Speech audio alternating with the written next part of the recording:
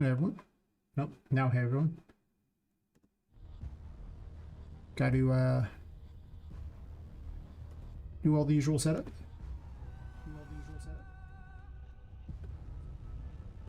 Starts with muting kick, since it by default makes lots of noise in the background for reasons I don't understand.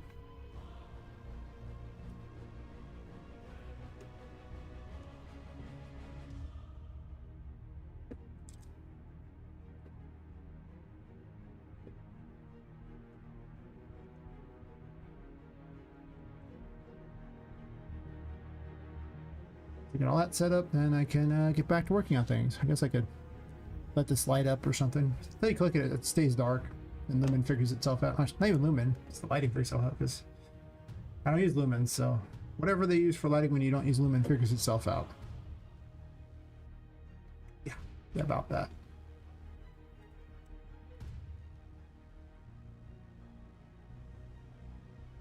I should take my logo for Twitch and put it in, for YouTube and put it on Twitch, because it's a nicer looking logo than the one I have on Twitch. Yes. Ooh.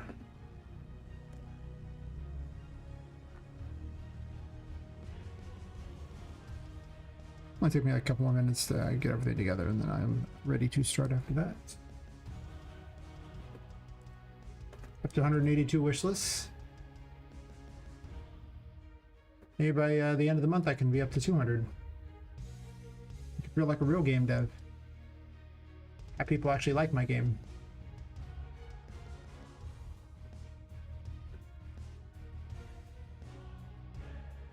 I'm like the most unchanging pillar of every of game dev out there. Like I just don't change anything. I just keep doing exactly what I'm doing the whole time. Unchanging pillar of. But I mean, the goal is to release the game. The goal is not to become the world's best streamer.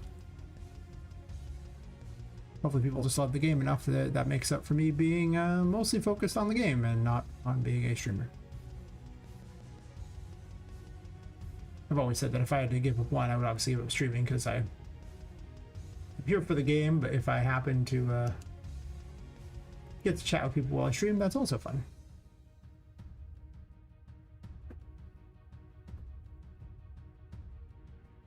Get my notes up again too, so I know what I'm working on here. My revised tarot abilities, which will probably be pretty close to what I finished with in the game. I don't know 100% though. Some of these things are a little weak, so they might need to be changed a bit. Oh, I forgot to start up social stream, so I can view all the chats.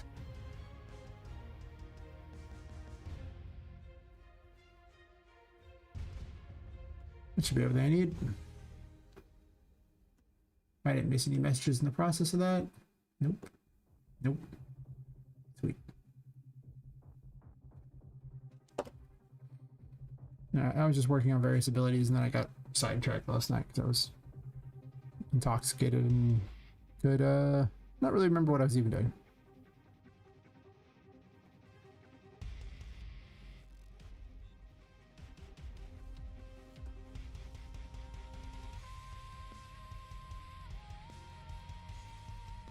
I guess the hangman just does the double jump thing. Yeah, I just can't think of any other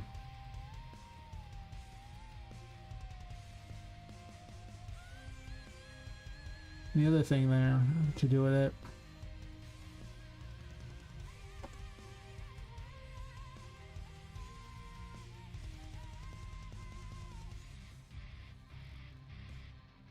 Actually, maybe instead it just rolls a healing die.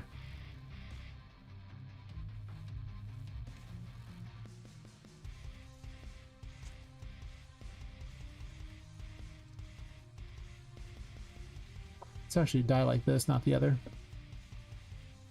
I think.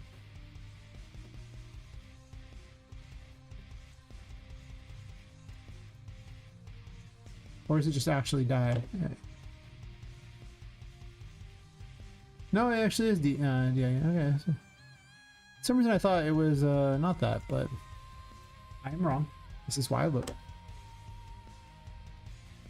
I like this better because I don't have to do any extra complicated calculations. It just rolls an additional die, which is even more chaotic, and I like that as opposed to the other where the dice are just vampiric. That's not that neat.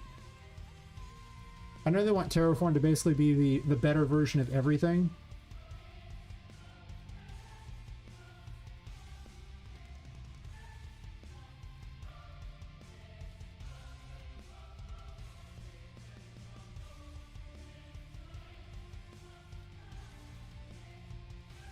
Now let's set that up.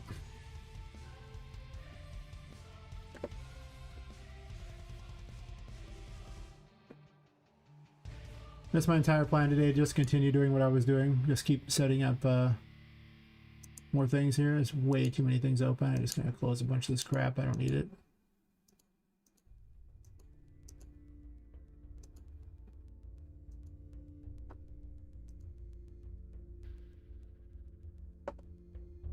Hey, Bard. Has been a minute. Nah, doing okay.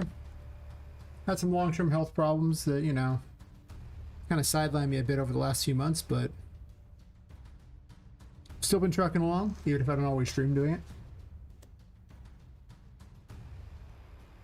How you been?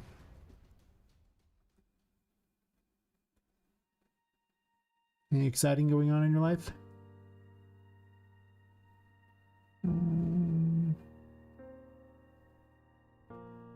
This one.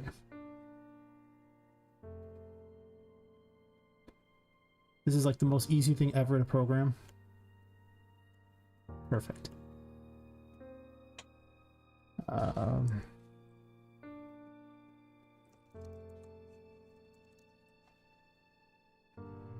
doing a drastic change to the games, the way the tarot cards are handled. Basically give the player more power, essentially.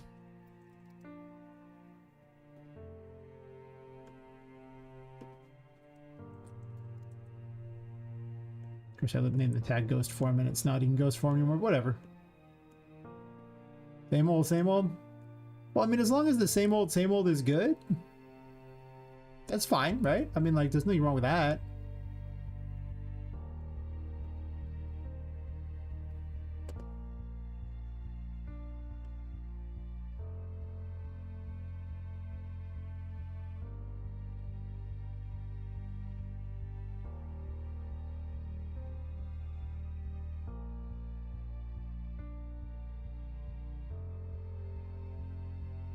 Well, this is the two different animations.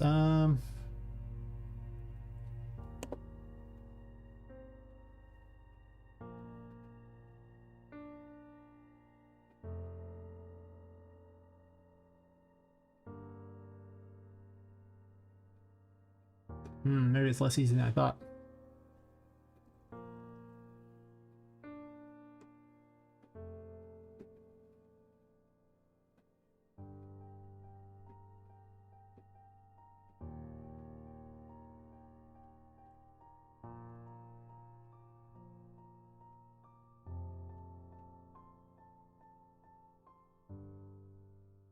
It's maybe kind of janky. I kind of wanted to throw 2 dice at the time instead of 1, but I don't have it set up to throw 2 dice.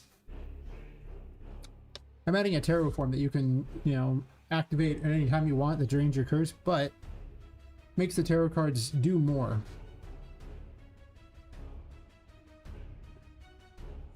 Also, it activates a bunch of passives because some of the abilities just... I mean... It's kind of lame to have to switch to a tarot card just for some of the passives. I'm trying to narrow down my tarot cards to 22 active abilities and then a bunch of passives on them.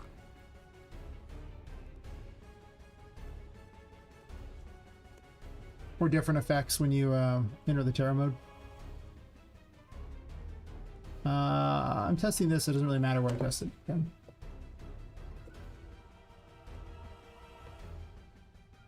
Yeah.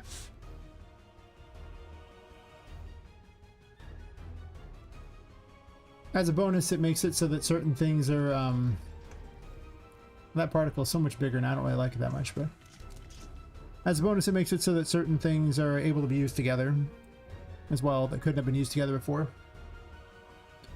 One of the most notable being, well, not dashing. Being the chariot can now be used with other things. Admittedly, the animations are a little weird, but I just set it up to do that, so, you know, it is what it is. Oh, this one, no, no, no. How does this one even work together? Awkwardly? Oh, I did it too quick, huh? Oh, it wouldn't even work right. I have to fix this one up. Oh, well, whatever. Didn't like that one anyway. I gotta work on the little switchy thingy. So you go pew pew pew pew pew pew pew pew pew pew. The one that looks the best together though is the devil. What happened? Oh, it froze. Well, I am restructuring everything, so who knows? Well, anyway. Like I said, the devil looks the best with them, so.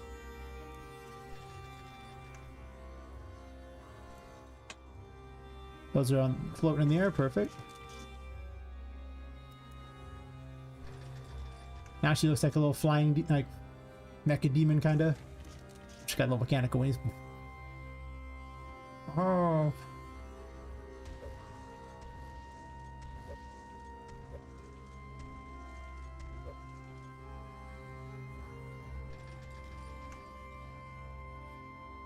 And I set it up that if you happen to be, if you have the chariot equipped, then it's actually just free to fly around. Something that, you know, can be advantageous, but you don't get access to those. Unfortunately, as you can see, it's kind of messed up, so now it actually spawns 2 wings. Yeah, about that. I'll figure it out later. Don't worry about it. Problems.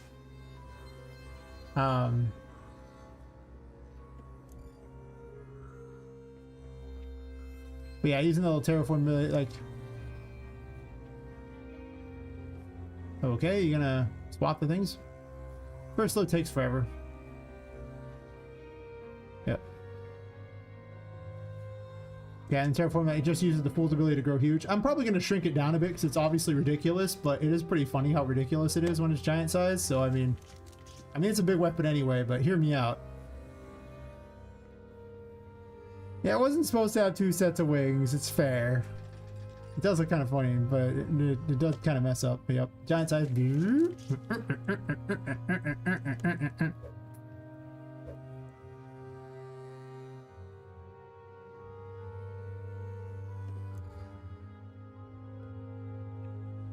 I guess this wouldn't technically work in here because there's nowhere to grow and shrink plants, but I make it where the Empress grows plants when you're in the Terra mode, and it drops a little healing mushroom in the other. I was doing a thing where it threw the mushroom at things, but it wasn't working right. I wasn't always getting the targets, so I swapped it, but...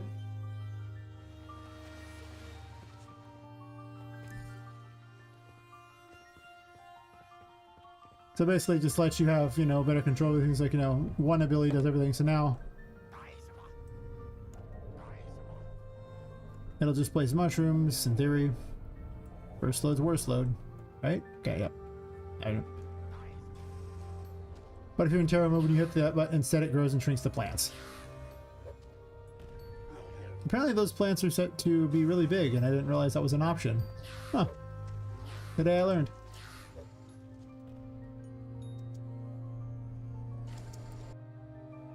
So I'm basically going through and changing every single one of these to be that way, and a lot of them haven't been changed yet. Things like the Hierophant will just work if you enable Terra mode.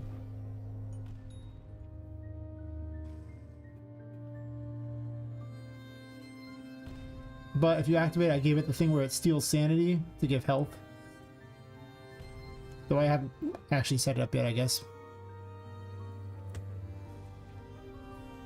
So that's the plan. I took the outfit I had for a different thing, and I'm using that currently as my terraform because I just don't have any other outfit. I'm not sure if I'm going to keep this outfit for it, but maybe, maybe not. I don't know. Mostly I'm trying to get all these abilities done because I've been messing with these abilities for so long. I'm like, what would make 66? And then I realized I've only got like 90 some odd rooms in the game, and I was like,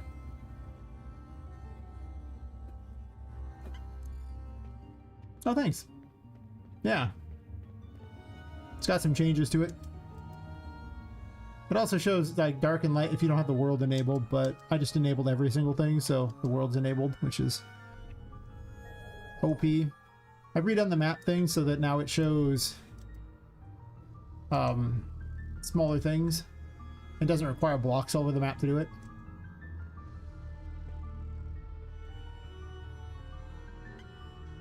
As you can see. I have a picture behind it too.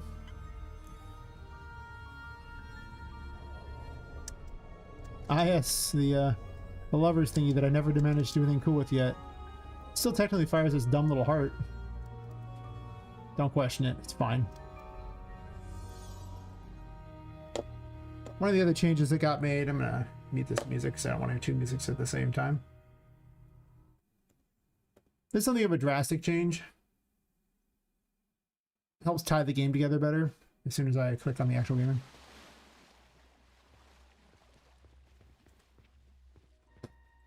So instead of having the painting world, they have the haunted gallery, and the reasoning for it was that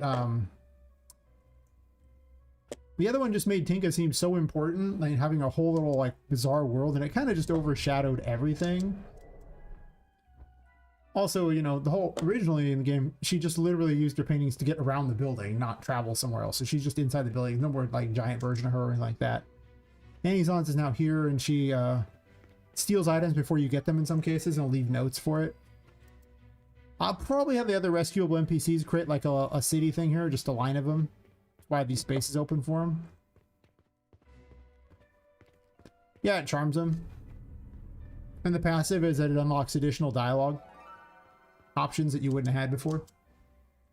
We'll see how that pans out. I don't 100% know because, well, it's very late game.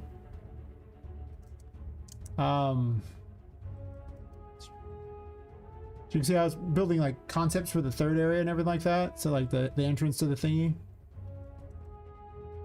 I'm putting little souvenir shops over here. Well, this one says security, but they're going to both be souvenir shops. Yeah, some of the abilities for the tarot cards are so exotic that they just didn't seem like anything you'd ever want to use. I don't know if I put a map down or not, but one of the things I'm doing is creating a little toy city here. Because people really wanted the ability to go outside, so now you can go outside because there's a little model version of the city outside.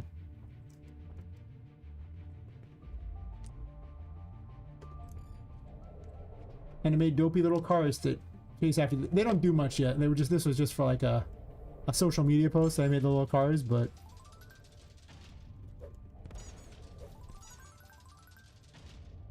so I'm building a whole little city in here.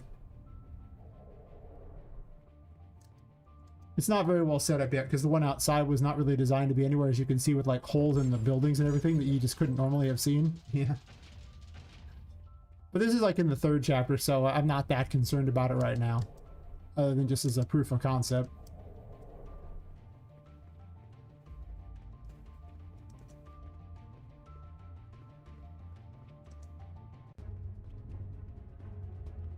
Including making one for trains over here.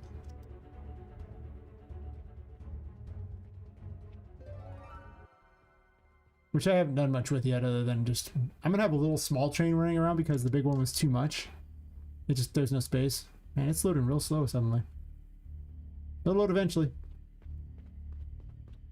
Yeah, I'm just have a little train you can ride around. It'll just go all around the building and everything like that, or around this floor. I have concepts all the way to basically the end of the game. With certain rooms don't have it yet, but almost every I'd say about 80% of the rooms have a concept to them, and about 40% are playable. And maybe like 20-30% are exactly where I want them to be right now, where I don't really want to change anything. I didn't leave that door open. Well, I guess I won't show that then. Did I leave this one open?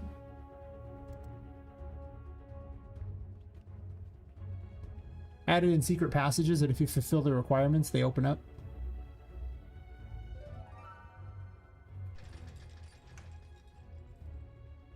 Man, it's loading so slow. Probably because I have a lot of data layers loaded or something. You load the rest of the room, buddy? Pal? Friend? Friendo? It's not normally this bad. There we go. Finally load things in.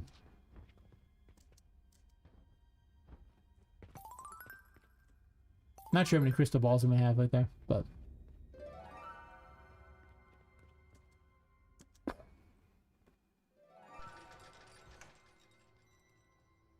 these are like super early along, so I'm not going to show many of these off at all. Just the concept that there's like an abandoned area for funsies.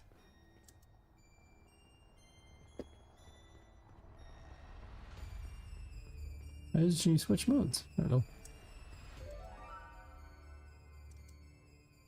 Can't really showcase many of the rooms down here, but just, you know, to show there will be an additional area that's much more messed up later on.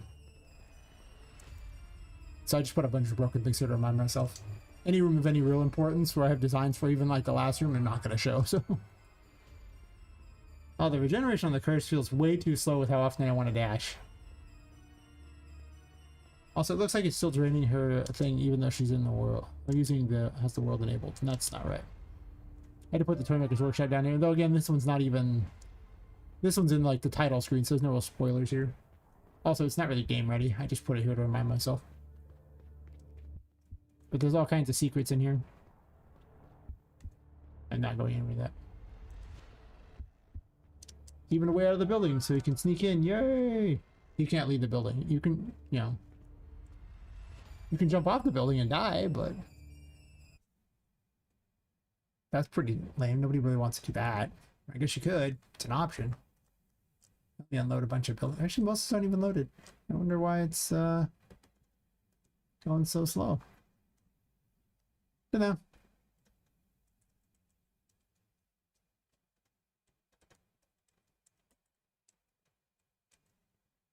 There's been like massive changes to pretty much everything in the last few months, including the Hidden Grotto and the second chapter. We're working a lot on the second chapter lately. One of the neat things going on is oh, I have new water. It's very pretty water. Yay, water.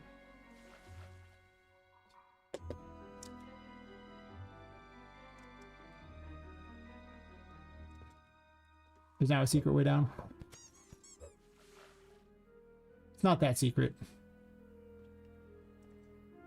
Kind of is.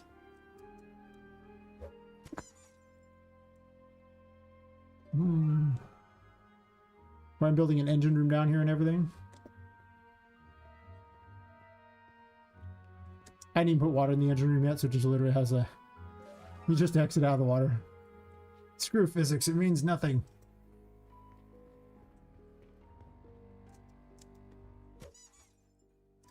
I haven't really built the engine room yet, but you actually just need the chariot here. Oh, I forgot I could just hit shift. Well, screw that. Use the scythe and fly around like a cool kid. Oh yeah, it's the middle mouse button for now. It'll probably get changed. Yeah, but now there's more verticality in the building, so you can fly up into all these areas and everything you couldn't have gone before, so... A lot more interconnectivity between the various floors. I'm adding pipes throughout the building.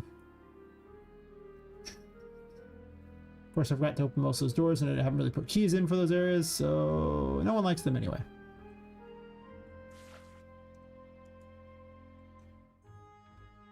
Also, pipes that lead to other portions of the building.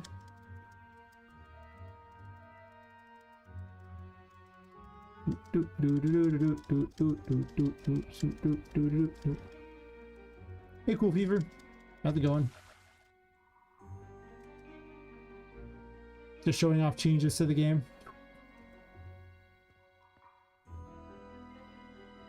That happened in the last like month or something. No, last few months for some of these, but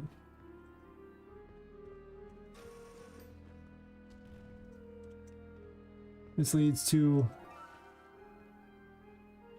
there'll probably be a boss room out here. I'm not sure 100% on which boss is going to be there yet. It was originally going to be Sally, but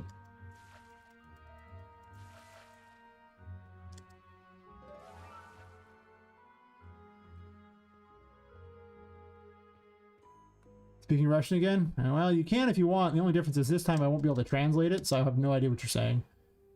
So, I hope we don't expect many responses. I was having to put it in a Google Translate last time you were doing it. But since I wasn't the one streaming, it's like I had plenty of time to.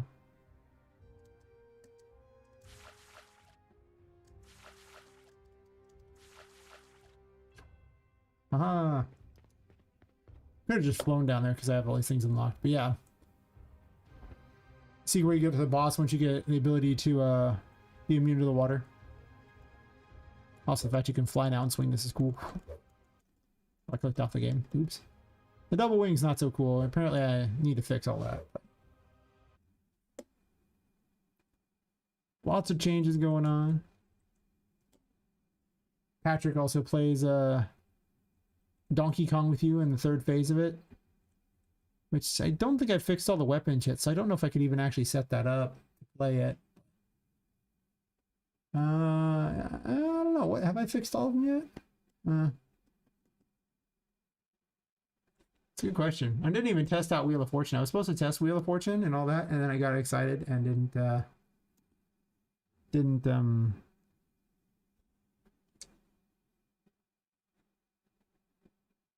gosh, didn't do it. It was other things.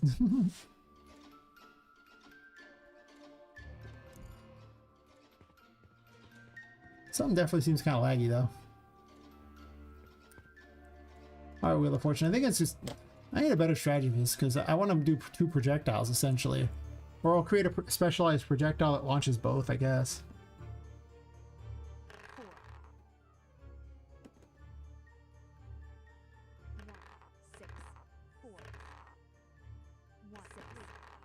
Yeah, it keeps going like crazy. I don't know about this. It's obviously a little ridiculous.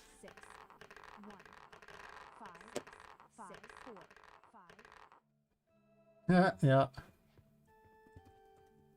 Well, I didn't code it very well.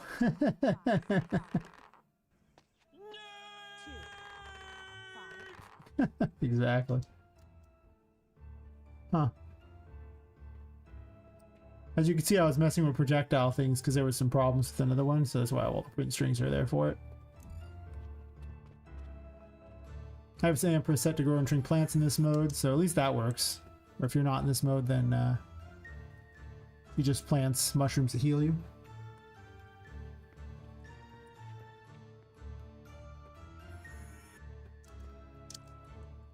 She shouldn't have double jump here anyway, though, but it would just be singular jump. Weep.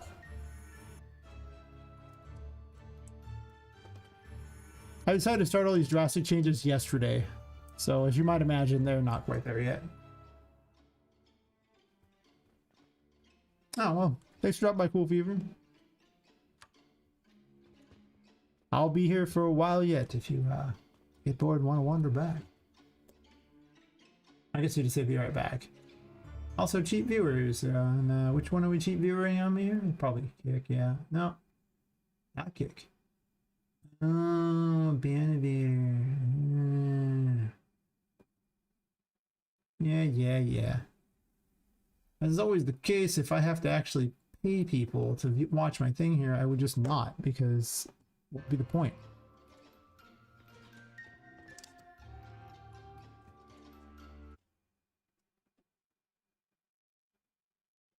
Yep, stuff is currently very broken. There's lots of new stuff though. The next time we do a playthrough, you'll get to see all the stuff added to chapter 1. But things need to work too, and the system was not designed to roll multiple dice. No.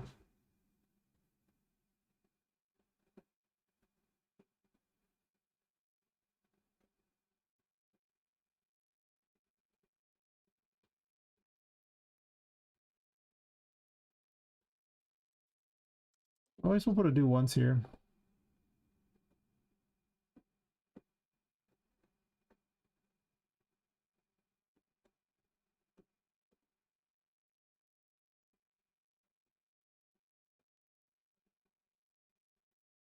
Reset it this way. I usually prefer just make an event to do it, but this isn't that far back. A lot of times you're doing an event and then you just have a thing, you know, you just call the function wherever you want, and this way you can have every point where it would mess up, you could just do that. In fact, no. I do want one. Reset Wheel of Fortune. And the reasoning for it is right here on these can't uses. Yeah.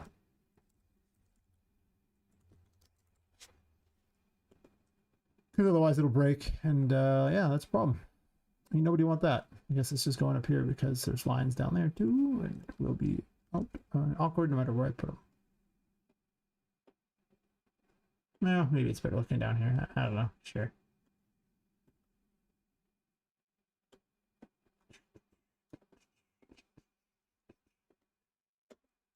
Guess what these are back on, dude. I'm gonna close out some of this crap. This my computer's struggling today for some reason.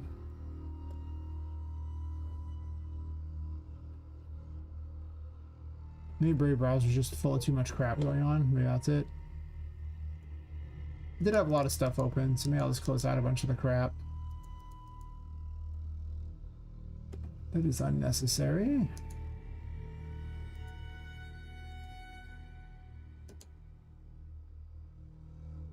See if I can't improve speed.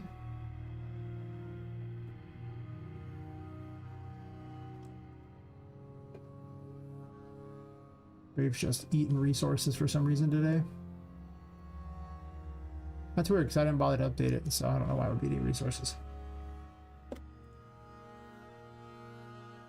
Let's see if this... Oh yeah, I gotta put it at the very end no matter what happens this way. It does do a reset.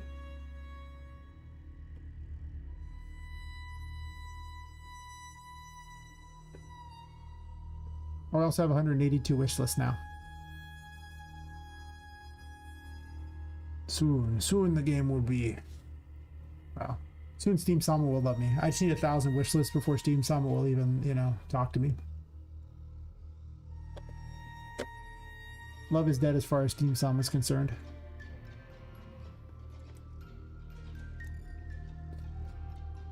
Just not loved.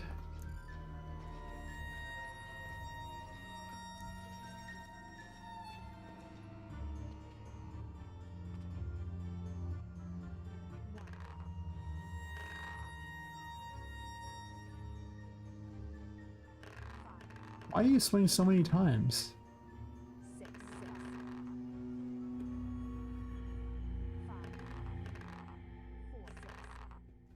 Huh.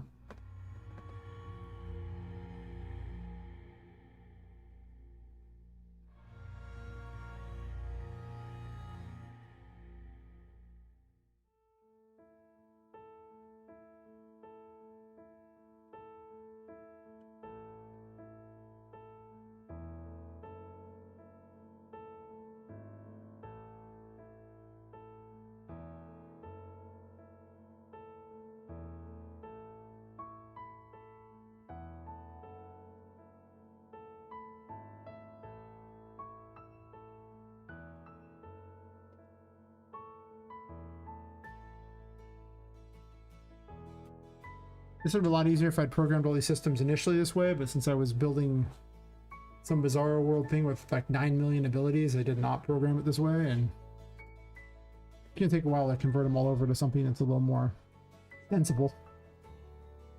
Not some infinitely expandable system for a game that just did not want all that. When would you even use all the abilities I had previously? It was stupid.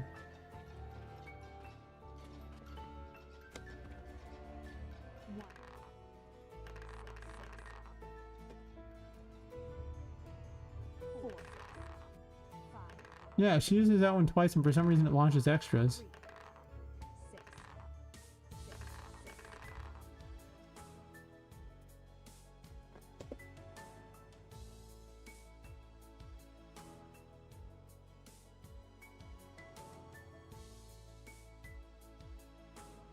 I can bypass this in a different way here.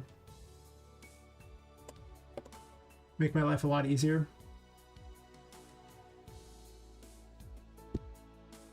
By simply making a projectile that spawns another one. So black dye that also spawns the white dye.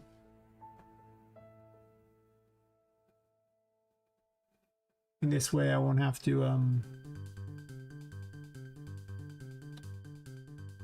reprogram the other system for the one instance that this actually happens.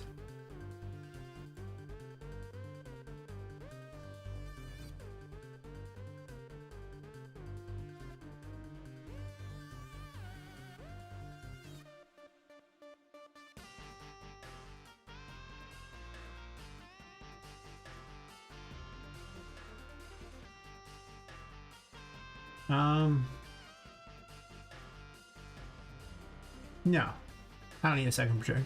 Well, I can program into this projectile. Why is it using this thing? I guess it was needed to be saved or something. I don't know. Wish I just hit undo instead of what I just did. Now I gotta wait a second for it to unfreeze itself as it does its thing. Yeah, I'm up to 650 followers. Hell yeah. Sometimes 650 followers, don't worry about it.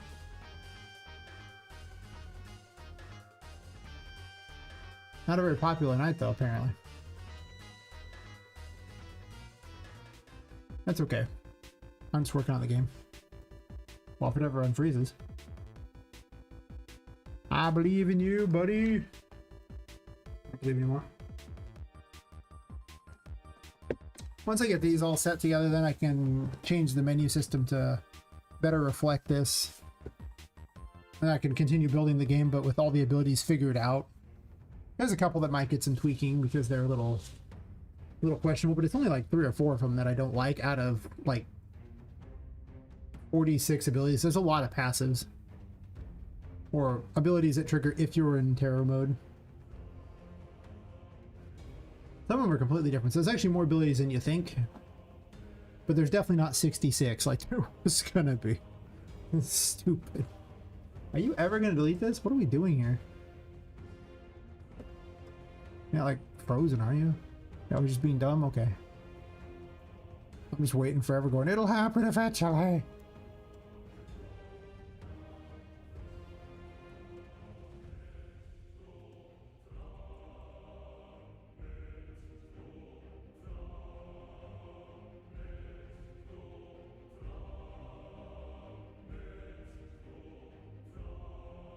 I get this here already, so if I were to get this,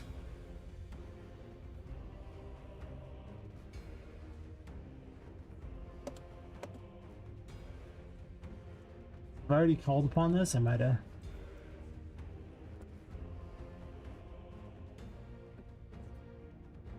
don't even know why I'm wearing a sweater, it's not that hot. I guess I have a green shirt on, that's a mistake. Should probably change that next time I get up so I don't have to wear a sweater.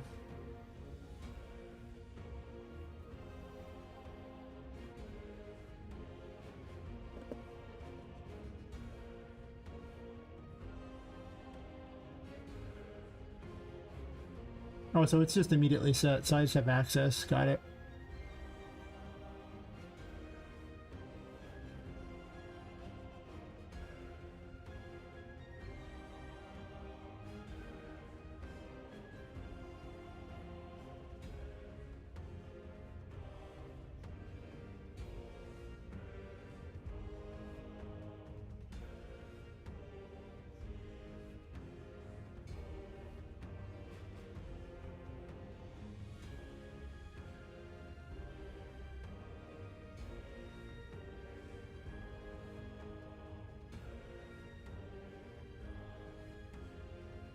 Not called ghost form anymore, but changing a tag is a real pain, by the way. I forgot gates even exist. I accidentally hit G. I don't even remember exactly what a gate does. That's how often I've used it.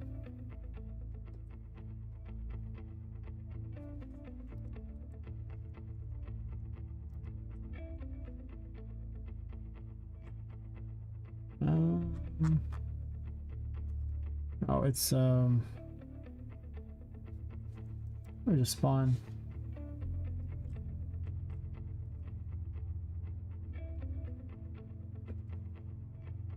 Why am I blanking on this? Where are you at, Poppet? Too many's going on in my brain. I'll forget things as I'm doing it.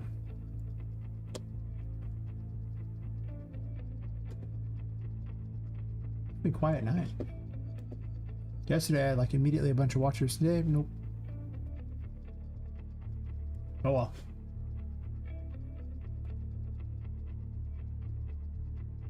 Well, if it's not a popular stream, then I'll just make it a shorter stream. That happens too.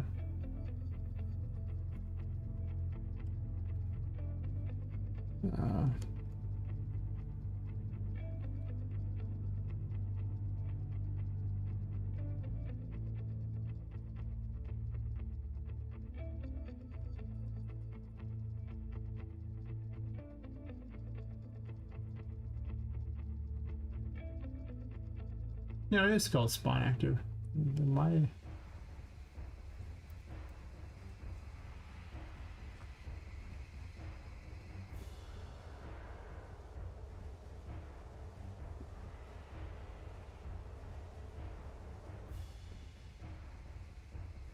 don't know why it wasn't showing up. That's weird.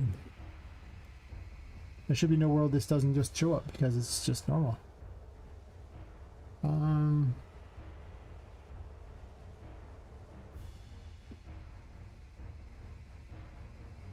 This makes it even easier.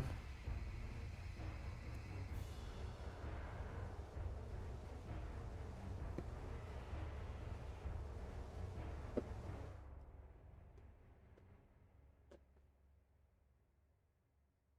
think weapon owner actually settled it up too, so.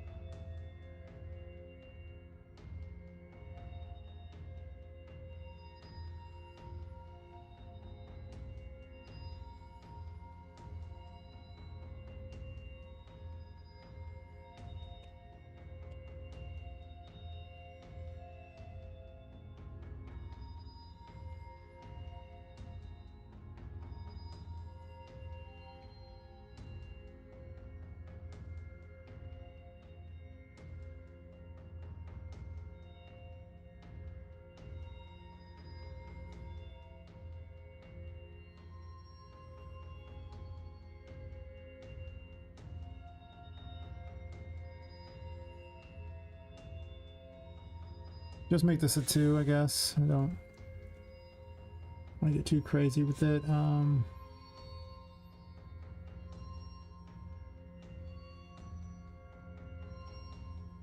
Let's try to have this set up because I have it set up all interestingly.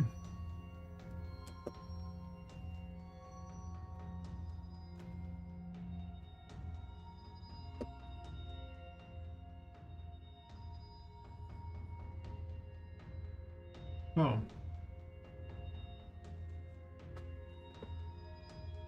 I could just run weapon owner targeting it.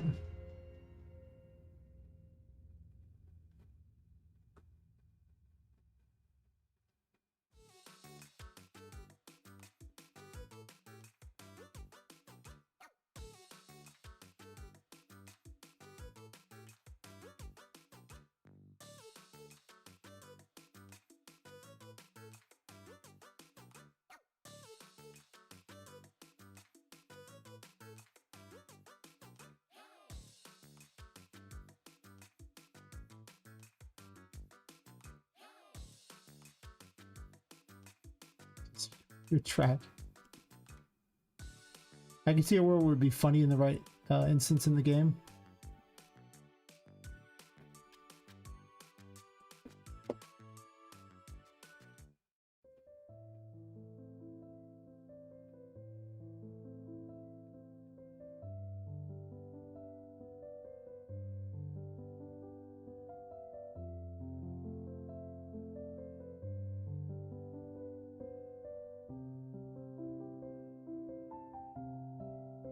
I'm pretty certain I have weapon owner on here, so I can just pull the same weapon owner. I think.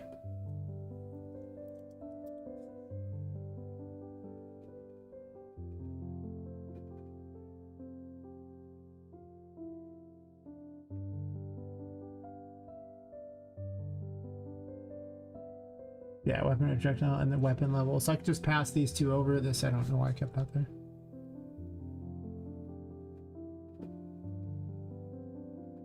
And that should create a perfect world here. Or I don't need to do all that crap.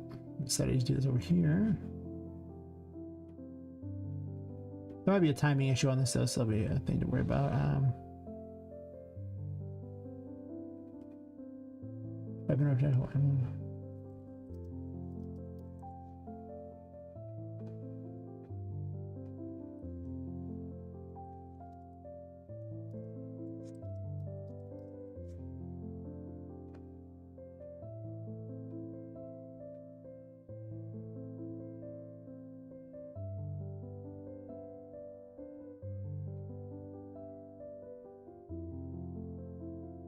Just so it has a little bit of time.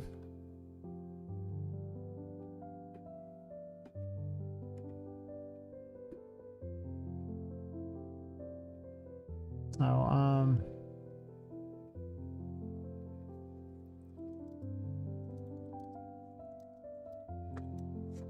they might hit each other though.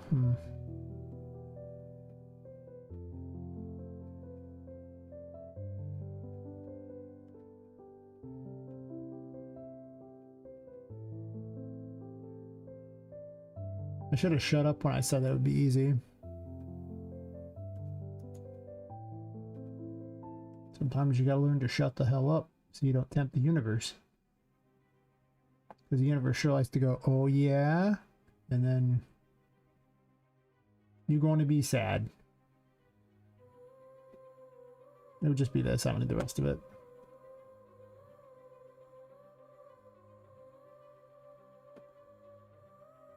Poppet does not have the ability to fire multiple projectiles with the same attack. Maybe I should change that, I don't know. She doesn't have a easy fire projectile either, it's all tied into other things. Unlike the enemies, you do have easy fire projectiles, so.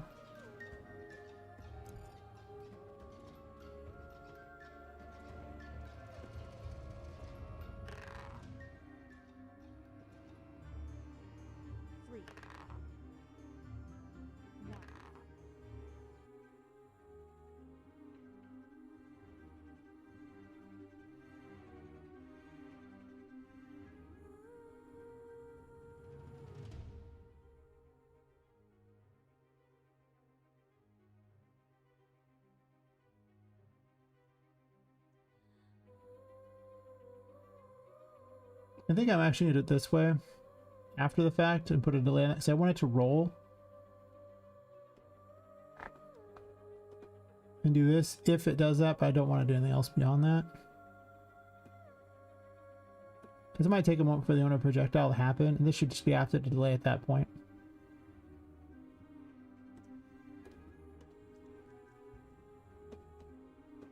So just made it have to be able to produce more than one projectile.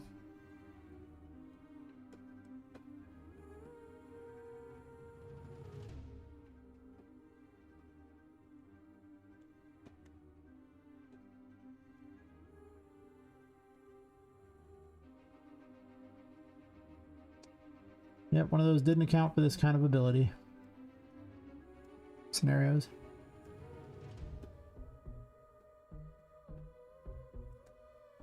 Oh well.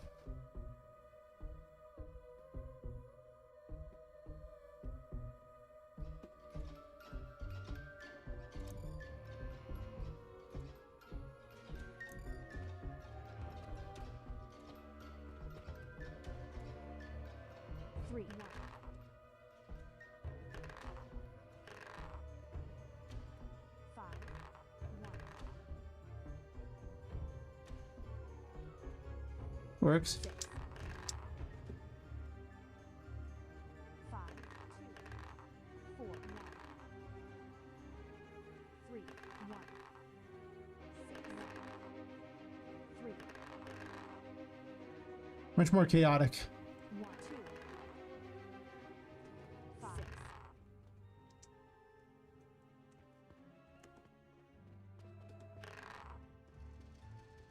6. Works. And it was less ridiculous than what I was doing.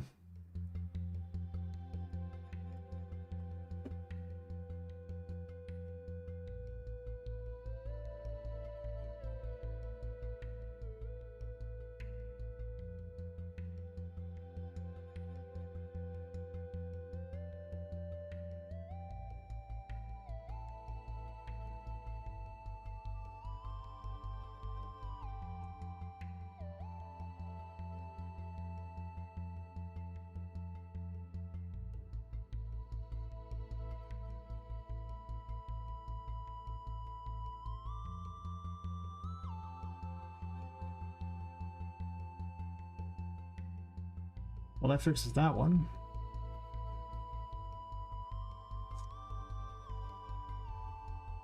I think it's much better than the vampiric dice. Because who doesn't want to roll more dice, right? It's possible I could up the number of dice too. I don't know.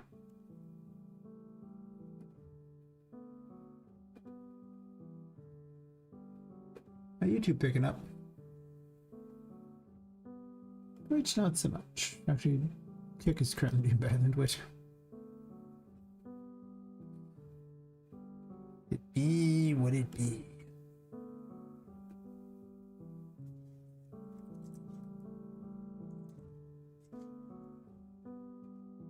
Yes.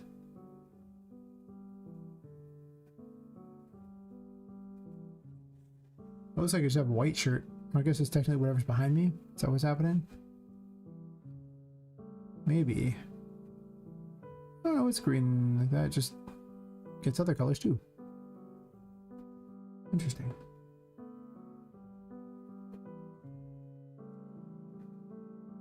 I think I drank way too much tea before the stream.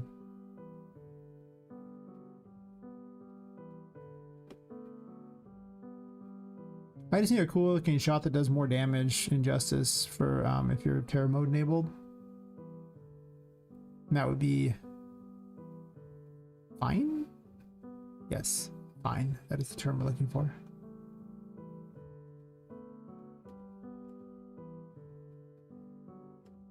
I'm gonna take a quick bio break real fast. I drank way too much tea right before the stream. Right back.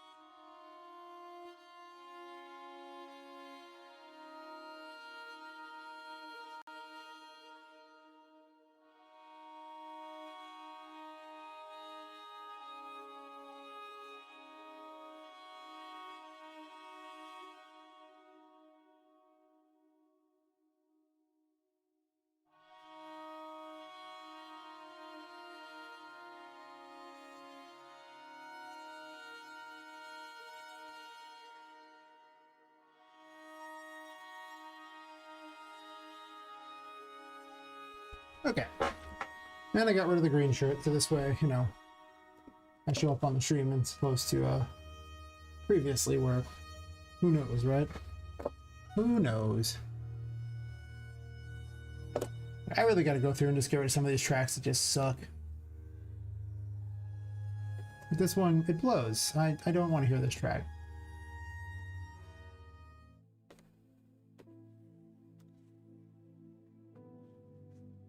Problem is, a lot of the Humble Bundles, like Dark Fantasy Studios, have like duplicate stuff. It's so annoying. I'm trying to figure out what half the things are, and it's just, yeah. The ones I want to use, things like that. Should have went with AI music. Didn't exist when I bought those, but you know, would have been a lot easier to sort things, which just is not a thing. What did that guy say? I'm gonna go look and finally figure out what he said. He typed Russian in the chat and I never got to figure it out. You will never understand what I'm saying. That is true. I did not understand.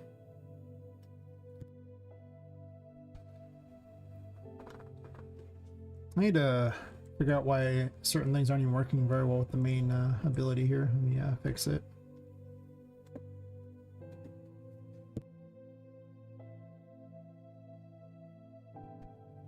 Cough, hack, wheeze.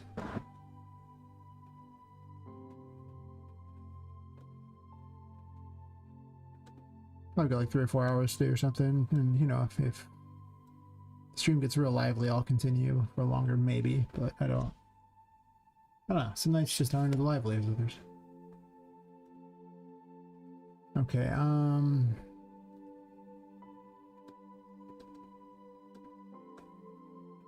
yeah. This is just clear evidence that there's always a better way to code something. So much easier. Just do this. And none of these need to exist anymore because it's just a passive now. But there's no passive for this. So this is just done. Just all I needed for that was the...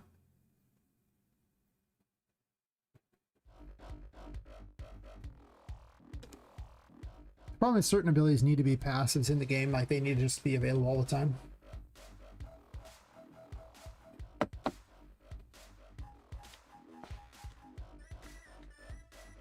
I could have the Emperor work the same way as the Chariot in that, you know, while it's equipped, you get, it's free to use, but you can borrow its power even when you don't have it equipped.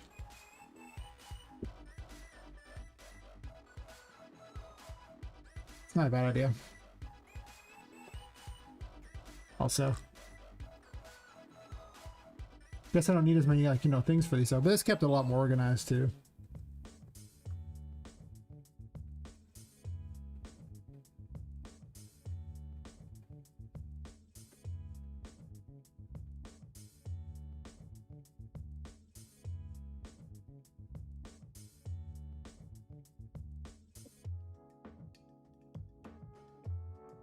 I see it's running these here. I'm wondering if these have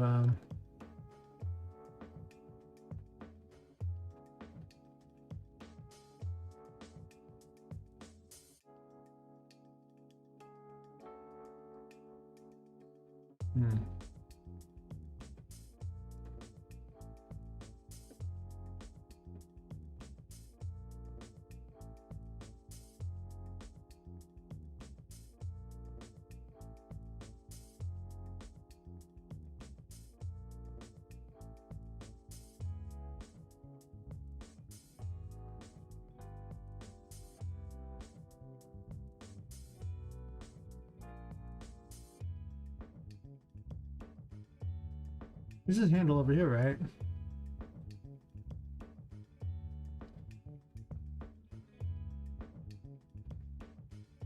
It is not.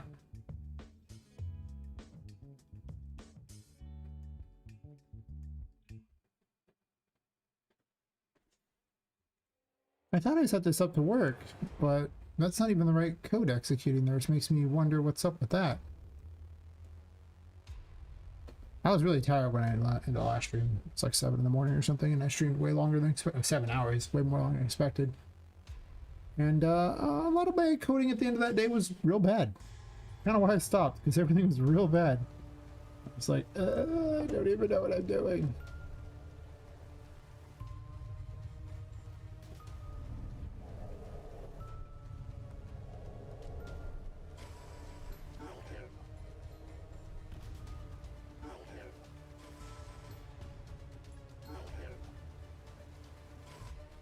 It's set up to work.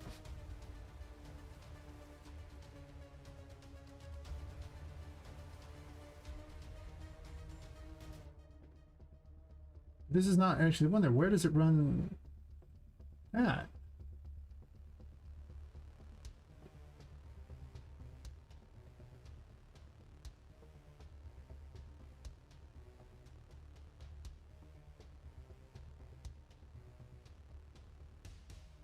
Here the Hierophant active.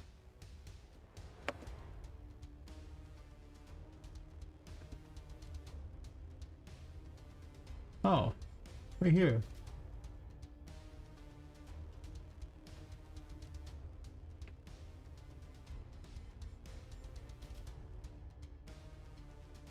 Only this then. That's not what I had selected. I thought I selected you, but I guess not.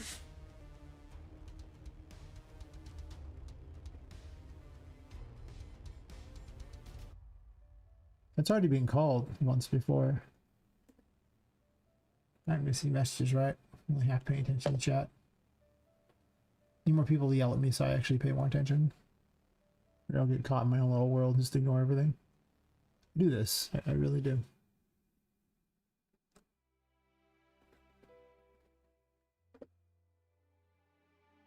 Yeah, I don't need to call this here and block actions. It's fine.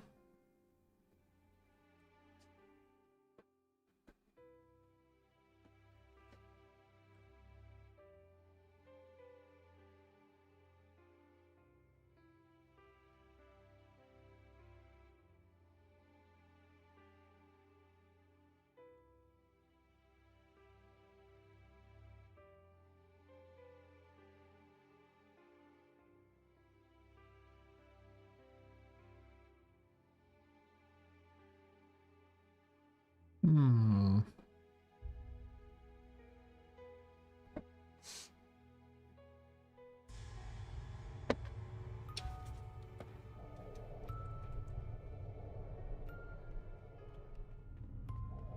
There we go. Now it's not doing a stupid thing every single time. That's helpful.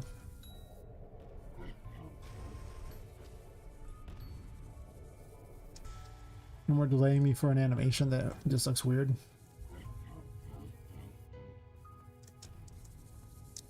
Because I really want it to shift pretty seamlessly between the two all the time.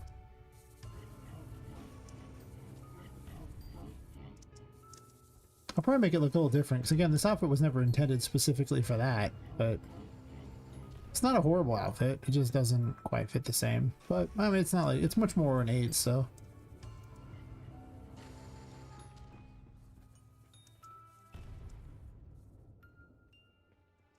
I have to change out double jump or something to not use the wings. I don't know. The wings look nice though when they double jump, so I kind of want to keep them, even though I can't think of a logical reason you would keep them there.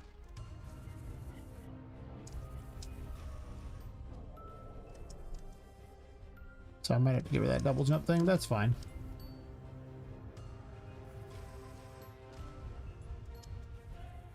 I'd like to switch the Empress to being throwing that projectile.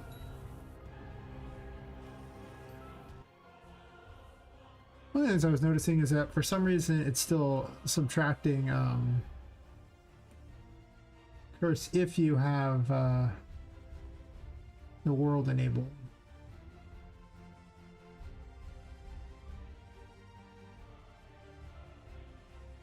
And that shouldn't be the case.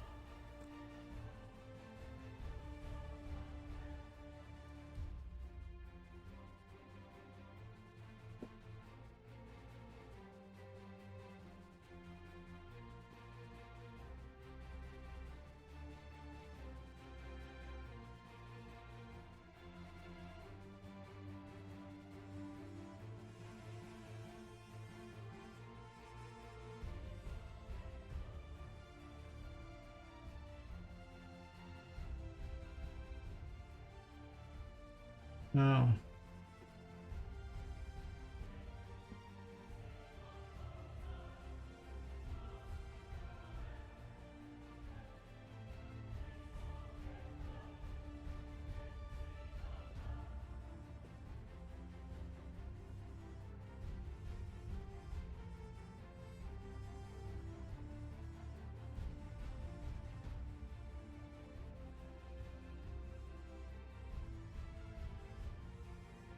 Undo this.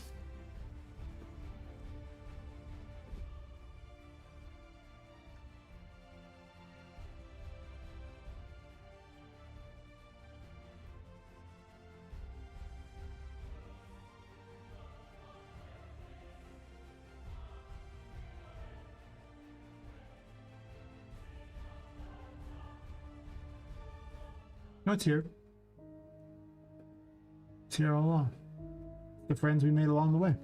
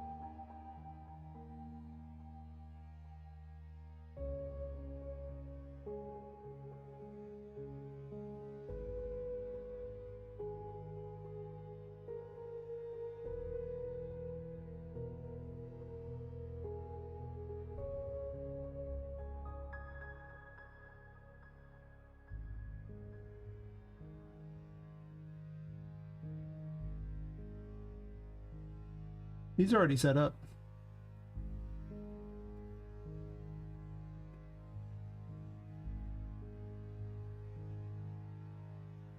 Yeah.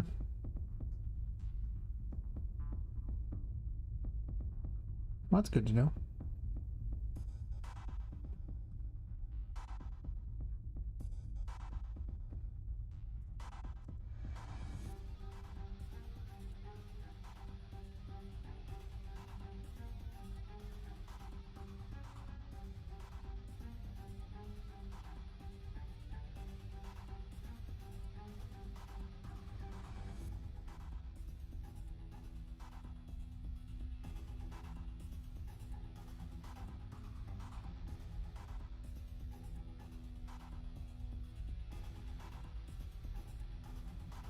Not even sure I want regeneration of health on there or not. Working on this one. I haven't got the other ones there figured out yet, but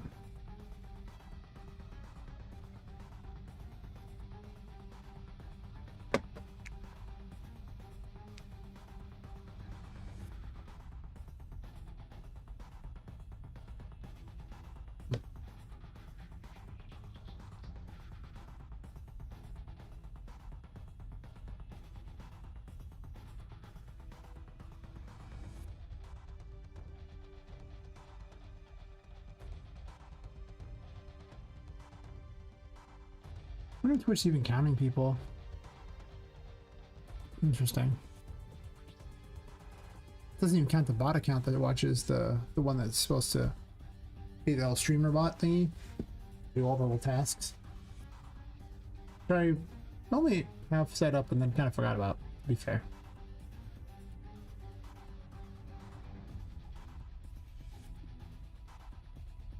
I guess I should test and see if that does actually work before I say they work. I don't know, let's find out. Let's go get hit.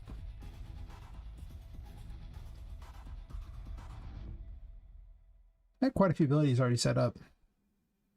Hopefully by the end of the night, or maybe the end of tomorrow, I'll have them all set up. Maybe not refined to what I want, but just, you know, there's an ability there, and I don't have to worry much about it beyond that. Hit me.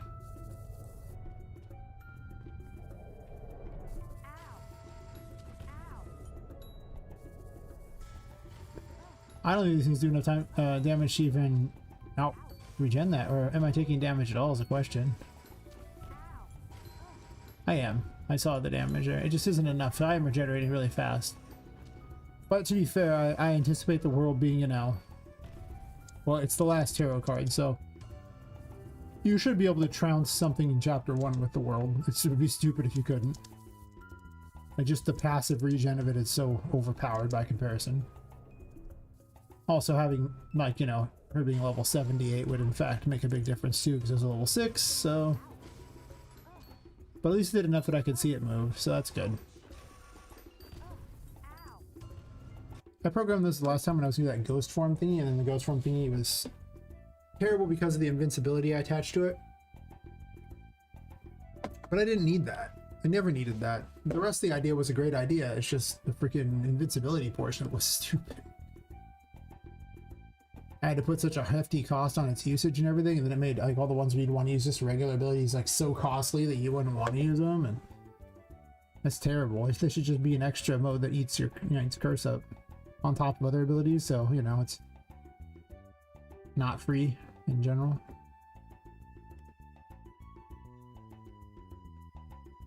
Don't know why it looked like it was costing curse though. Actually, was it? Maybe it wasn't. Maybe it just seems like it regenerates it a little slow. I did increase the cost of the dodge because it was so overpowered. And we're definitely deep in the woods on the game dev here because, you know, I'm in the balancing phase of a lot of abilities. Some things are just too overpowered. Yeah, it works fine. Yeah, I'm regenerating. And regenerates the same speed if it's not equipped, sure. I had to make it where you could switch between the two, even in, you know, the world. Originally, I was just going to have you always in Terraform in the world, but since I have certain abilities that only work when you're not in Terraform, like the Empress, it's kind of awkward.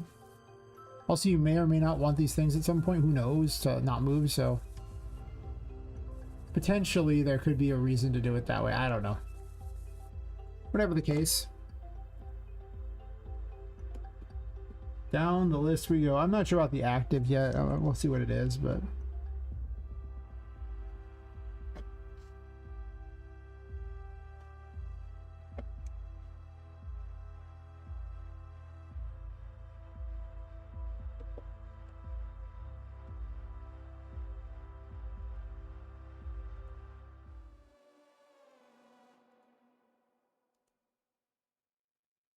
got quite a few to go though.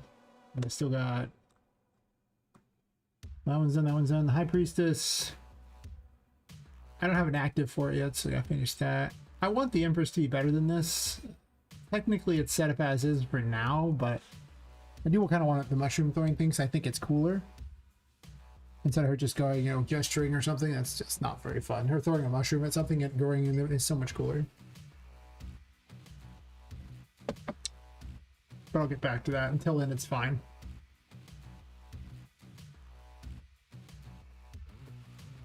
Alright, let's do a bit of fixing here.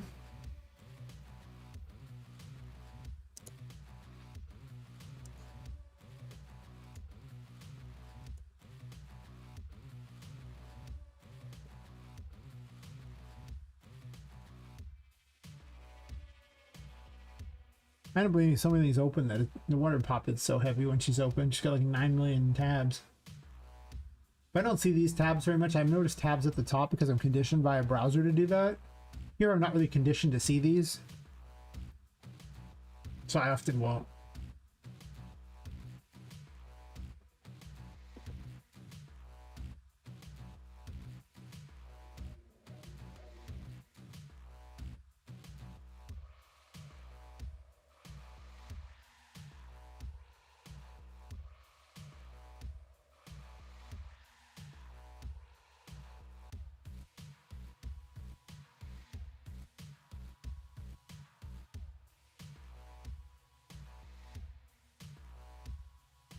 Actually, I could just yeah,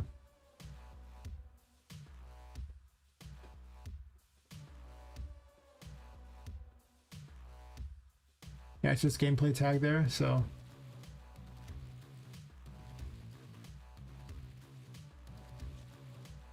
and these aren't in the game anymore. Well, no, keep that one.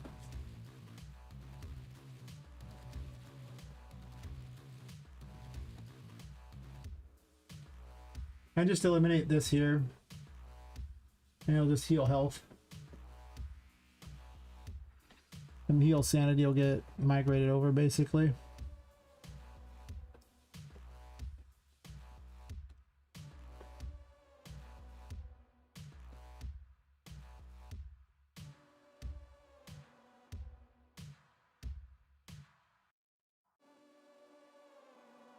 Really? I won and through a set like that? Oh, no, I wrote it twice.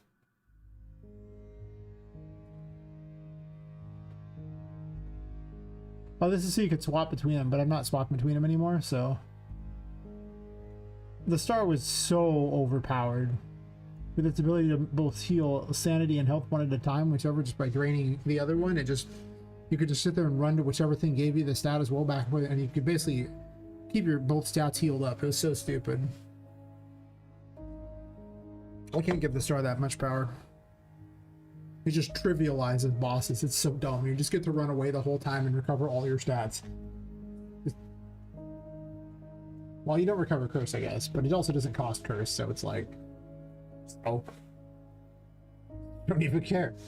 Like... It's possible I don't want to trade sanity for health. Maybe I just trade curse for the... Like, maybe everything's just based around that, and sanity is just its own little separate stat. That just does things like... Maybe I don't make it a thing you pay. Just an ever-present timer. Or I put a... It's possible Terraform could also do that too, but I don't know. I kind of don't want to... I don't really want to make it where you don't want to use Terraform. Like, I want you to use it because it's so, like, integral now at this point to the game. As opposed to... If I make it sanity-based, people will often just not want to use it.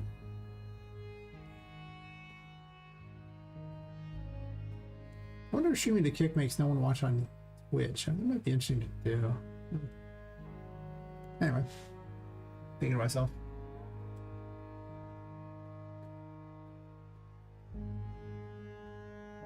Yeah, it doesn't equal that. If true, then do this. Heal sanity. If false. Heal sanity. Okay, yeah, sure. So.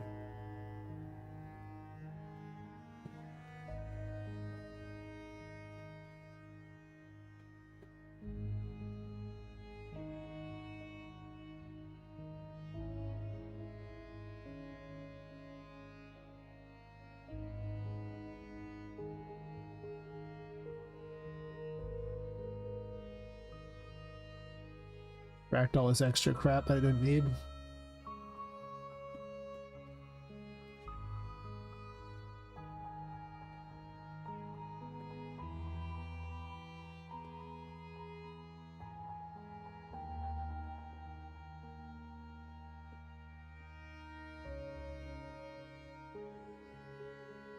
You know what?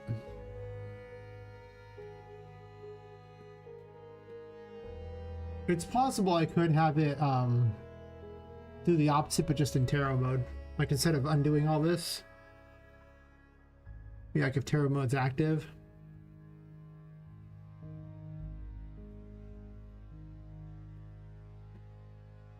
Thus putting a higher premium on use of the other ability. I know when I give the Hierophant is its thing though, if I do that. Right now, it has a really boring ability of just healing health while you're in the darkness. Which I don't know if I like. I don't like passives a lot. Some passives are necessary because I don't know if I really want like swimming underwater to require you to have like the Emperor equipped, because then you couldn't break like, you know, things in the way or something. It'd be kind of lame.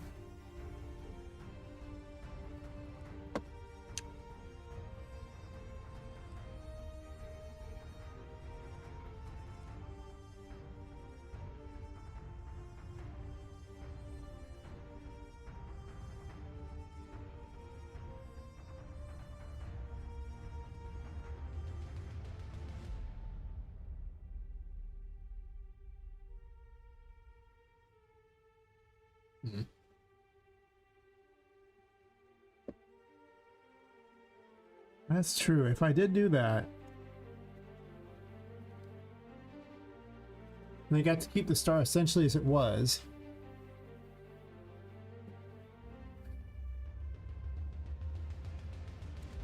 Then you have the danger of people sitting on the star the whole time, though. But having the sanity portion also cost curse because you're in hero mode is not the worst. So eventually it would break the cycle of just being the infinite toy that it currently is, which is stupid. But then what do I make the Hierophant? If that's what it is, 'cause it makes sense the Hierophant would, you know, trade like health for sanity or something. I could see that, you know, it's all about order and everything. It's a very fitting ability for it.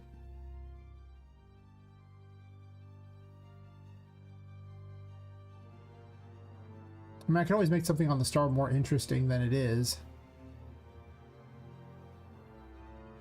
And giving you a passive heal that, you know, you can use in the dark. It's not a very good heal, but I mean, it's just a regeneration while in terraform, so there's a benefit.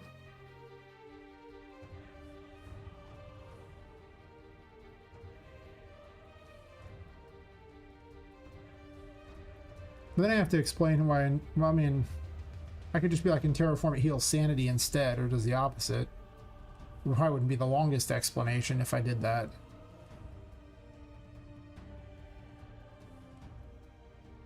I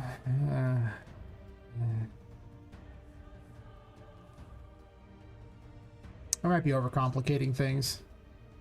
Because at the end of the day, there's no logical reason why the star would give you sanity. It's supposed to be about healing.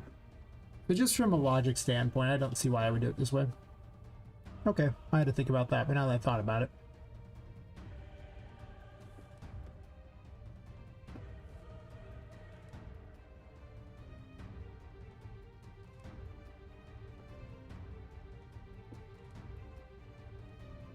The goal is to save as much time as possible and just copy paste your code from one to the other if you can. Trust me on this, it's a good idea.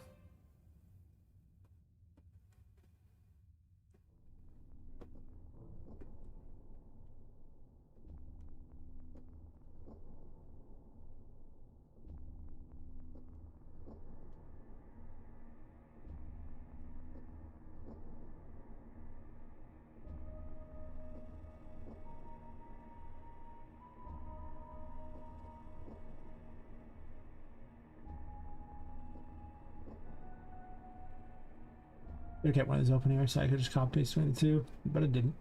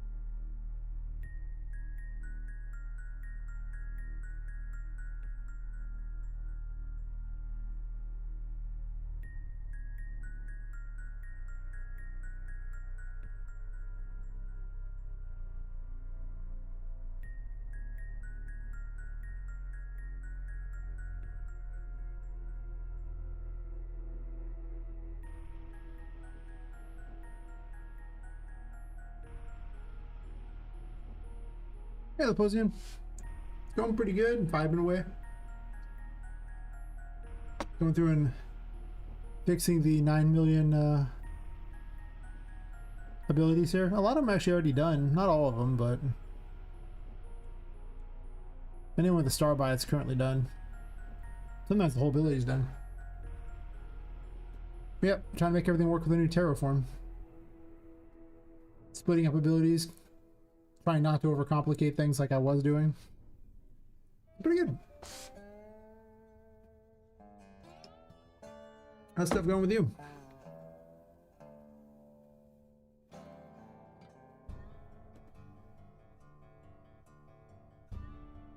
I guess this isn't the worst track. Feels like it.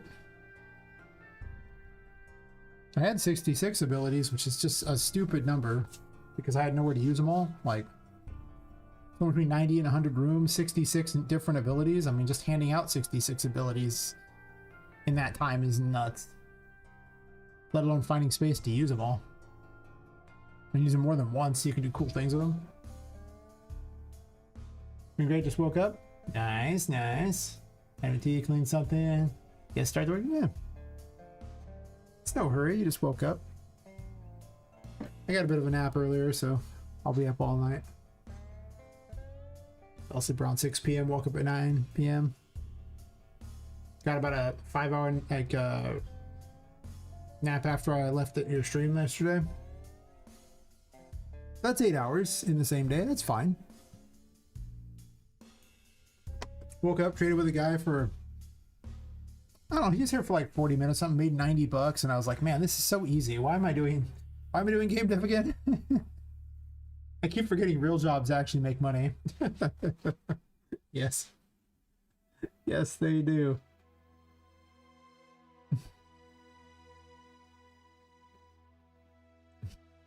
Yes. When I'm copying code off one thing to the other and adjusting it so that it works for the new system. This should just be a ghost form, right? If ghost form is here. No. Well.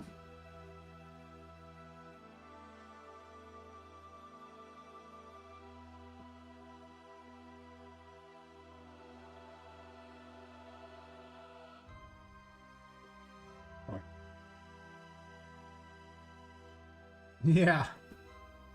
I mean, I've made money off streaming. That's it, pretty much. A little bit of money off selling some assets, I guess.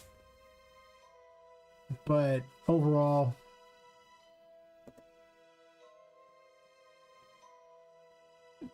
no.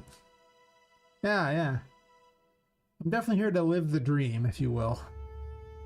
Living the dream is not free in life, you know. You gotta earn it. Sure. But, you know, we'll get there eventually.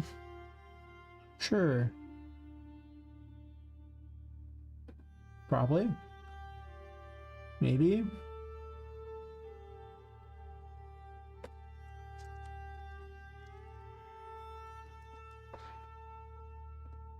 I guess. It is a lot of fun.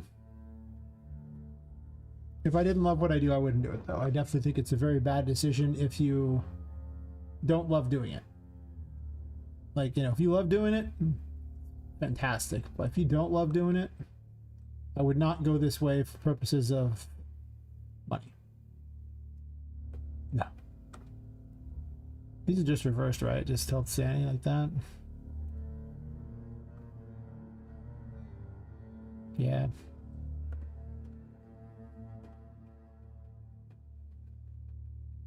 Yeah.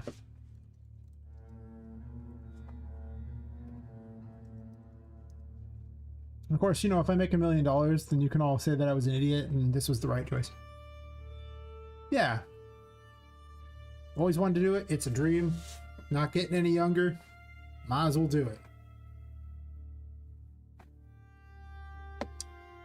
Gotta live your dreams. Living your dream is not about making money. Unless your dream is making money, in which case you have a much better dream than my dream. Your dream is much better for purposes of a better, longer, happier life, I'm sure. Some of us, you know, we don't dream profitable dreams. Yeah.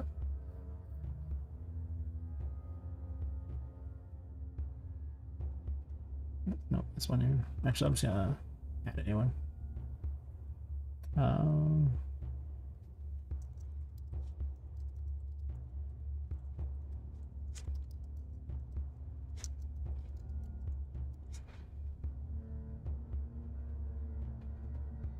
This has 2 actives.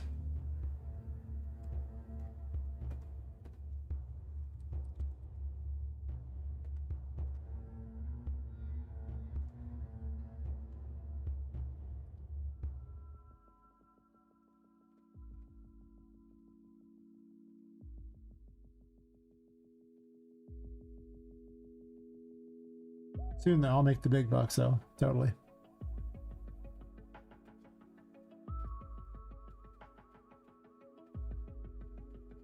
Oh, I have a code for this here. Tear the Hierophant.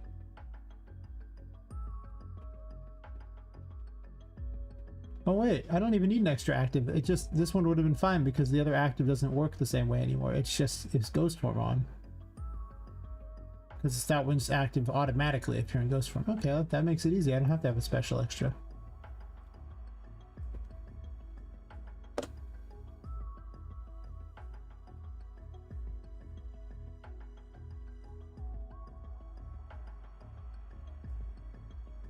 Hero.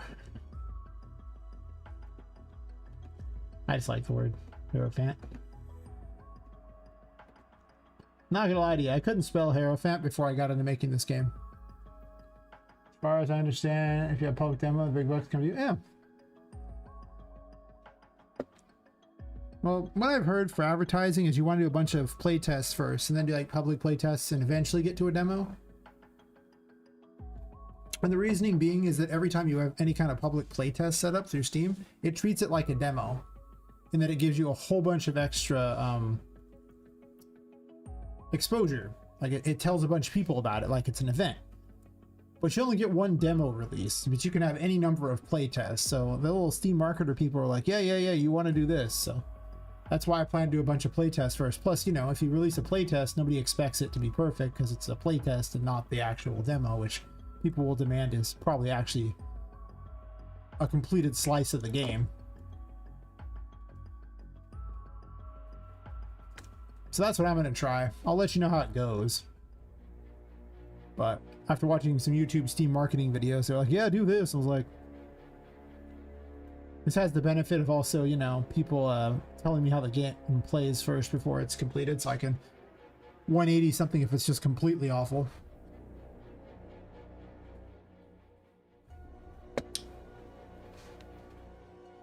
I gotta lock down the story. I keep changing things. I mean, I have a pretty good idea where I want the story to go, but I keep changing things in the game, so then I have to change the story to match. It's kind of a problem.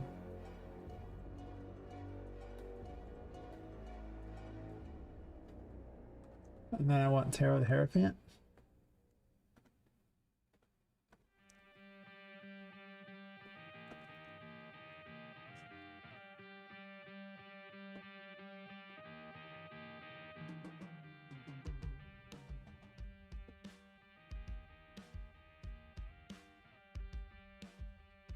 But a demo definitely helps. Without a demo, there's no proof your game is even real, so nobody cares. Yeah. I can't see any world where letting people playtest your game is ever a bad thing. You know? Like, that doesn't seem like something you wouldn't want to do.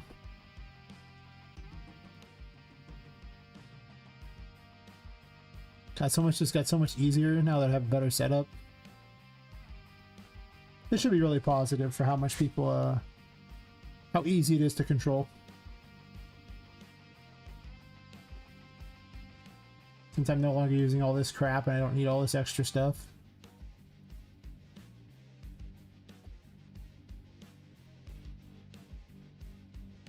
You know, like the bit input.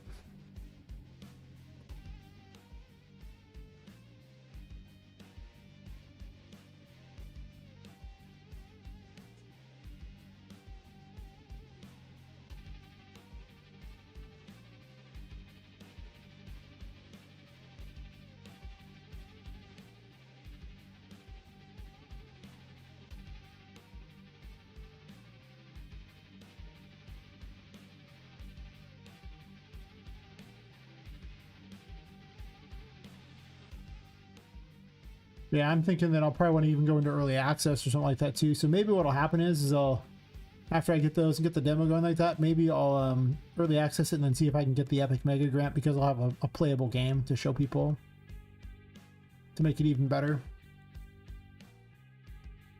We'll see how it goes.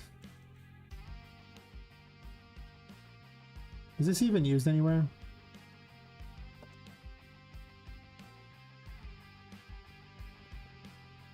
No.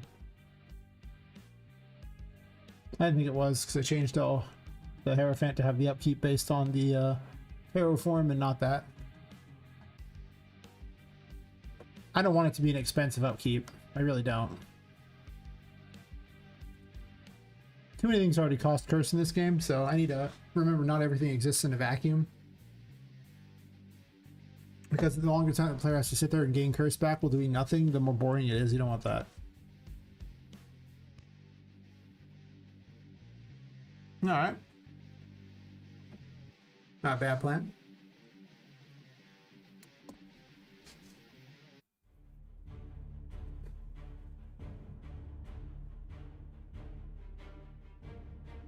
Now I was thinking, you know, the setup you have is actually could easily be turned into a Mario Party style game. Like if you just had some way that randomly picked what people were supposed to do and then put them into a game against their friends, you'd have a great game that you could have simple lobbies that, you know, you could run through Steam without needing servers. And you just make all the individual games like have a set, you know, rule they have to do. And you have a game that goes from being really, really big and difficult to manage because you have to get all the servers to a game that's costs basically nothing extra because Steam provides the servers for connecting with your friends.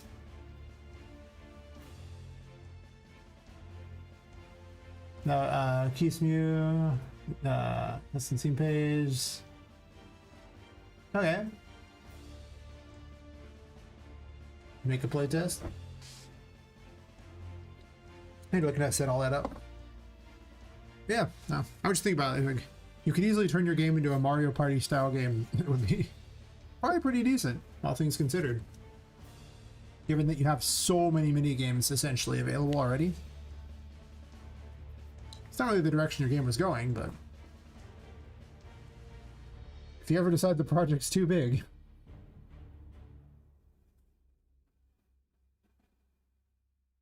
I've been thinking a lot about how to simplify my project and cut it down. If you haven't guessed yet. Yes, I have. My project is bloated. Very bloated. My project is extremely bloated. It needs to stop being so bloated and be a little less bloated and a little more focused. I think that's everything I need. I just need to copy the stats over. I'll just copy the ones that I had for the star.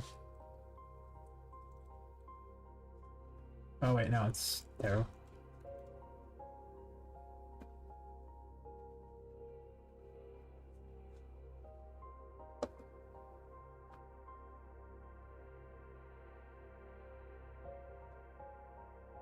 This had to be changed because it was stupid.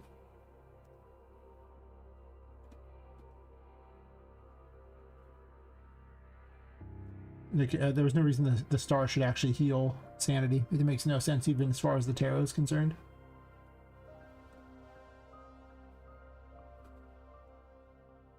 So ability 1 was set up for that. Ability 2 is actually the one I set up to do these numbers here? Really? No. Yeah, ability 1 is that, and ability 2 is... Yeah, so I just have to copy ability 2 off of this one.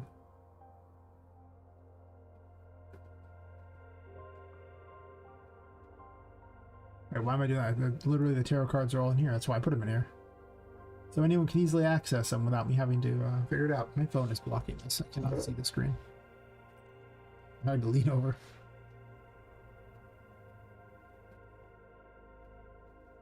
Yep, that's my plan. Just keep shrinking it down to the point where it's much more manageable in my game, I think. Because every time I cut something out of the game, the chances the game gets finished go up, right? Every time I add something to the game, the chances the game gets finished go down. I am adding tarot form, but it cuts out, like, you know, over 20 abilities, if not 30 abilities, so I think that is a net positive for making my game get done, or more likely to get done. 30 some odd abilities I never programmed. Actually, I think it was 34 I never programmed. I think. There was a lot. There was definitely 30 something. Yeah. I really do think you should look into the Mario Party style games. There's other party games like that too. You might like the idea of it because it's simply essentially a lobby with your friends, so it's a good friend slop game, which means that it's really good for streamers to play. You go from a game that's you got to try to get a lot of people to play, and you know you got to set up your own servers for, and it's going to be really difficult to get enough people in that, to a game that literally appeals to streamers and other content creators because they can play it with their friends. You get like a lobby of like, I don't know, maybe like 4, 6, 8, however many people you want to run around in a thing like that. And then your code only has to stand up to that many people running at the same time too.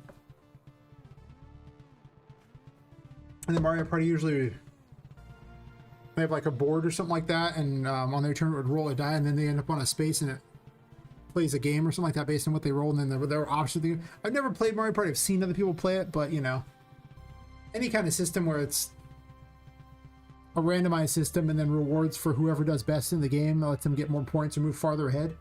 Or you could just random a game every time, and then based on who wins the thing, they move farther ahead on the board. You could even branch the board places and give them additional things. You could have a little separate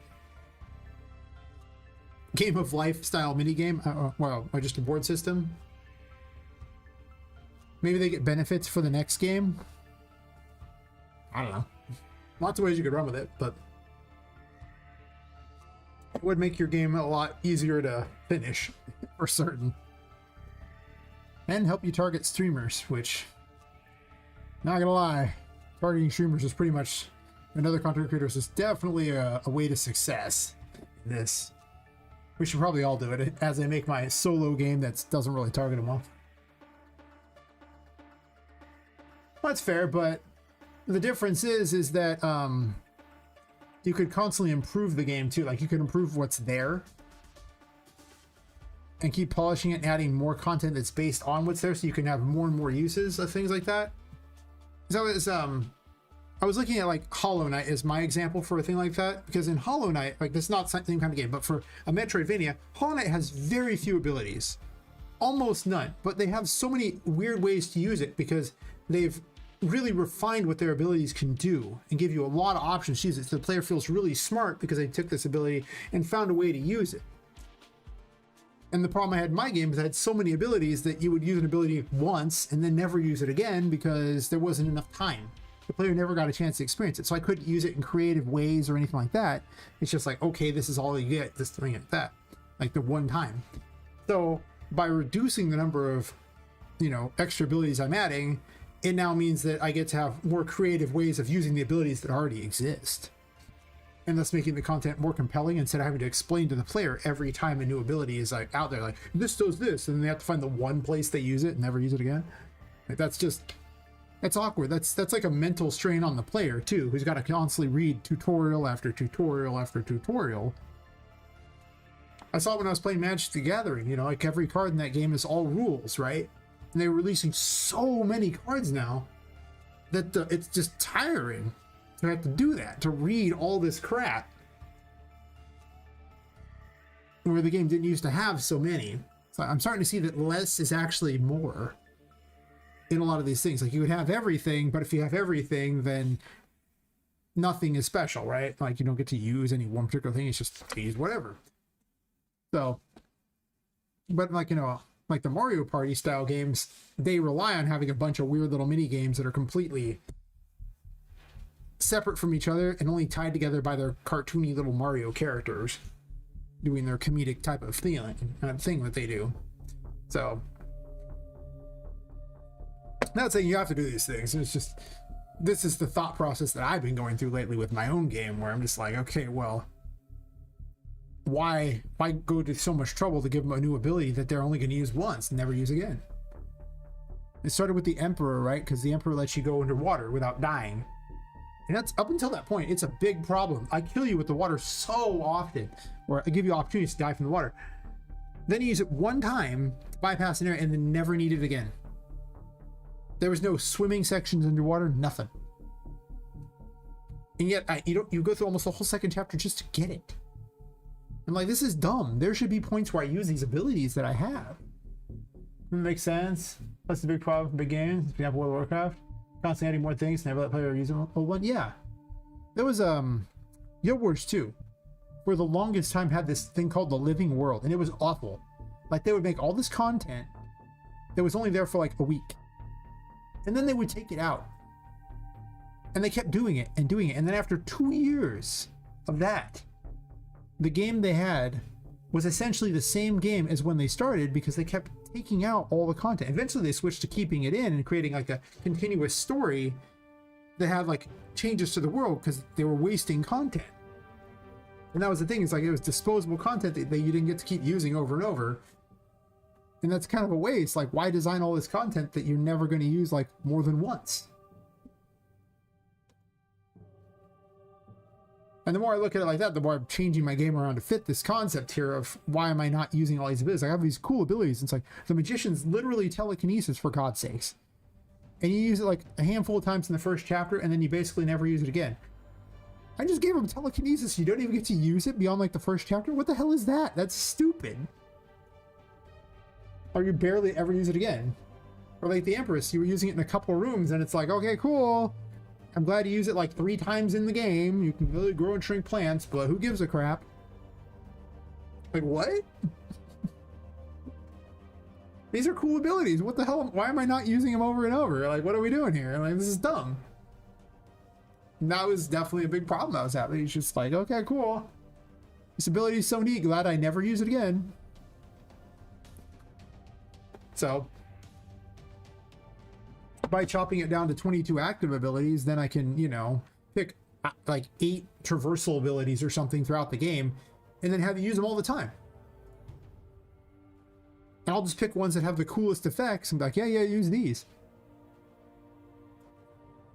Suddenly, you know, I have a game where I can build my level designs around these abilities, instead of having a singular room that has this one use of this ability, you never see it again, and I have to provide a tutorial for them, which kind of gives away the secret of where to use it, right? Like, what? I also really had nowhere to fly too, so flying was completely meaningless too. I was like, man. I've had a lot of time to think things over, as I wrote down so many abilities for tarot cards. I had multiple lists of, if there was like 66 abilities, these would be what they are. If there was 44 abilities, they are. If they had like this, originally had like ghost form, but I changed it to tarot form. And if that was the thing, like certain abilities that would activate with it, and then if I only had one ability for each, and it's kind of the happy medium, the one ability for each with passives, when in the tarot form thing is the brainchild of my, I don't know, 30 plus pages of abilities I wrote. Because I realized you can have a hammer, you can do tons of things, you can even make a magic creature. Yeah. But if all you use the hammer for is to pound a single nail, the hammer is not very cool, right? But if the hammer also, you know, gets a chance to break some glass somewhere, or maybe used to build a house, you use it in more than one area, the hammer is much neater. Is really what it is. So I'm not saying you got to change your game, but just saying that for my own game, this is my thought process of how I'm gonna tweak my game to fit this, because I just discovered it was more fun as I designed more areas to be able to use the abilities I already had, instead of the mental strain of having to learn new things, and the game dev strain of having to make a bunch of tutorials. You imagine 66 tutorials? That's insane. Yeah, think about it. Definitely, yeah, it's definitely something to think about, you know. Part of why I show up on, you know, like, see other people's streams and everything like that, other game dev streams, is to see what they're doing, but also to get ideas of what I like that they're doing and what I don't like. Like, like, I don't want to say let other people make mistakes for me, though that does happen sometimes. But I've learned a lot of lessons in other people doing. Sometimes they just have a neat mechanic, and I just also co-opt that mechanic, because I just do that. I've done that a few times. It's like, that's a neat mechanic, thanks.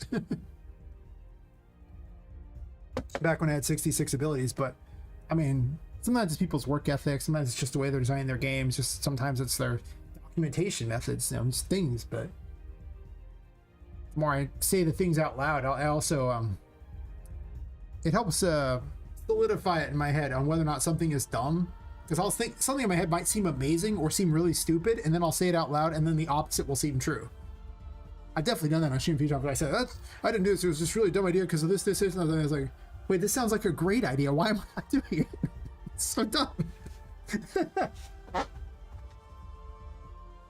It's very true. Very, very true. Like, you know, it's the number of times where something proved to be way better after I talked about it. And also sometimes something sounded stupid after I said it out loud. In my head, it's like, this is a great plan. And then it's like, I say it out loud, it's like, wow. Now that I tell it to people, holy crap, this is dumb. You heard nothing. You heard nothing at all. I didn't talk this ability out for people. I just started building it, but I've been contemplating this problem for a while, the ability problem. And now, basically 2 years into developing this game, because I lost a bunch of time due to the health problems, but I'm basically around 2 years development, I still don't have all the abilities solidified. That's dumb.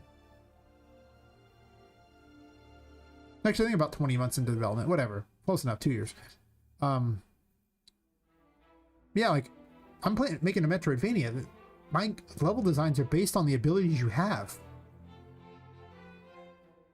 These should have been figured out, like, within the first year, I'd imagine. There's a lot of them, that was my problem, but it's kind of like, at some point I need to realize that I do want this game to be finished and released, because I want to, you know, make DLCs for it and also make other games. There's other stories in the world I want to tell, other games I want to make. I can always make one into this game and that's fine, but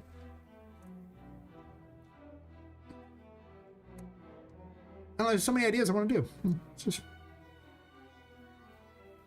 Also, they don't tend to pay you for unfinished games unless your game is like an MMO or something where you're constantly adding content.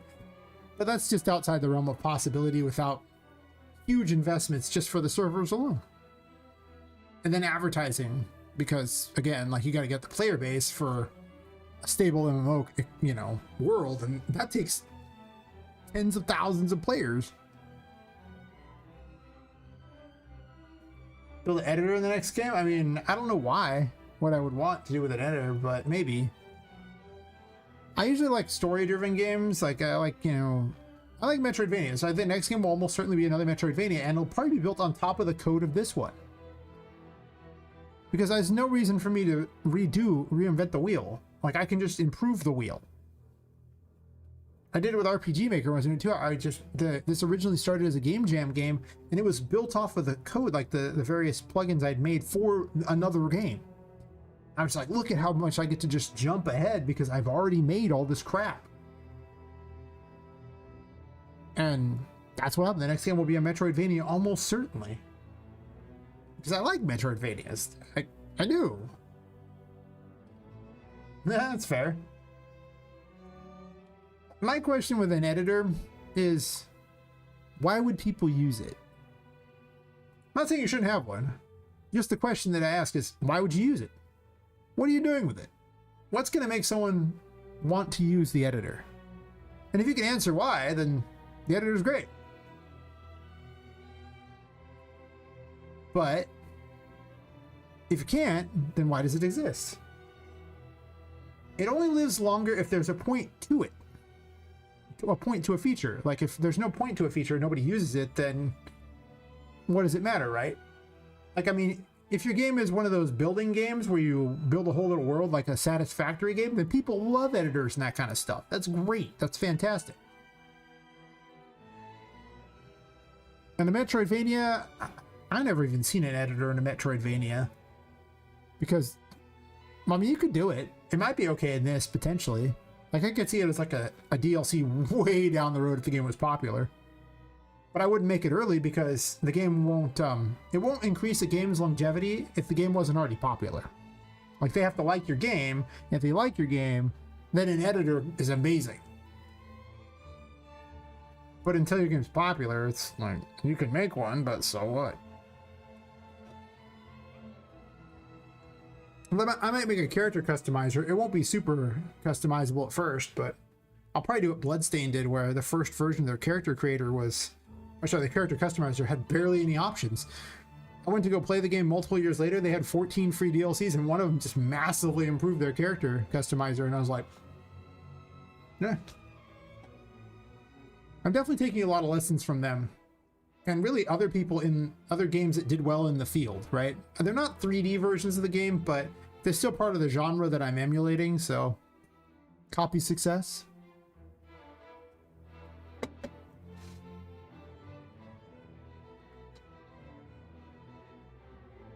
Well, still making my own game, of course. I mean, I did pick a 3D version of a genre that isn't usually in 3D. For good reason. I already see the problems with 3D for this. Like, I've done a lot to circumvent the problems of this genre in 3D. And it's a problem. It's a big problem. I'll never forget the day someone showed up to my stream and literally said that they had a team making one of these, a 3D Metroidvania, and they stopped because they couldn't resolve the problems. They wanted to know what I had done for the verticality problem.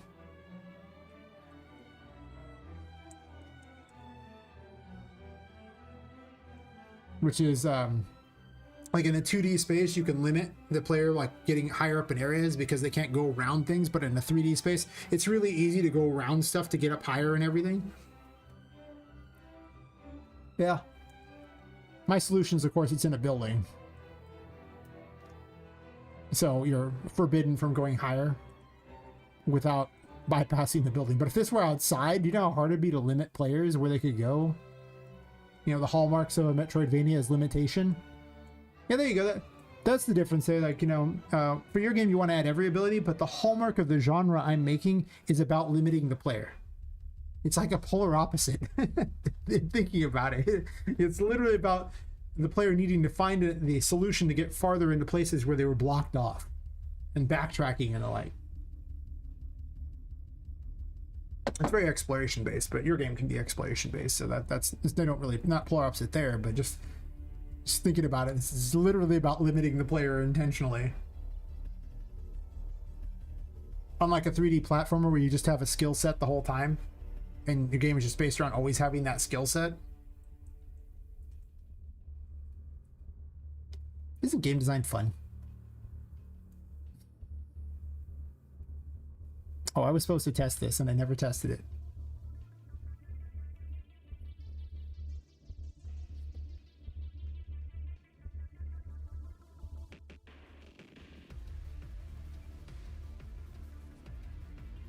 Yeah. Well, I am doing something new. But it's still a genre. And the reason why you want to be part of a genre is people who like that genre will look at your game because it's part of that genre, right? Also, I like Metroidvanias. Quite a bit. No, that's actually the wrong one. I need to... We'll use this one. This will give me the Hierophant.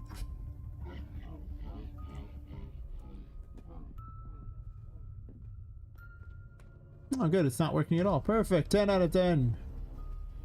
Oh, it is. Hit me. Hit me on the face. I have been hit in the face. Thank you. Standing going down, health not going up. Fantastic. Of course, I'm in the dark, so that's also... It's probably doing literal nothing.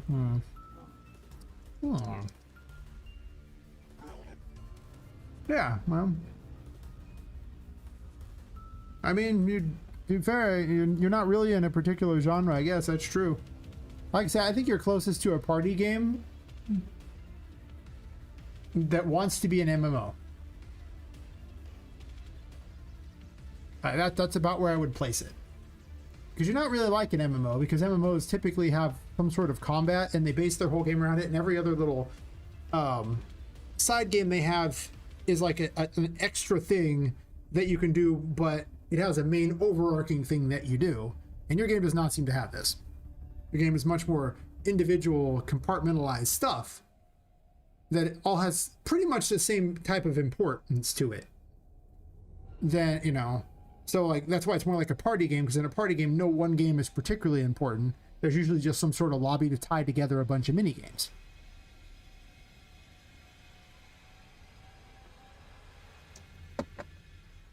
So, I mean, I guess if I had to say or pick a thing you were closest to, you're closest to Roblox,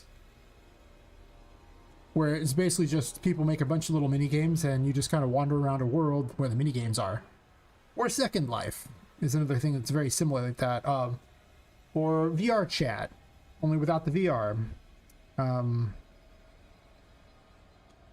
the problem with all those is you need millions of dollars for servers. That's why there aren't very many of them. And then you got to get a player base that's huge, because you need people to play all that crap. And then you give Metators because, well, that's what those are. Those are customizable worlds. So it's like you're trying to make one of those. Yeah. So if those have a genre, I don't know what to call that genre, but that's kind of like the genre it looks like you're trying to make, if I have to guess.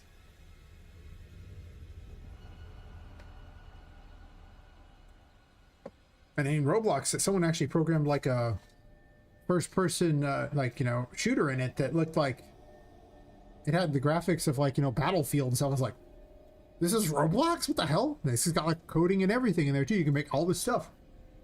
So yeah, that was my thoughts. I remember when I first saw your game, that was one of my first thoughts, was that it was like Roblox. And then later on the other ones, because I didn't think about the other ones at first, but you have a lot of similarities to that. Yeah. Well, that's all it's people doing. They're just kind of hanging out in the world. And you're trying to create a world for them to hang out in and do things. Like a persistent world, if you will. But again, like I said, the big problem with that is the cost in servers alone. Plus, you have to get so many players to populate a world, or you run the danger of your world just ending up empty if you don't get a critical mass, which is what kills a lot of MMOs, because, or other things like Roblox, they don't get the critical mass of players to keep other people interested.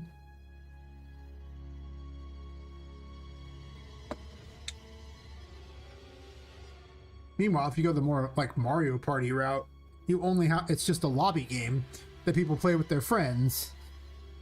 They're like their favorite, like 4 to 8 players or something like that. And then you skip that whole persistent world, millions of dollars in servers and advertising thing. That is what kills all those big games.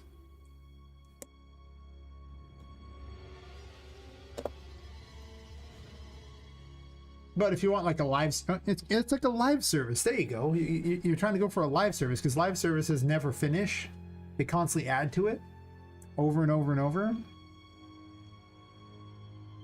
because they want you to perpetually subscribe, or, you know, keep buying, you know, microtransactions or whatever. In which case, your game should probably have a lot of microtransactions, right? Make it a free-to-play game. You could actually do that. That's actually not a bad idea. You do what Among Us did, right? Among Us, another lobby-based game, makes use of Steam servers, so it doesn't cost anything. But Among Us makes, as far as I know, the game's like free. It's just that they have so many customization options for the characters, they make money off that.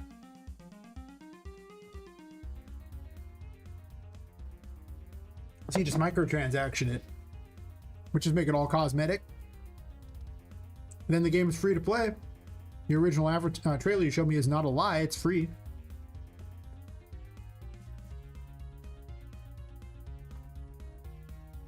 I've been thinking a lot about how I would monetize my own stuff lately, if you can't tell. So true. So true. I don't know why this didn't work. I actually copy pasted code and it was ideal.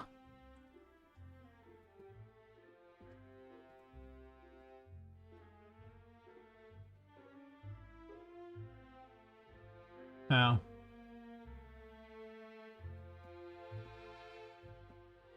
I don't need any of this crap.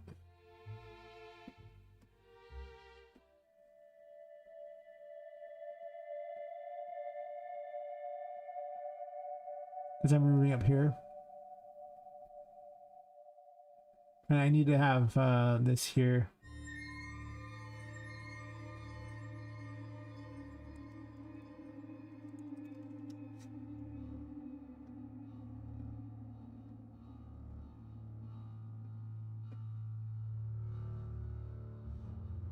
I think the real upside of like the party style game is really just that it appeals to streamers. Streamers love games where they get to play with their friends. And it's incredibly easy to get, you know, like 4 to 8 players to play, or even like 2 players. So you could do a 2-player game. I don't know. I don't know what the numbers would be like that are best for your game, but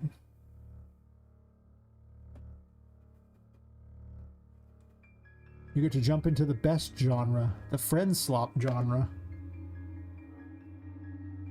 Because Thomas Brush keeps calling them friend slop when it's really just games you play with your friends.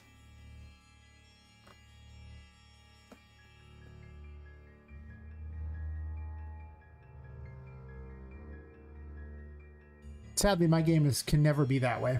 It's just not built to be a...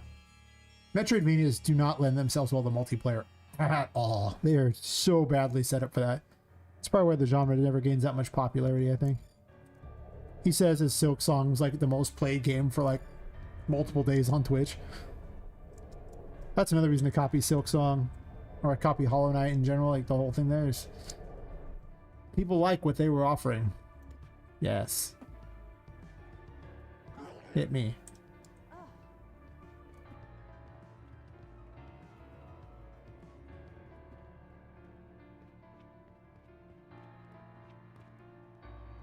Okay, the copy paste strat was not a good one.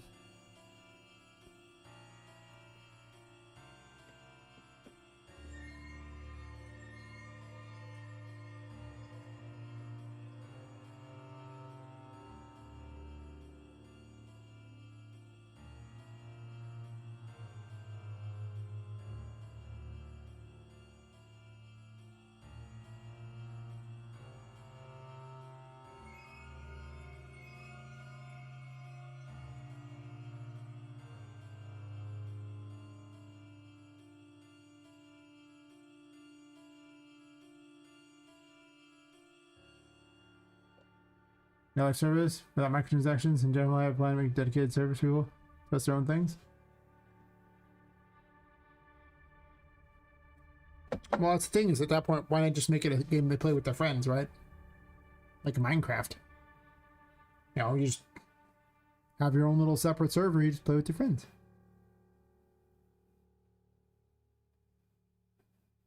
But, I mean, with no way to actually pay for it, like, you'll never be able to afford the servers, right? And the game just fails. So you have to have some method of paying for it. At least microtransactions that, you know, are just cosmetic, at least pay for the stuff. Right? Because outside of Steam for, you know, servers to play with your friends, the servers are not free. They're incredibly expensive, and power bills are not free either. So... gotta have a solution that actually solves all those problems so the game never works out. Because why would a company invest in your game if they just lose money, right?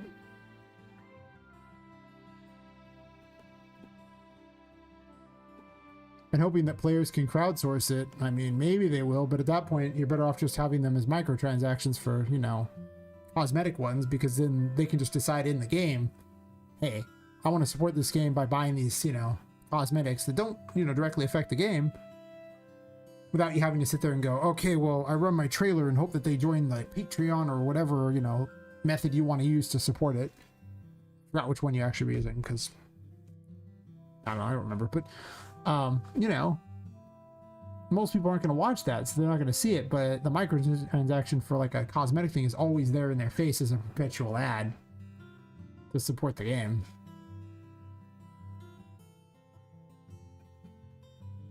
Okay, I'm just going to start putting print strings to see where I'm botching this.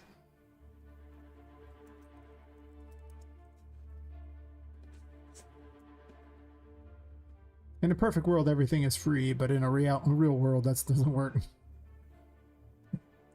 Gotta pay the bills somehow.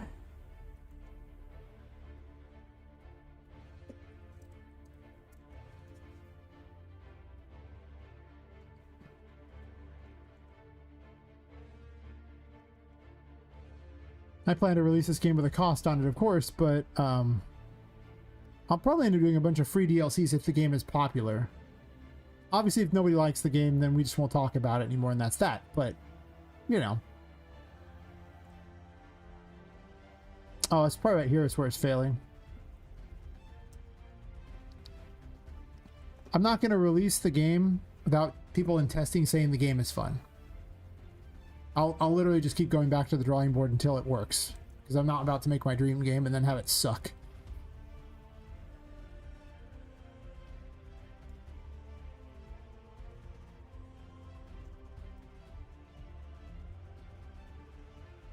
These are things I think about quite a bit. What am I going to do?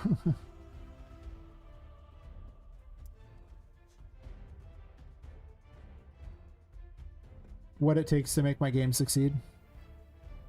Also why I'm sitting there spamming my trailer on X all the time and paying money every month to have higher reply status. Advertising. I'm up to 182 wish lists. It's not enough. Not even close to enough. It's okay for not having a playtest or a demo or anything. And kind of a lousy Steam page. But it's not there yet. It's just not.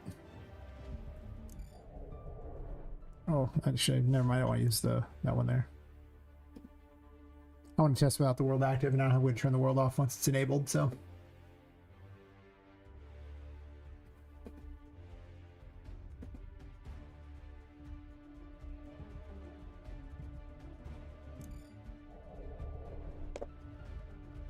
Hit me! Hit me! Oh good, I'm losing health. Perfect, 10 out of 10. And gaining sanity. I did it backwards. Listen man, I mean, at least it works, just in the wrong direction.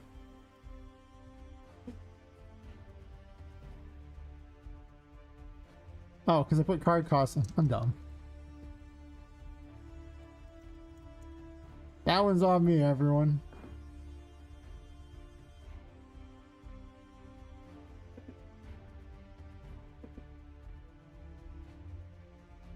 My plan after this game, especially if it doesn't do well, is to work on the other game I was originally going to make. Only now I have a way better plan for it, because I can take all the lessons I learned from this game. Ironically, this game was the top-down version of the other game, and now this game will create the chopped-down version of the other game. Like, you know, this one will be what inspires the working version of the other, in theory. Probably. Maybe. I don't know if that's true. I do want a 3D Metroidvania though, so. It's only draining sanity now, that's a good start. Hit me with the face.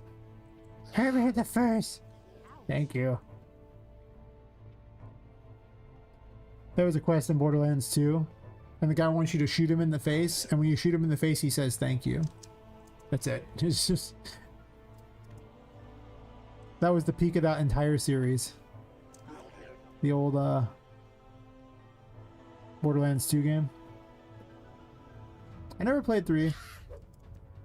I think there's a 4. I had to shrink this one down. It's too big. Issues. Whatever. That works.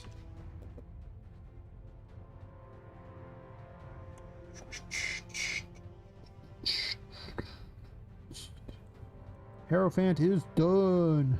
Yeah. You go chop up the star a bit here. Guess I already did that. Technically this one should be easy because it should just work. It should Todd Howard. It should just work. Card cost, sanity, health. Yep, the way it's supposed to be.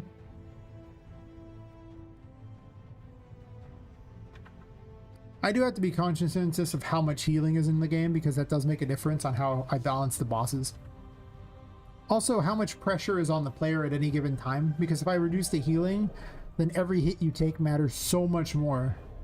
But if every time you can just, you know, get away from the things and then just heal up, the damage matters a lot less. Also, that particle is way too big. There's a problem created by the terraform thing that I need to fix, and it involves that I can't switch the mesh and have that particle work unless it's on the base gameplay animation sample mesh, which is bigger than Poppet. So they turned huge. And that particle doesn't scale.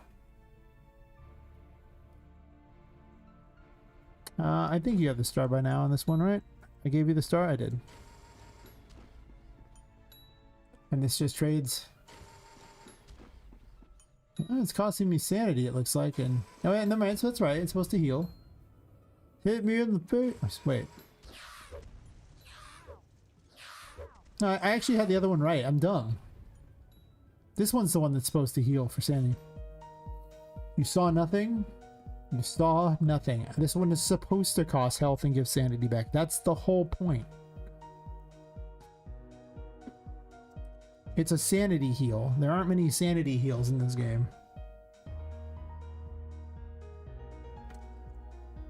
I actually had to take some out because it's so it negates one of the base mechanics of the game. So it needs to be heavily limited when I allow it at all.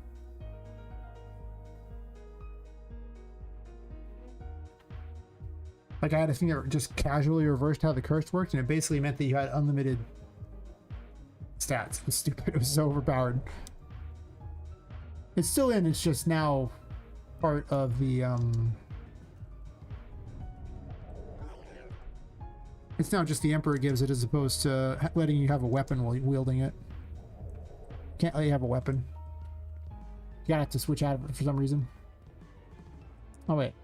Dumb, I want the Hierophant. Doom. Yep. Perfect. Trades health, gives sanity. I think that's so much more fitting for the Hierophant, which is all about order, and order doesn't necessarily care about how healthy you are. It does like the status quo though, so it giving you sanity back seems like it would support giving you the status quo, right? Whereas the star stealing your sanity, giving you stealing health for your sanity makes no sense because the star is about healing.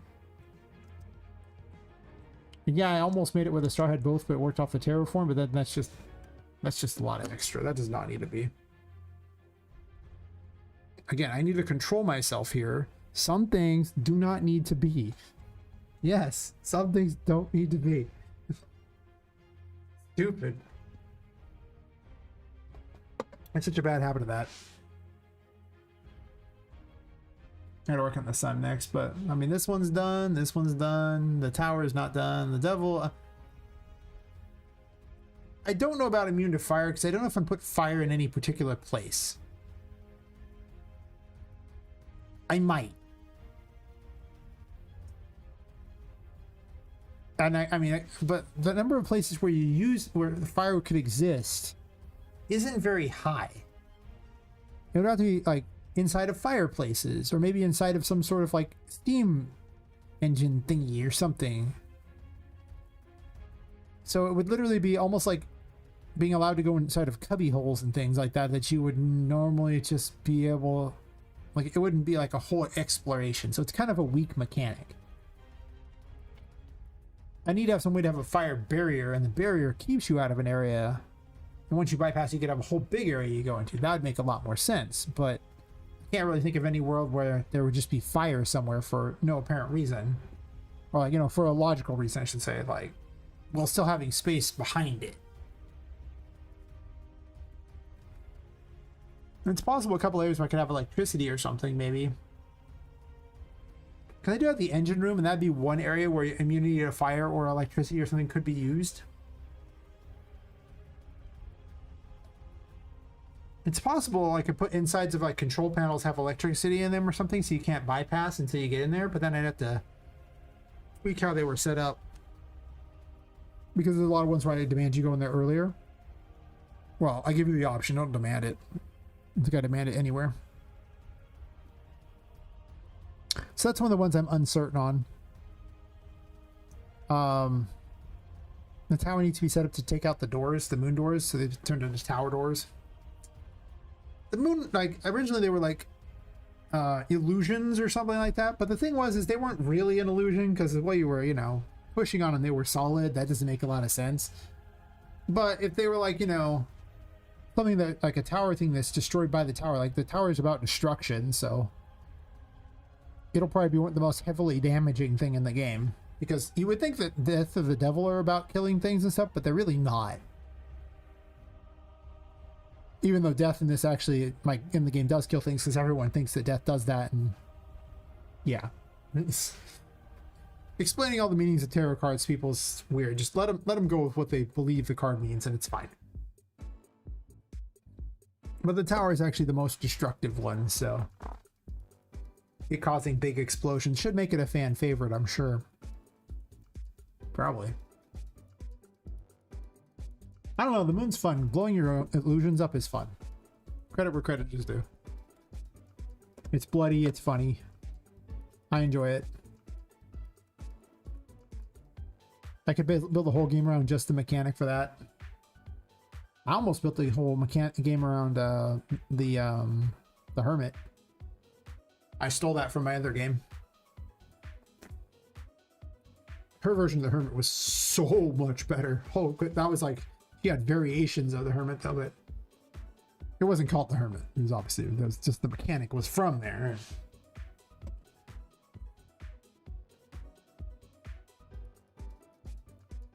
But the Hermit running away from things is, I don't know, makes sense.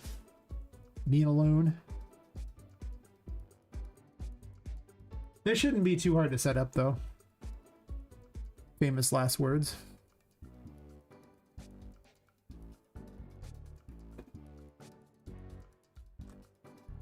It's gonna be so nice never having to look at these tarot abilities again, other than for balancing. I've been having to code them so many times, it's so annoying.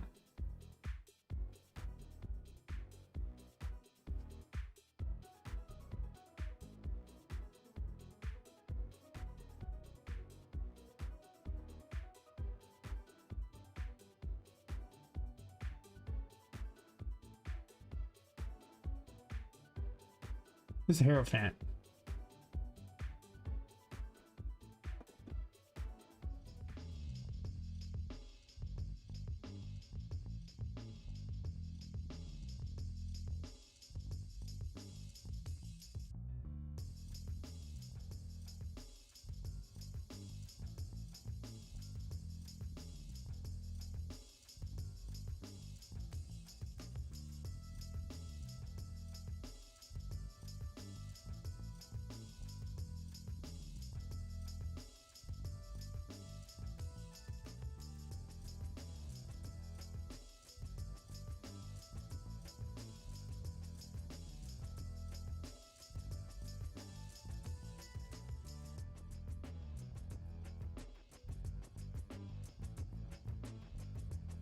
That's right, the Hermit had a weirdo ability. Some bizarre force field thing that caused your curse to take damage instead of your health. But we're getting rid of that. Or I might give it to something else, but I'm sure as hell not keeping it on here. Another one of those abilities that I would have had to have explained, and it would have been awkward. Like, it just didn't need to exist. I'm gonna put this up here to remind myself. Even though I'm gonna get rid of it, probably, because I don't know any world where I want this ability, to be honest. Like, it's a defensive ability, and originally I had everything set up as like its own separate little combat ability, like, you know, with defensive things, stuff like that, but it just led to so many ways to fight that you didn't want to switch tarot cards ever, and that makes so little sense. Because I want you to switch tarot cards. So it's like antithetical to the goal of the game. It's also more fun if you switch around. Like I tested versions where you didn't, and if you have the one tool that solves all problems, then it's not very exciting anymore, because all you ever do in every situation is use the one tool to solve every problem. Push button, solve problem. Problems need different solutions or they are boring.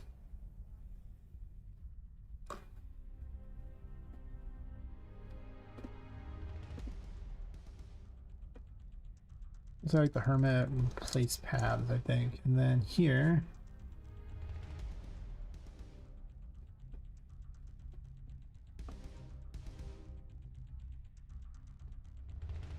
and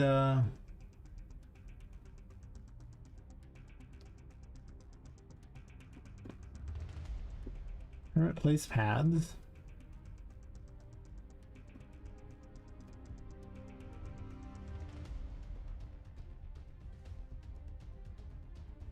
And it detonates them if these aren't there, or reset paths here. Active or...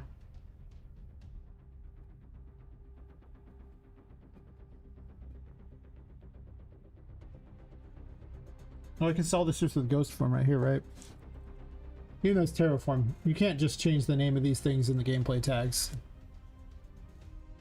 It will get angry at you. And I should have made a new one for terraform and just done that, and then just for that. But now I'd have to go find every instance of it, and I don't want to do that. I mean, Find finds every instance of ghost form, but maybe at some point I'll do that just because. Yeah, then the hermit place paths need to be on the tarot graph. Yeah, so right here.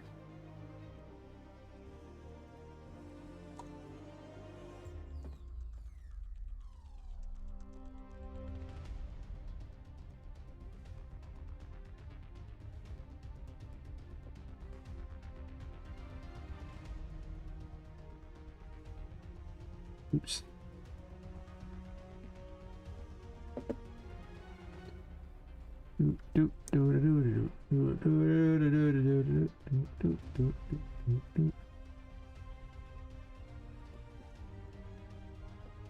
Yeah, last night when I was half awake, I was trying to program a system to make all these work together. It does work for the most part, but it's very finicky and weird, and I need to go and fix a lot of bugs with some of the stuff that I did last night for certain. A lot of the abilities got done. Strength has got some problems going on. I don't know what happened to strength. It used to work fine. Now it's kind of poopy. It is not very good. This is actually just me adding in an extra state to make sure look invisible or something like that, and then just adding into everyone's AI things that if they won't attack her, or she's not a viable target if she's set as invisible. Maybe save could work. I have to double check how I programmed the save status.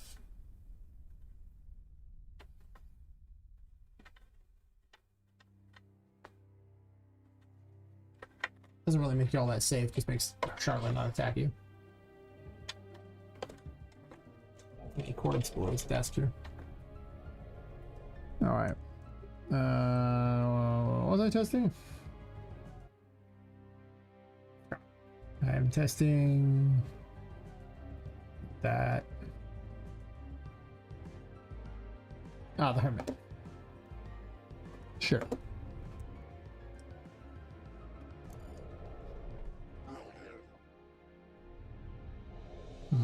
Nope, not placing them. Well, switching does destroy him. Now it's placing him.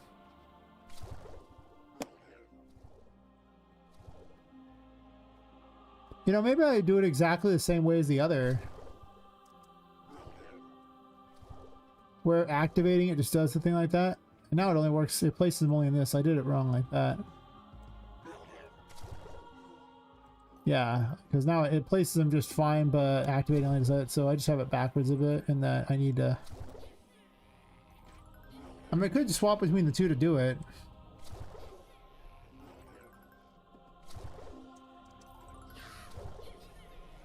This mechanic was so difficult to make enemies a threat to the character. It turned out to be so overpowered. And like, you should have saw how overpowered her like other options were for it. It was dumb.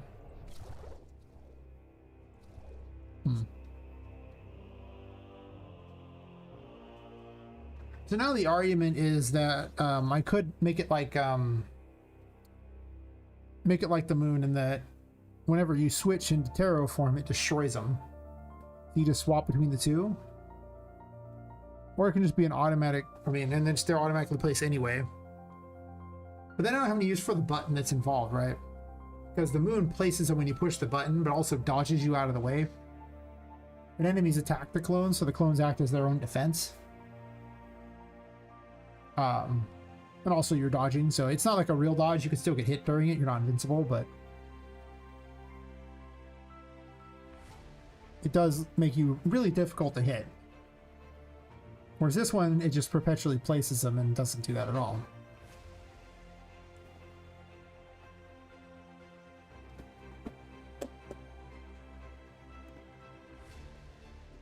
So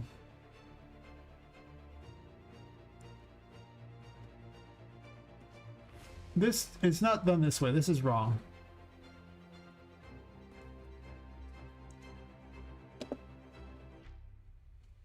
This is an on-equip. This effect needs to go all the way here on the weapon equip graph.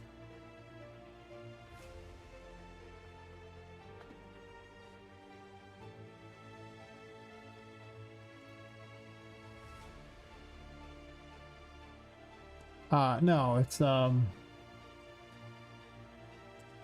current ability, I believe. Yeah. I should just copy paste off the other. I don't know why I didn't. I'm dumb. If default, do the just output. If not default,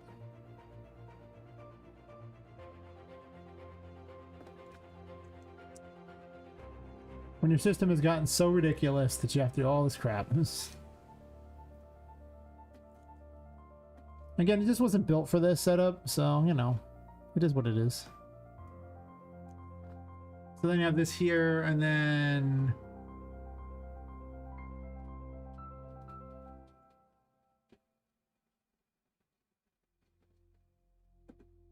on this here, I just don't need this, right? I don't care if it's active.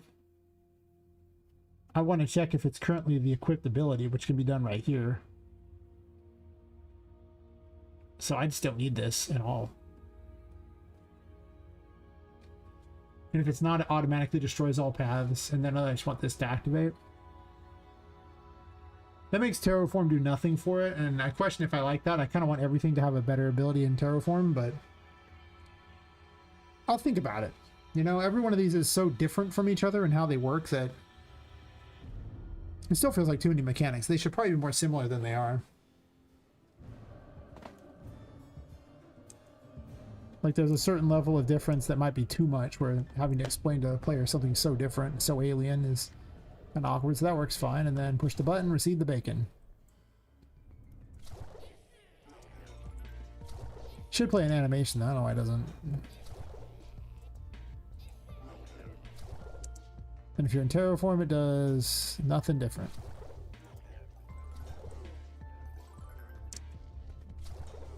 The fact that it's active all the time is going to be overpowered. Like these probably have to be weaker. The best strategy is actually to jump above the enemy and then do it. Like, because they stay in the air too. It does cap out, right? Like, yeah, they start deleting. Yeah, sure.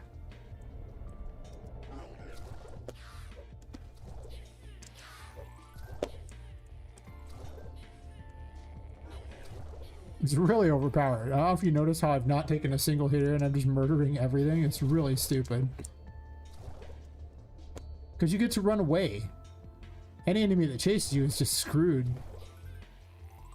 It's like an AoE as well. And Poppet's naturally fast, so.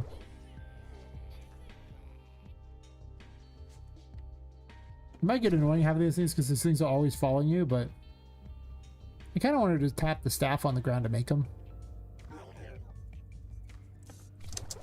Remember the character who originally had it just had magic shoes. Listen, it was RPG Maker, okay? I couldn't really fake too many things in RPG Maker. There are limits, you see, to what you can do with crappy little 2D sprites and a garbage engine.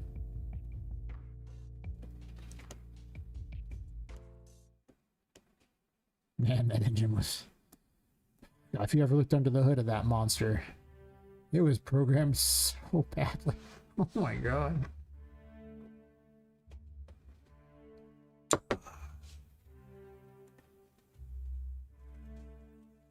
Not the best, no.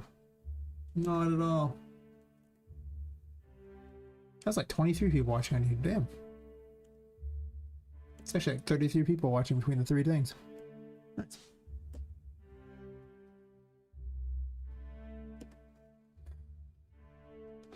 Okay, so those are done. That's fair. Our strength is being a piece of crap.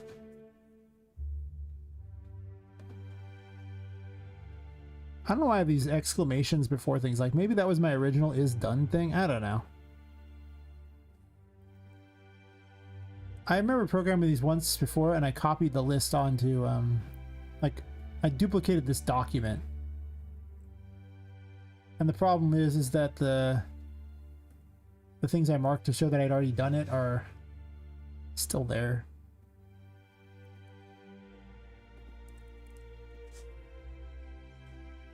Come back to those. Some of these are really good. I really like the well, in Terraform to do things, because it used to be I was trying hold to use things, and the problem with hold to use an ability is it adds a couple extra seconds delay to something, and that's really annoying for anything you want to do it like rapidly, such as throwing the objects or something like that, because now in Terraform you can throw the objects instead of then just dropping them, so it eliminates the need to hold. Sure, you got to be in Terraform, but you know, I also don't have to institute an additional cost because Terraform already institutes a cost to using these abilities anyway.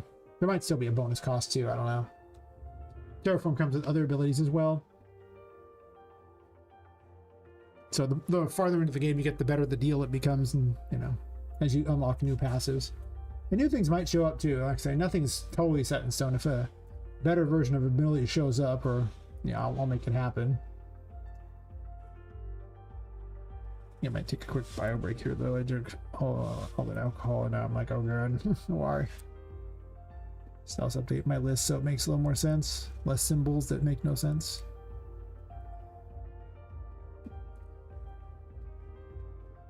Now I can see how many ones I've actually done. Judgment's the one that I am uncertain on. Judgment could be all over the place. A lot of it comes down to what I'm going to decide as ways to lock out enemies from, lock out the player from locations, right? Because I want another type of barrier of some sort. Preferably something electrical, because, you know, it just kind of fits the whole Tesla-style steampunk thing. So, and I'd have an easy explanation for why it's there. Versus some of these other options where I'm like, We'll have to see. I'll have to design a few other things. I do want a couple more traversal abilities tossed in here to make things a little more interesting.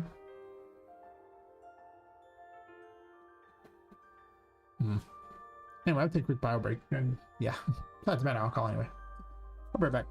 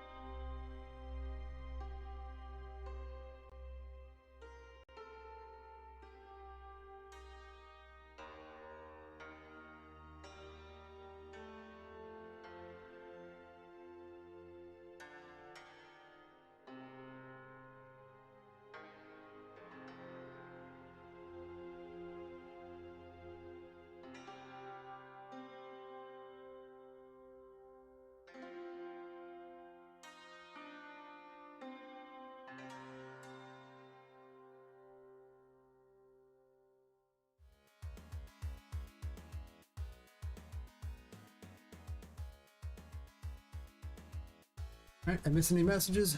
Maybe. No. Couple people left though. See what it is. Nah, I always waffle some. People who don't truly love me like the others do. I'm just happy anyone's there. That just means people are interested in what I'm doing. Or just like talking to me. Over on YouTube, they don't usually talk to me. So they're probably just watching me. Yes. Yes.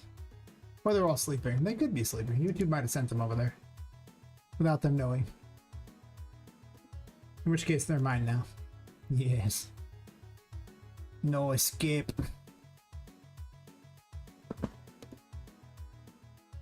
Alright, next ability.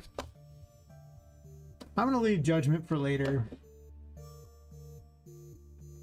The ones that I'm not certain on, I think I want to just leave until I get figured out exactly what I want to do with them.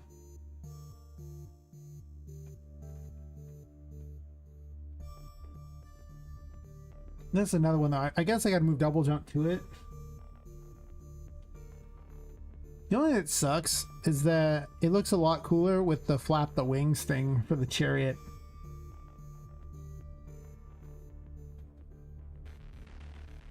But I can't give the chariot out early on. I would have to impose some ridiculous cost on it. Otherwise, it would be, you could bypass everything. It'd be dumb. But I never had that way. The hangman looked good when I was doing the thing. Like, it didn't ever come out looking good when I was...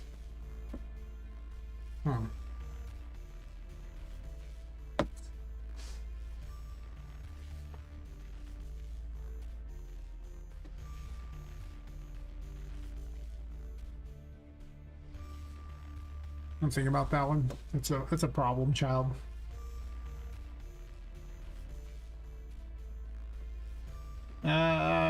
This will happen later when I deal with dialogue. If I do this, I did want additional dialogue if you have the levers. Probably death as well. I'm placing a lot more importance on those two tarot cards than I am on a lot of others.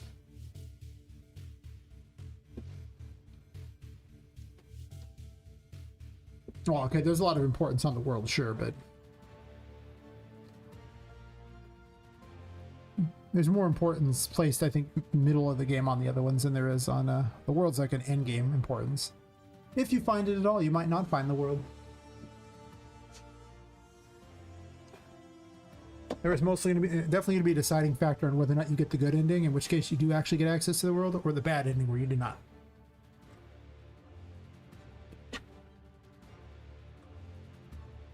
So I'll think about that one. Why is strength broken? That's a good question. Why are you broken, strength?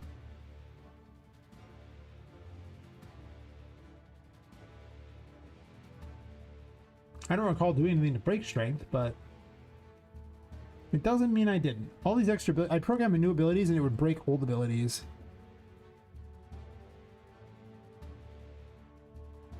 Strength charge up. Oh.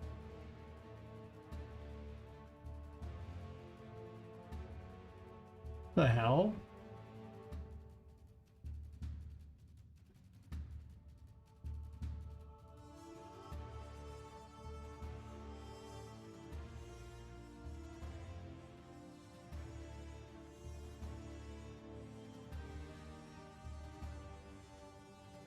Oh. Okay.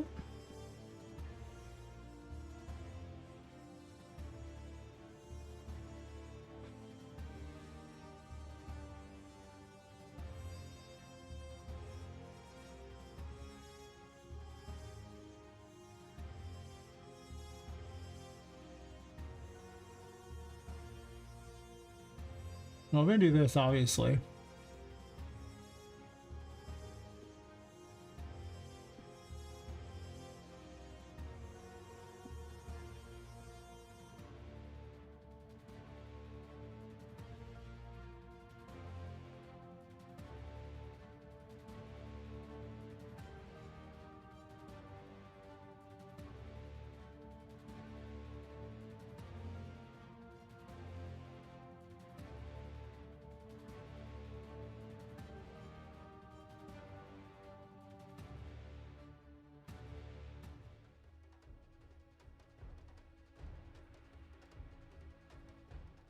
I'm gonna have to look for a valid enemy here, basically.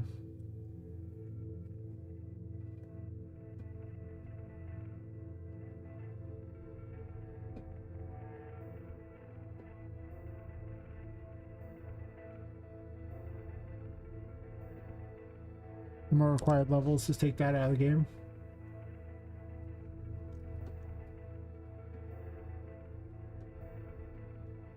I just want the ability information out here, I believe. Let's ram this into here.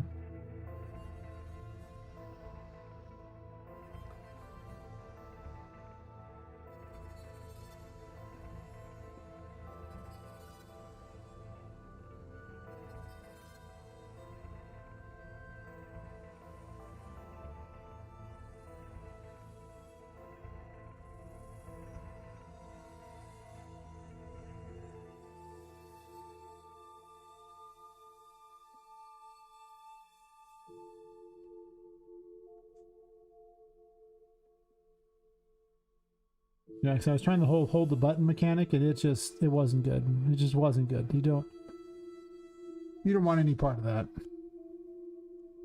Holding the button is weird.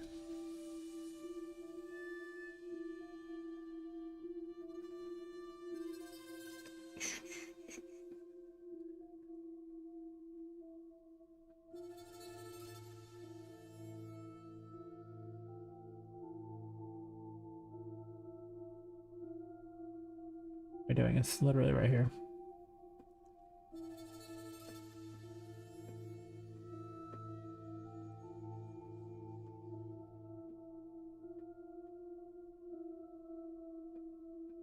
Backwards.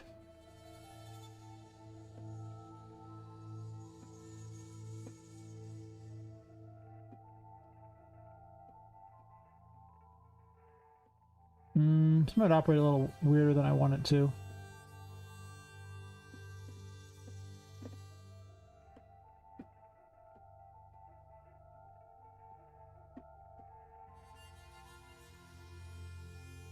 One of the problems is this is supposed to pick up an enemy, and then if the enemy is equipped and you're in terror mode, you bash the enemy into the ground, causing basically like a little mini nuclear explosion and destroying the enemy that's, you know, you've impaled essentially.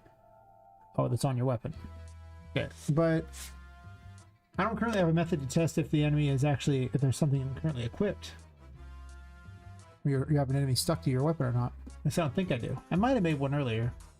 It has been a while since I've looked at this, so time to see if I did that. There's a lot of extra code here.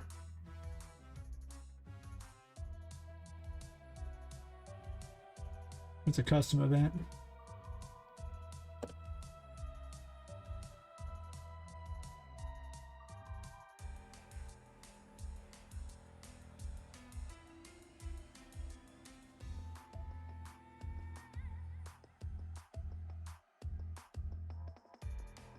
I need a method to check if they're attached. Okay, I got an interface for combat.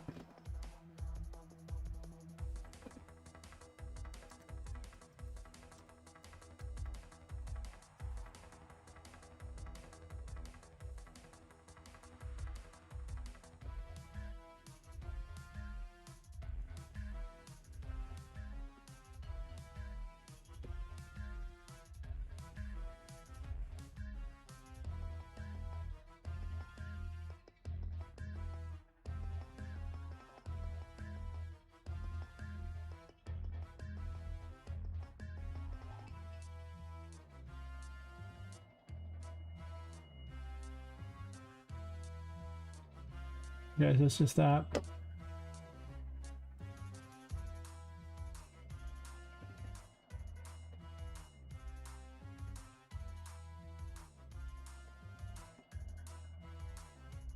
For this to have validated yet.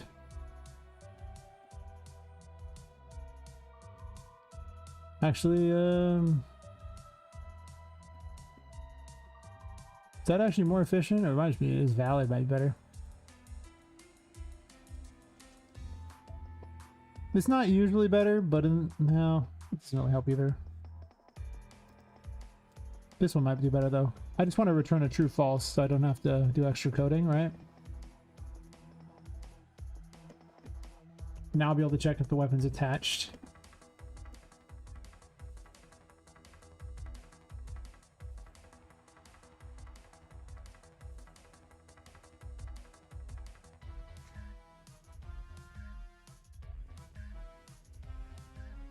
Could be one.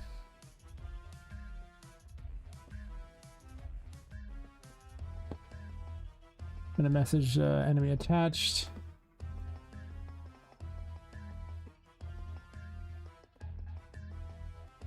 Branch this. If it's attached, do this. And if it's not attached, go back and do this one.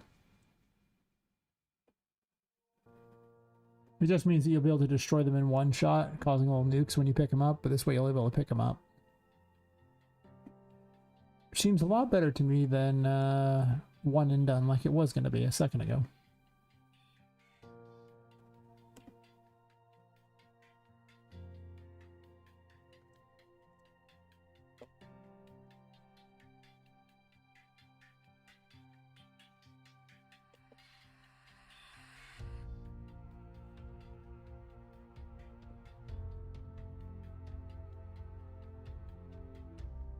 Why is the Discord so big? It's blocking everything.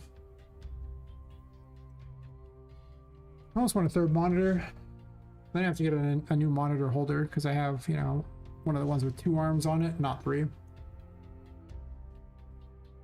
But sometimes it'd be nice to have 2 screens for Unreal Engine and 1 for all the stream crap. Most time it wouldn't be necessary at all, but for streaming it'd be nice. I gotta shrink that particle down, it's awful. Strength involved in these ones? No.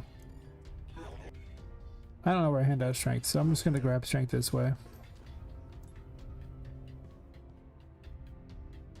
Some of these I have no idea where they're gonna be in the game, so that does kinda mess it up.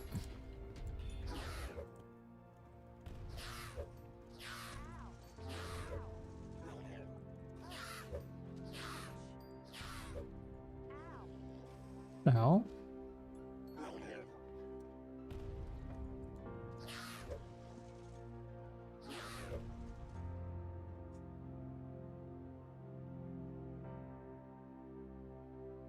Oh. Backwards.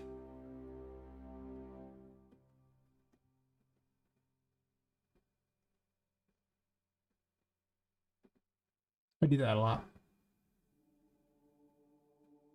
Get the logic backwards on true falses. Not all the time, but I definitely make the error more than a few times over the course of your average night.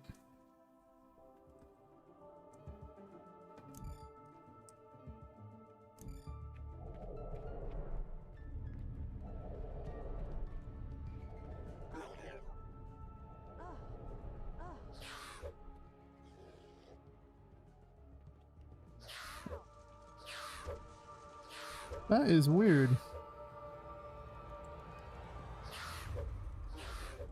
This tag is also really slow. What happened to this thing?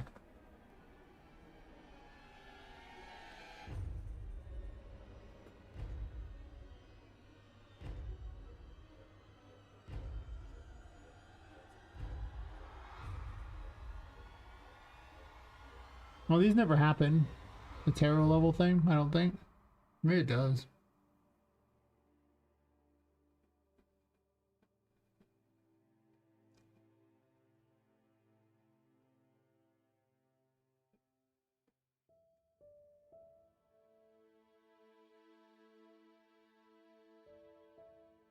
You seem backwards to me. No, this is the one that pounds into the ground. So that's right, too. I had it right the first time, actually. That was them.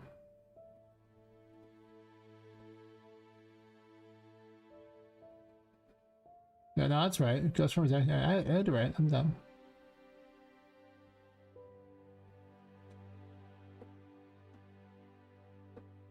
I just confused them there. I thought this was the one that picks them up. It's not. It's the opposite. It's the one that slams them into the ground.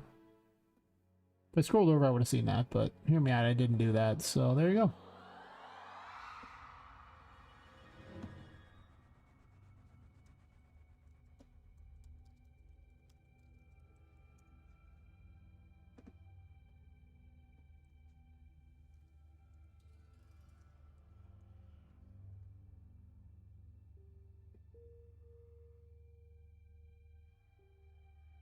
I have to redo the system here. I might just make it third lower level than you or something. They're one of the things that we're just completely immune to the being able to be picked up. Besides, like bosses, obviously, doesn't work on bosses. But just have powerful enemies be immune to it. Because it's basically an insta-kill. Well, if you stay on, I get to bash them like 3 times to kill them, but most enemies don't have much health, so I'm not sure it's even... Might actually be a downside, but you do more damage to them equipped. Or I think that's how I had it set up. Should be how I have it set up. Whatever. Later balancing. Didn't attach.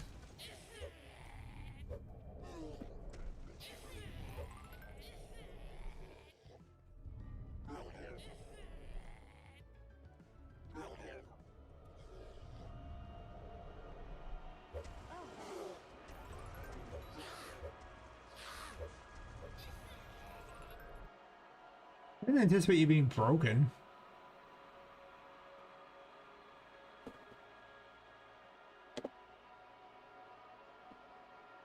What is going on with you?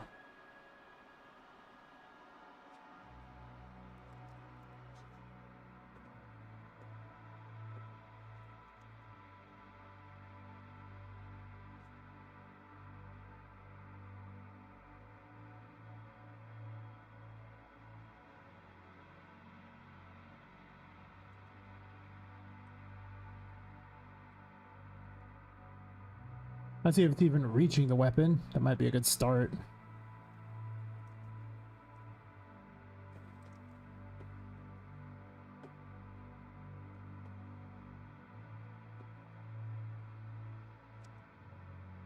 Nice.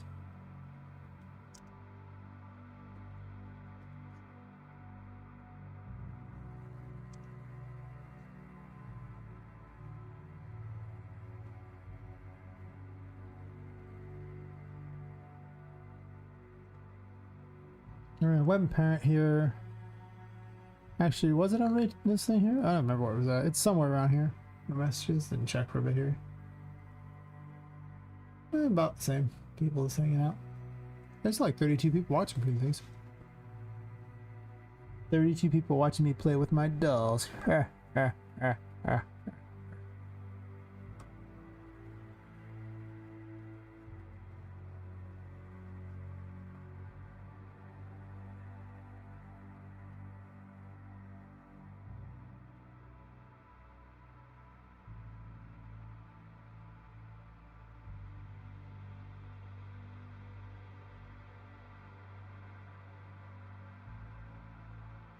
That's owner gameplay tags.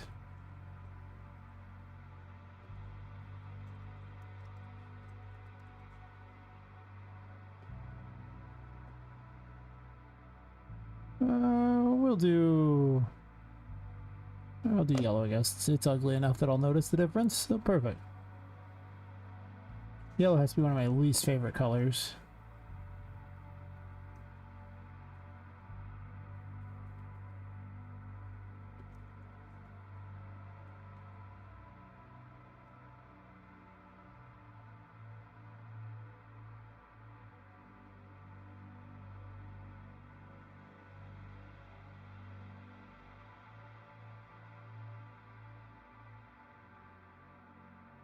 That should give me an idea where it's actually getting to, if it gets to these at all.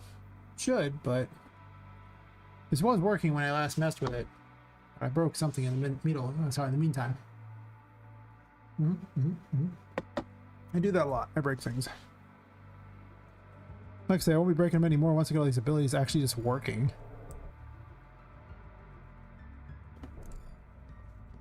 Finalize them so I don't have this problem of Keep changing them. Weapon parent 2, huh? Okay, well, at least we know where it's breaking at. Not sure.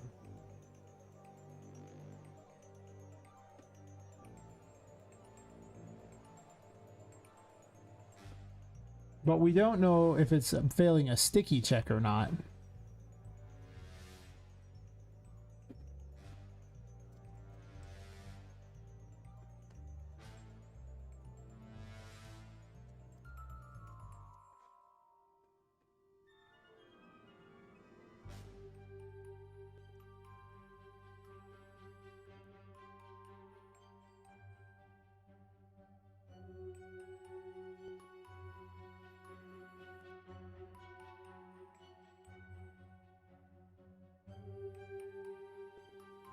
Yeah, what's target damage? Just double checking where it was going.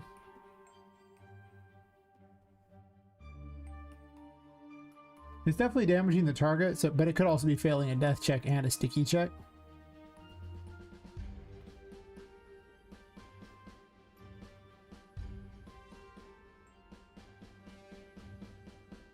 And it could be failing this monstrosity, but I want to look. I want to narrow it down before I go inside of various macros to see where it's breaking on those, because, you know. Don't do extra work if you don't have to, you know, just try to compartmentalize where the problem could be.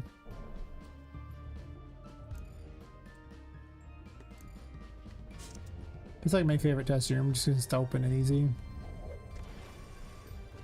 Not sticky. Not sticky.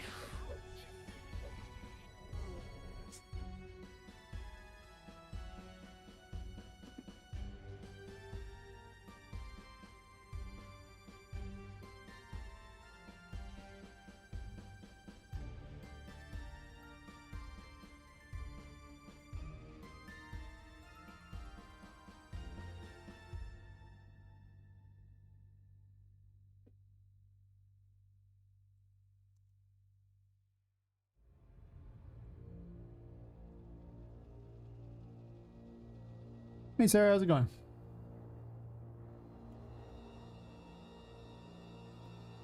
You've arrived to see the answer to the eternal question. Why isn't the enemy sticky? That's it. That's the question being asked right now.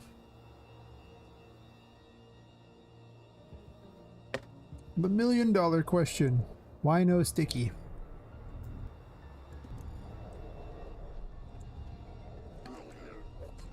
There we go. Now it's sticky. It just wasn't giving those. But it also blew it up immediately. And to be fair, I kind of like that it blows it up. It is funny, but it's not supposed to do that except for in tarot form, which means it's probably backwards. No, it just blows up every time. But then once in tarot form, I can't pick them up anymore, so it's just very broken.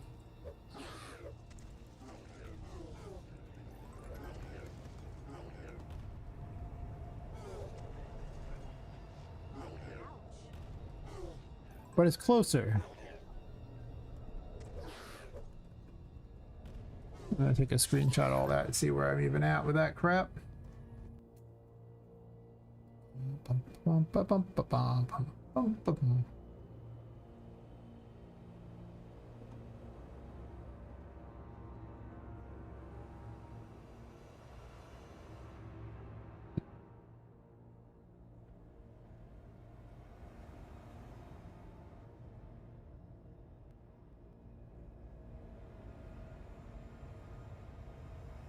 Yeah, I just wasn't giving out the sticky thing, but I see the code on Poppet herself is not great. I'm gonna undo this tarot level thing or something like that. It's just, I think I'm really just gonna set it up, check to see if the enemy is lower level than Poppet, and then if they have immunity or not. And I'm not gonna have different levels of sticky or whatever, like different types of enemies like that. It's just gonna be, are they immune or not? And then are they lower levels? The other system was just overwhelmingly complicated for no apparent reason other than to be overwhelmingly complicated. All right, so what we were seeing is a whole lot of not so great. Well, I don't need this crap anymore. The issue was the sticky part. Now that I know where that's happening, I don't need all this extra crap. Helps remember to delete these when you have them, otherwise you might have to go on a treasure hunt later to find print strings. I've done that plenty of times. It's not that hard, you can just search for print string up here and you'll find them all. Very quick, but...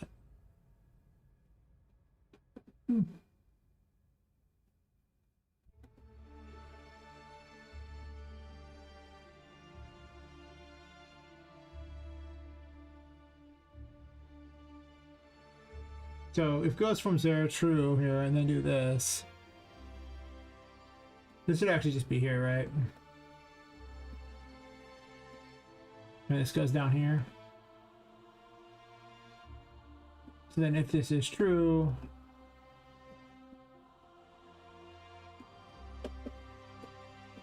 and there's enemy attached, then blow them up and do AoE damage to everything. If you're in terraform. But if you're not in terraform, then just do the normal capture enemy and bash enemies.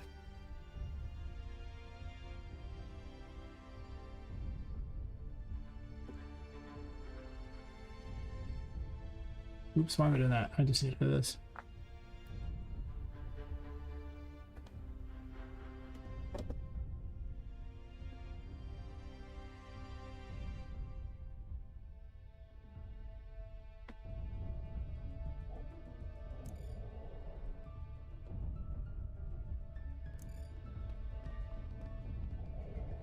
Come to Papa.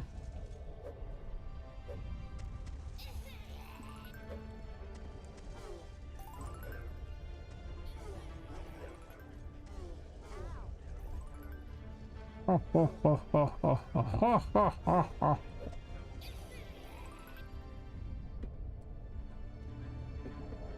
Did not detonate. That we did.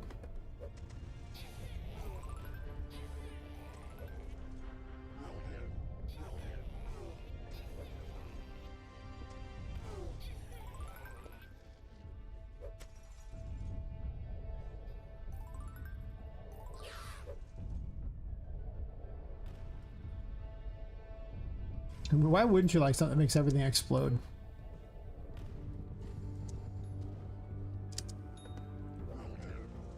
Ha ha ha ha ha ha ha ha.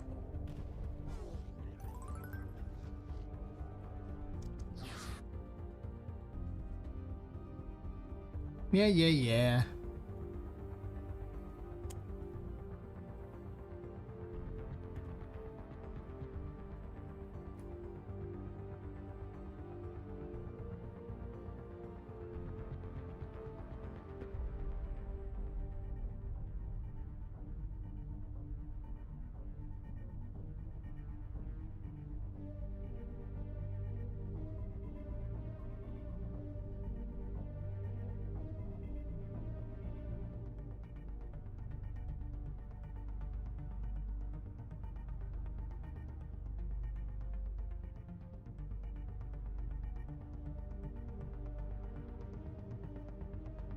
It's so awkward because it's giving me an error saying that the thing's not valid between here and here. Like there's this brief window there and the error happens right then. Only sometimes because it's got short then. It doesn't do anything though. It's one of those errors that's irrelevant. Every once in a while there's like, there's an error here. It literally is checking to see if the thing is real here. And in the space it activates this little bit of code with no delays. Every once in a while there's an error.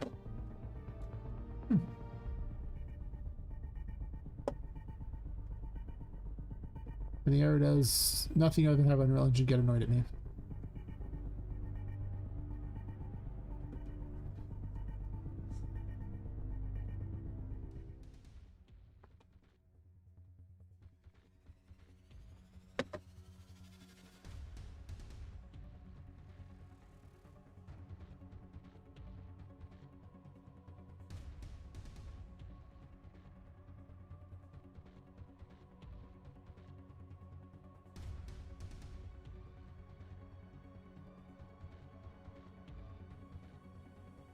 I do kind of want another monitor.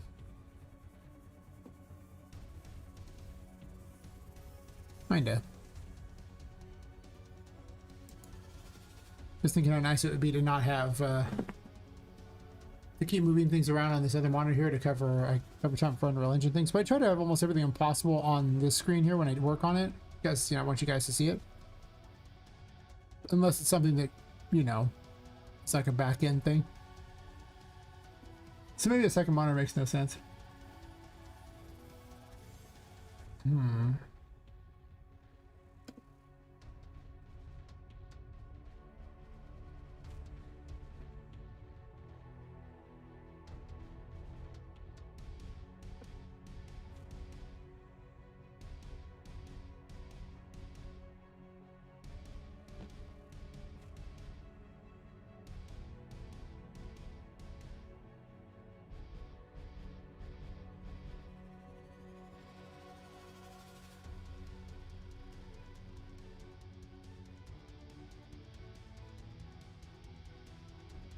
I don't want anything level based, so the whole super strong thing makes no sense.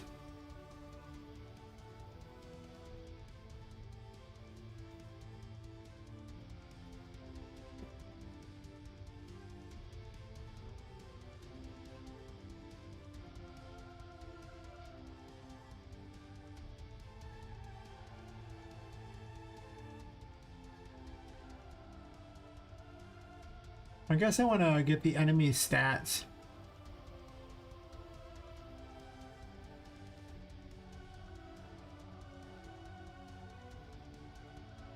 So I guess when I hit the enemy, I want the stats.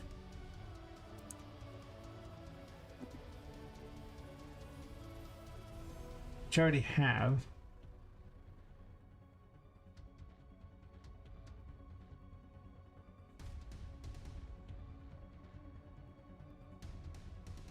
Hit actor, get gameplay tags.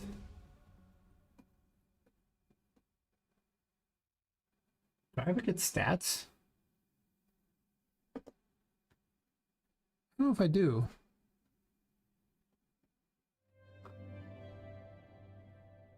Let me see if I do.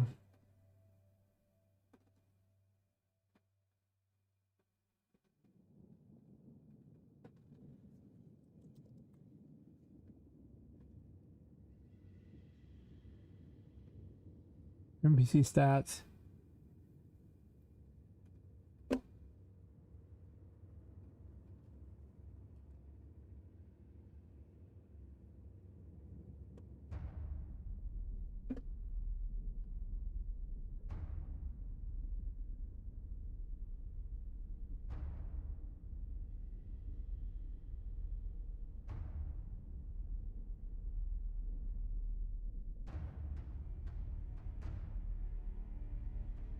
Right here.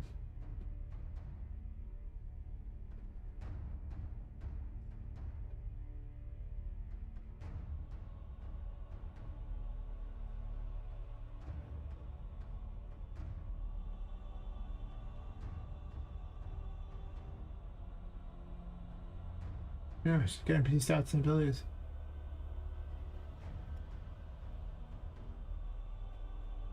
So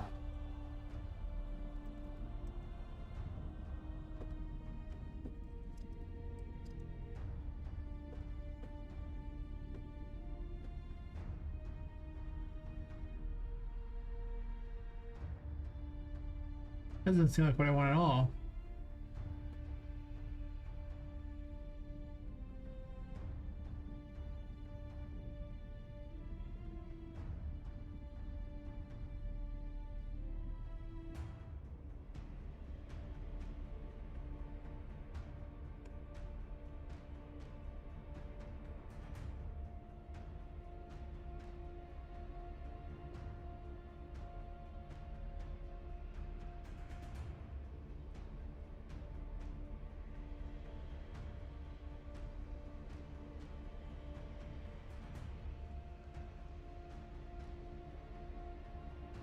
Added this in later.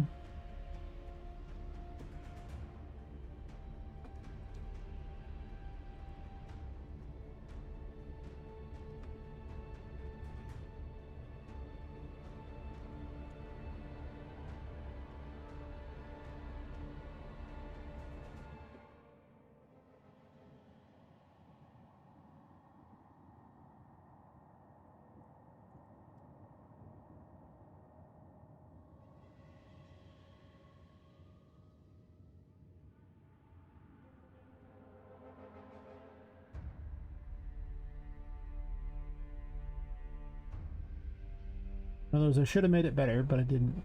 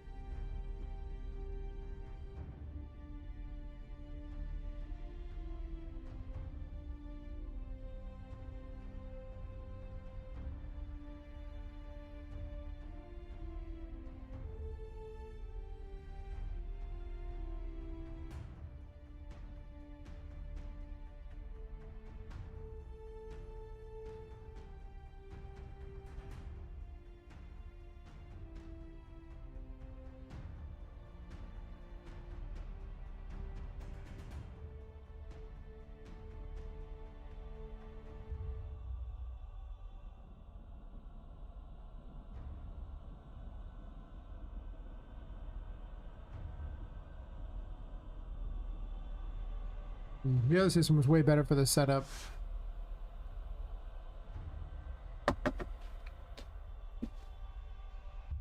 I'm just gonna have to liberally place immune on things, that's all. I'm not giving out strength immediately anyway.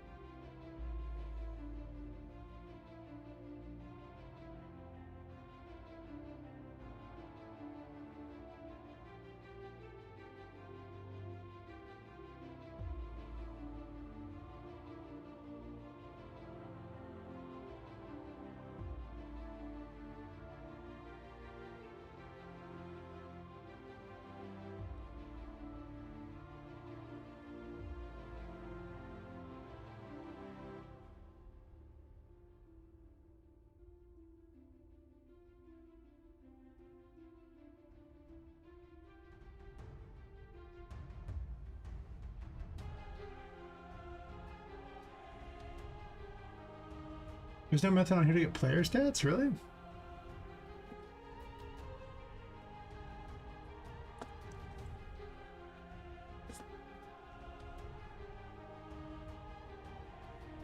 Really?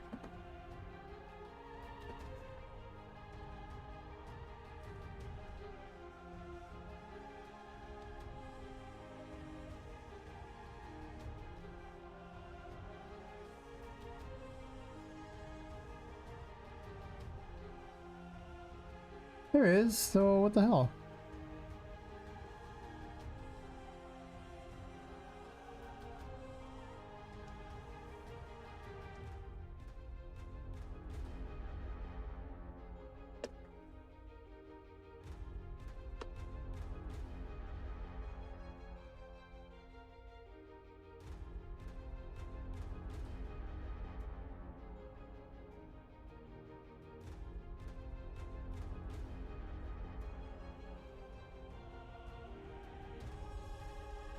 Why couldn't I even get player stats if it says I wasn't allowed to get player stats?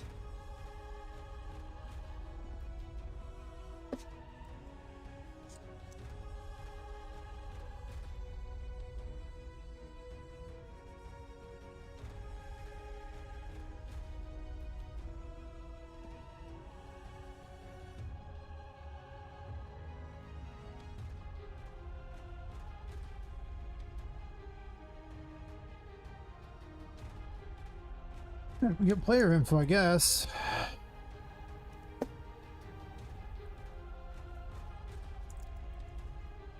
Oops.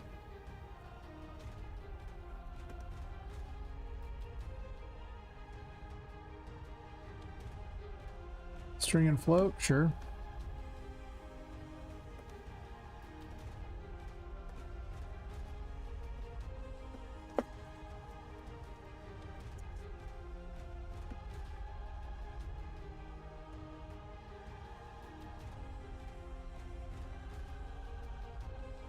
I don't know why it's not showing up. That's interesting. Whatever.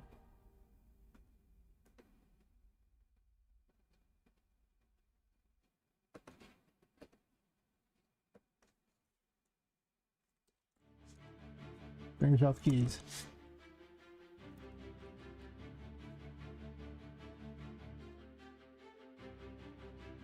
There's one called player info. That's not what I want. Well, it said stats is being used, not the other. That's interesting.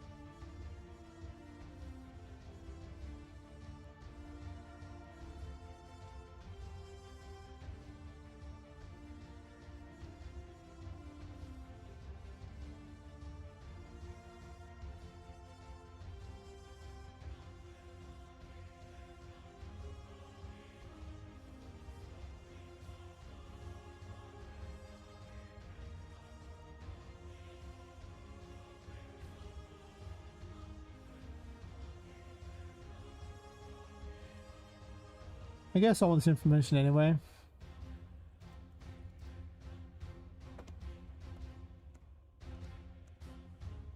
In case other things want to test their level against Poppets too, because that might matter.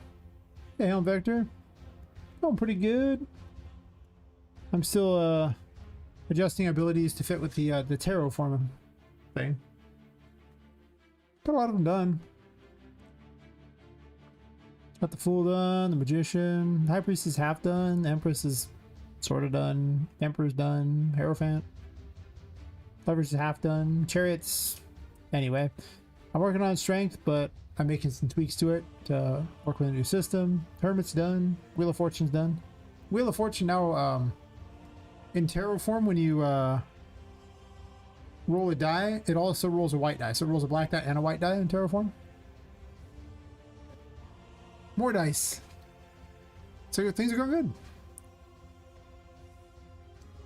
Hangman's still a disaster. Still working on Death. Temperance works. Devil's half done. Towers, anyway. Star's done. The Moon's done. 3/4 of the world is done. Yeah.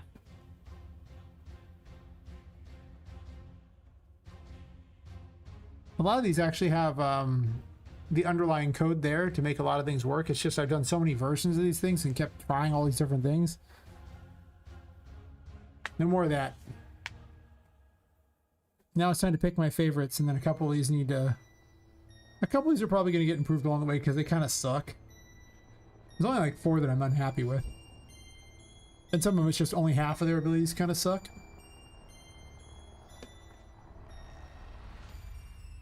But overall, things go well. Yes. Yes, indeed. It's going to be nice not having to mess with these anymore. I'm tired of having to redesign things over and over and over to work with new crazy abilities I've come up with. Like, I got to expand the system because it can't handle these other abilities.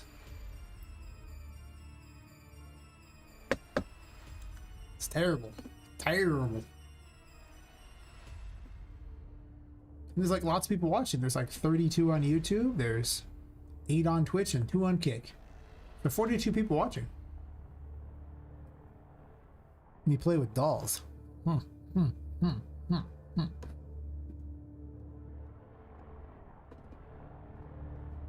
that's what's important in life. Knowing that people have to watch me play with dolls.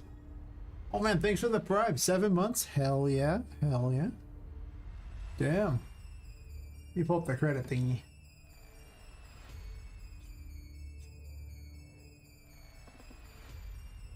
Be in creepy mode now. Yeah. Where is it at? Where is it at? Go. Aha. Aha, up to 7. You're like in second place for most subs on there. I'll sort them by the correct thing in a bit, but when they go into the credits, obviously. Yes, yes. And for most people don't know, if you're donate, you know, if you become a sub on any of the platforms to me, or I guess membership on YouTube, or donate like bits or something like that, like more than I think I said it's like 500 bits or something like that, just so I didn't have to put people on there for like 1 penny or something. Yeah, you get in the credits. You can be in the credits multiple times. Once for supporters, once for bits on Twitch, once for Twitch memberships and bits, or they're not called bits, they're what are they called? I don't know, whatever they're called in that. And then once for Kick Square. So 5 times you could be on there. You sub on Kick. In case you really want your name in there 5 times, it is possible to get your name in there technically 5 times in the credits of the game. I forgot what the number was I said for on Twitch. I wrote it down there on the page. I gotta see.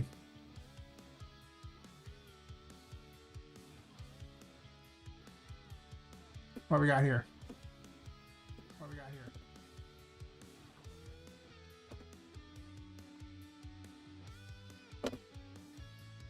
Yeah, it's 500 or more. So basically $5 or more. Whatever 500 is in your things. It might not be 500. Whatever 500 is in your things.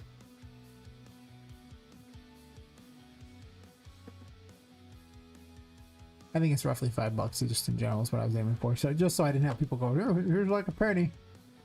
Want my name in the credits. Yeah.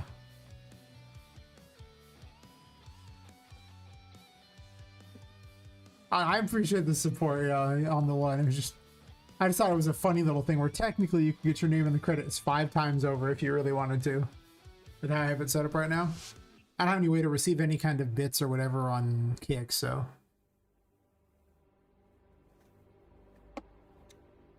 So far, Innsbruck is the only person who's ever subbed to me on Kick.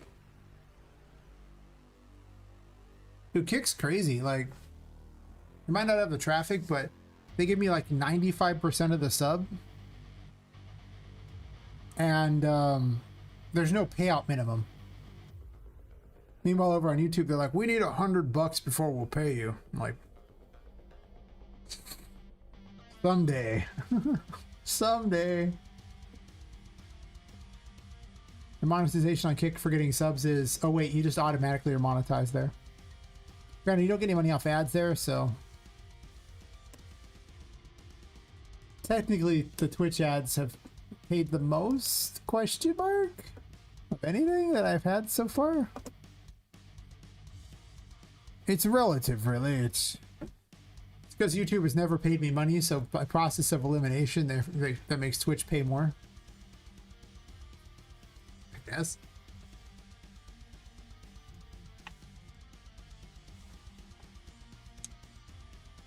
Kick's paid me money.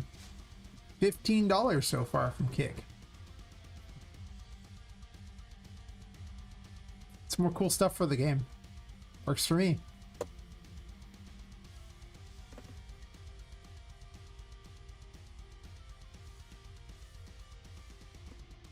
And now Kick just doesn't have a game dev community on it for the most part. I usually hang out and just chatting, and then they like to move me to other categories where there's no traffic at all. It's like they're trying to kill their own platform, but everyone just hangs out and they're just chatting. So I was like, oh, $15. I have 72 followers on there. That's not bad for Kick, I guess. I get the feeling if you want to do well on Kick, you gotta do like political stuff or gambling. Or be an OF model. I don't think anyone's paying for an OF if I'm on. I'm just saying. Maybe. I make game dev look good. Oh my.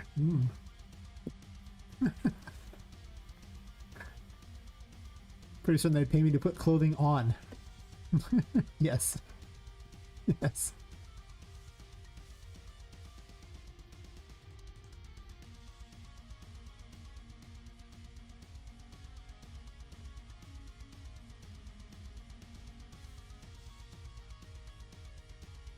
I think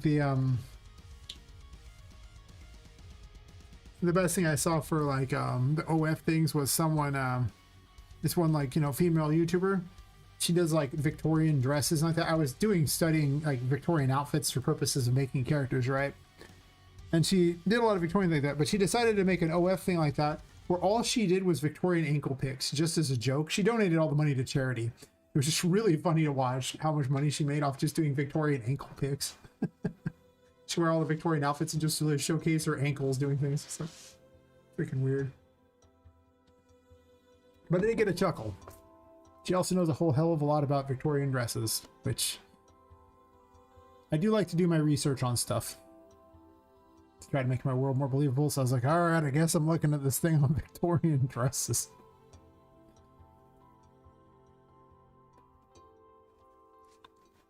That was all for a character I'm not even currently using. One day, to be fair, most of that game has Victorian style outfits. Because originally it was supposed to be Victorian era, but all the steampunk stuff is more like 1920s, so guess that's the era of the game instead, huh? Like the tail end of steampunk, right before you get to, oh gosh, like diesel punk, which I think is what the World War I stuff is. I'm not sure where the exact distinction is where one begets the other. I'm assuming whenever diesel fuel got used is pretty much when diesel punk happens. If you want something even rarer than steampunk, good luck finding diesel punk stuff. I've seen a couple, but it's pretty rare. I guess maybe that's not as rare as you think, right? Because if I just said World War I stuff, there's plenty of World War I stuff, so never mind. Steampunk keeps the crown for being the rarest thing around. That's not true. There's clock punk, where everything's made of clocks. I didn't know this was a thing, but it turns out clock punk exists. But I can use clock punks, it's okay.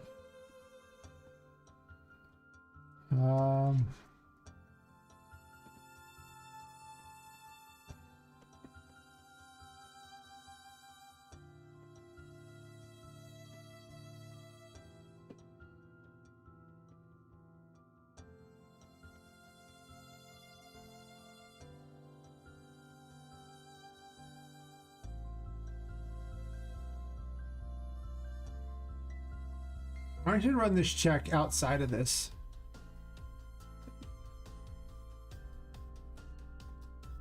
And then bypass these if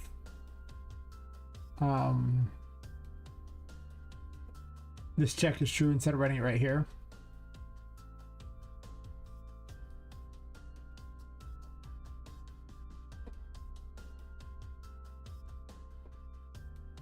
Yeah. Because either way, it's going to always do that, so. Sure.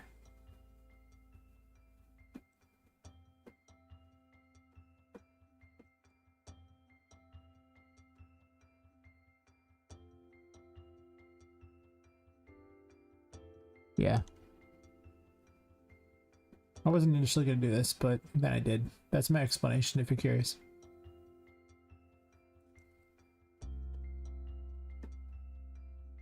Alright.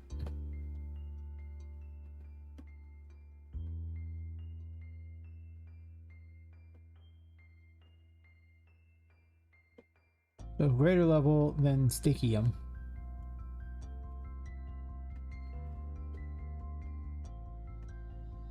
Since I'm no longer doing the tarot level thing where each thing gains, like, you know, new abilities based on the tarot levels, I have to have a replacement for that mechanic. So the plan is just, if you're higher level than them and they're not immune, then it just, you know, works on them. Obviously all bosses are immune, and I'll probably make, you know, the really strong enemies immune to it.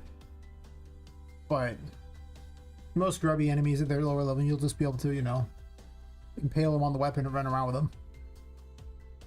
I don't want to overcomplicate what's just a fun concept. I can't remember the game, but there was some game, actually, I think it was actually just called Equip Anything. And you could literally just use everything in the game as a weapon. Like, quite literally, like, you know, you could grab the mailbox and use it. You could grab your neighbor and use it. You could grab your neighbor's house and use it as a weapon. Which I thought was such an adorable concept. I'm pretty certain it was like...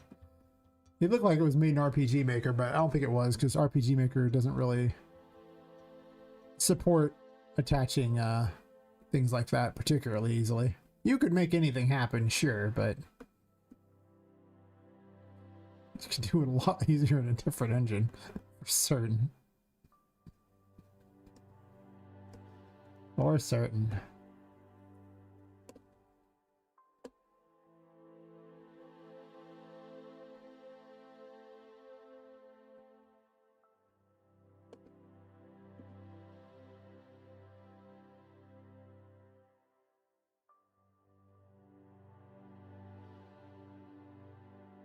I need to set up a quick shortcut.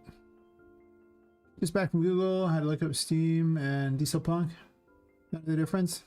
Well, it's actually really easy. See, steampunk is steam-powered things. Think like steam-powered train, like that type of thing. So you have lots of pipes and water going everywhere like that because everything's powered by steam, right? And dieselpunk it's powered by diesel fuel. You know, just diesel gasoline, just yeah. That's pretty much it. It's just gas powered.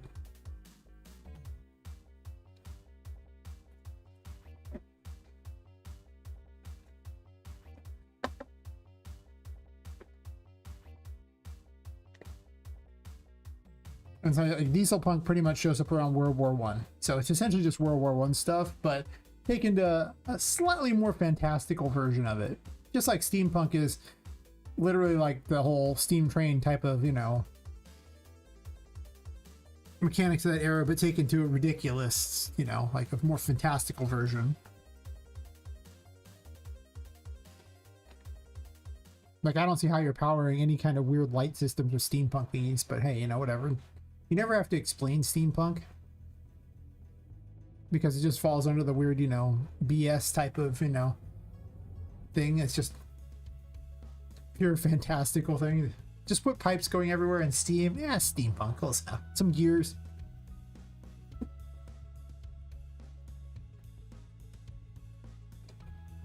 You can probably do like World War II also as well. Like, it's pretty much any of those things around the 40s, 30s, 40s would have been like diesel punk.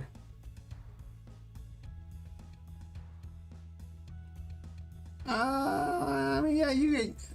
Not everything is Victorian style when it comes to like, you know, steampunk, because steampunk can also be future steampunk type of things as well. Like you can have weird Fallout things and stuff like that. The Fallout's more like 50s, but I've definitely seen steampunk things that exist in post-apocalyptic things. And if you look at Bioshock is steampunk for the most part in a lot of its styling, but not necessarily. Steampunk's pretty wide. Also, like if you looked at that Will Smith movie, Wild West, that's also like steampunk, but that's Victorian era too, because all those Western things with the cowboys and everything, that happened during the Victorian era. It's just, you know, it was out in the West where everything was much more wild. So I didn't realize that for the longest time, that in fact the whole cowboys and Indians types of movies and like that would have been during the Victorian era. Just didn't think about it. It lines up.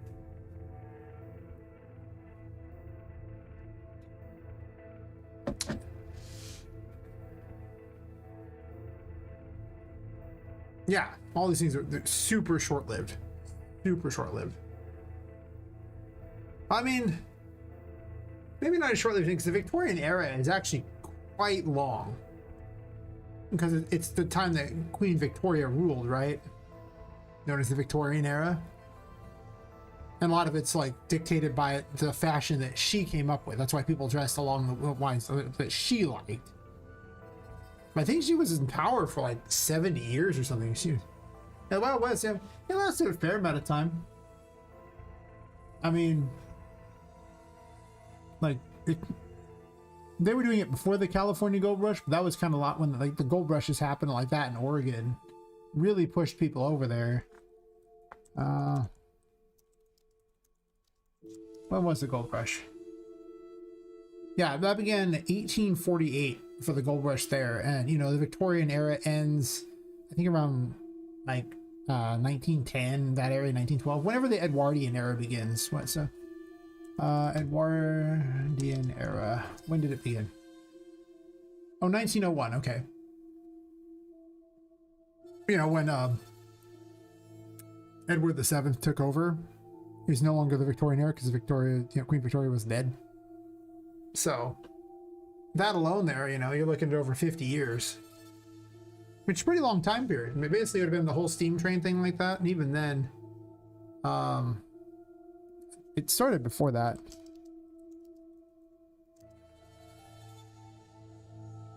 I'm curious now where it started though.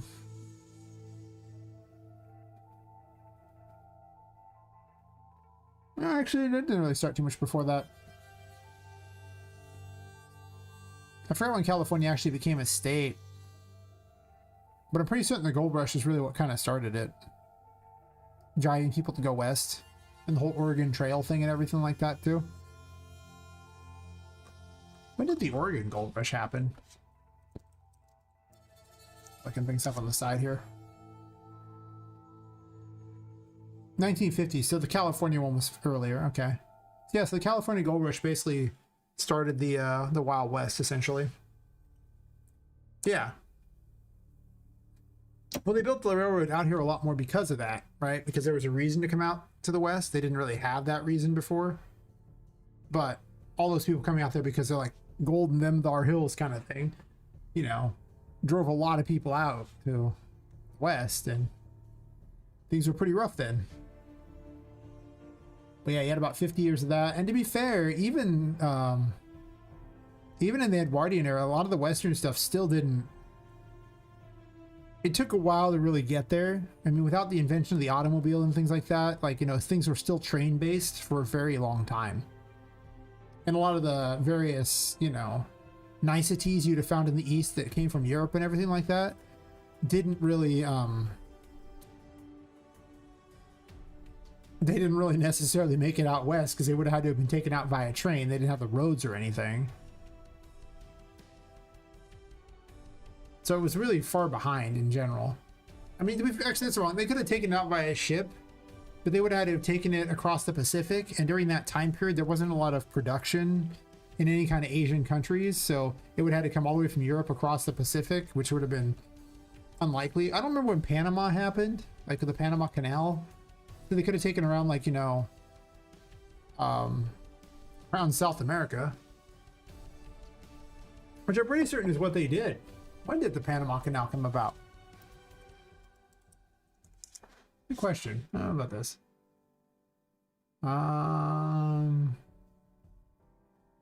It was completed in 1914, so after the Victorian era.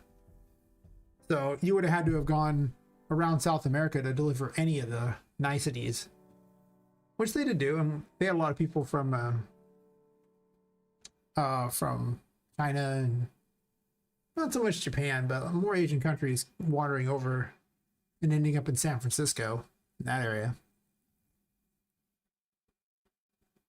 during the era. It's interesting to think about. Technically, I would be more likely to know more about the Western stuff since I live over in California, so I'm much more likely to know about California's history than I am about Eastern US. Which is why I didn't realize the West and the Victorian era happened at the same time. What's the full Victorian era? When did it start exactly?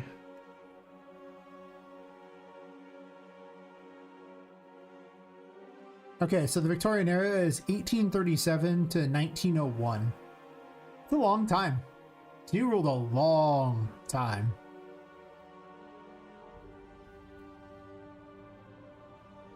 That's when like all the Penny Dreadful like types of things happen, you know. You talk about like Frankenstein, Dorian Gray.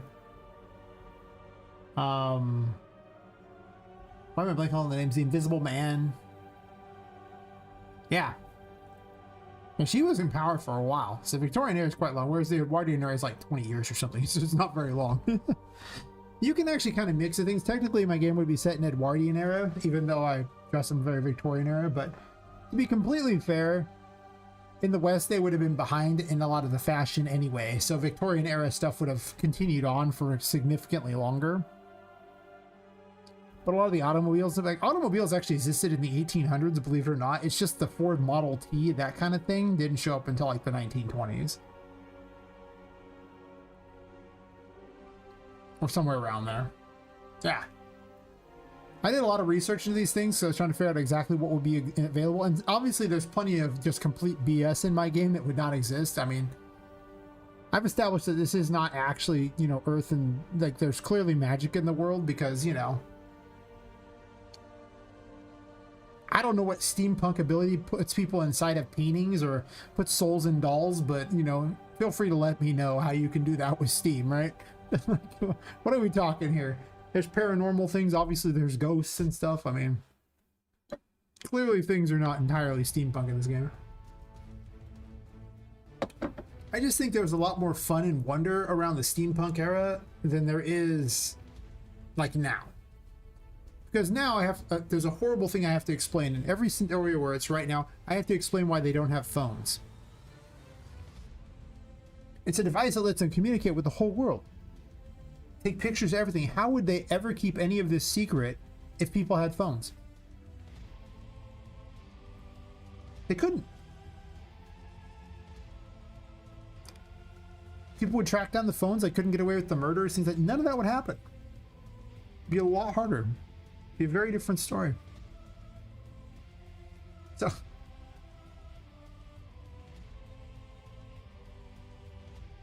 also, I find there's a lot more like hope and wonder around the steampunk era that just doesn't exist now. Now people are a lot more dystopian centric. It's a lot why I tend to not like the steampunk that's set in like the future and everything, because it's always dystopian. Whereas, you know, here you get like World's Fair type of, you know, excitement. So think BioShock Infinite. There's a steampunk game that happens right around the World's Fair, and there's just a lot of, you know, like discovery and hope and things like that. That's just very cool that the future stuff doesn't have, and Dieselpunk never had. Dieselpunk is also very dystopian, but consider that it was also when the wars happened. So when you have like World War I, World War II in the same era with this, it's gonna obviously have a lot less hope in your world. So I didn't like that much. I also like a lot of the Victorian era myths, though not Frankenstein. I actually don't like the Frankenstein one that much, but ironically. I guess I only like some of them. But still. It's different. You don't see it as often for a lot of the Victorian stuff. I mean, you see it more often than some things, sure, but I mean, she did have like a big long reign, so. But it's also usually done in like, you know, European settings as well. It's fun things to think about, really. I did lots of research for how I wanted to set up my world. So I want all my games to be in it. So this way they can kind of overlap when you could see, like, you know, you see the Whimsy Wonders buildings, you're walking by doing something else in a different game. And those who know, they know. And those who don't, yeah, you know, whatever. Not important, just fun. And I kind of want to go through the BioShock games. I never played 1 and 2. I only played Infinite because I liked the city in the sky idea.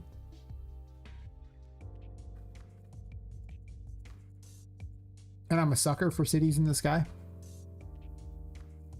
Like, you put one of those in the game and I'm probably just there. It's just how it is.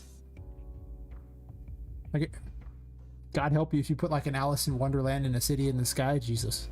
I don't know if I could resist your game. It'd probably be pretty much screwed and not just have to play it. Be very on brand for me.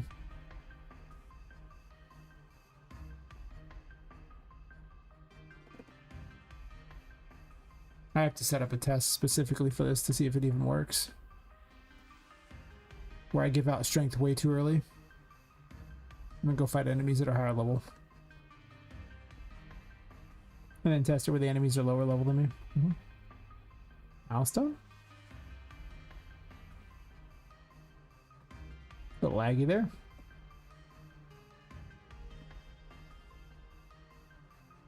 I'm also going to unlock death because I want to test this one too, and it's going to have the same effect.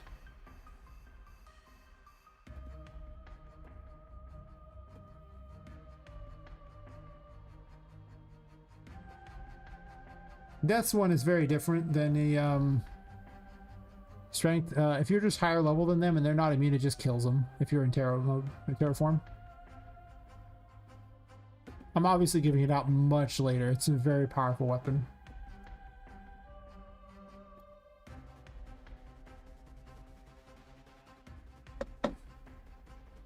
That's something I wish I had. Some kind of airship in this. There's no real point in having airships because, you know, I'll have little blimps, but like a big old airship or something. Kind of like the Bioshock Infinite thing. Unnecessary, but it'd be fun. There's actually a thing on Fab I wanted that was a steampunk airship thing. Like, kind of reminded me of Bioshock. It's never been on sale, so I've never bought it. Because I don't specifically need it. My computer is going so slow.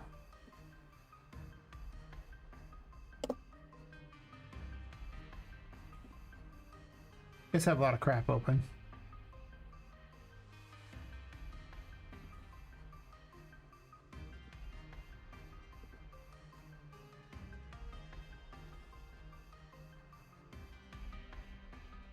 Where was it? I hope it's Fab loaded.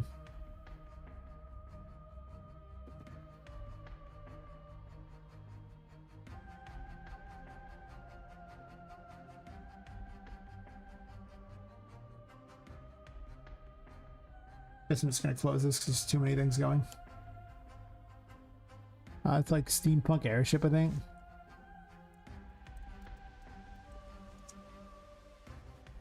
Yeah. This looks fun. With all these crazy airship pieces.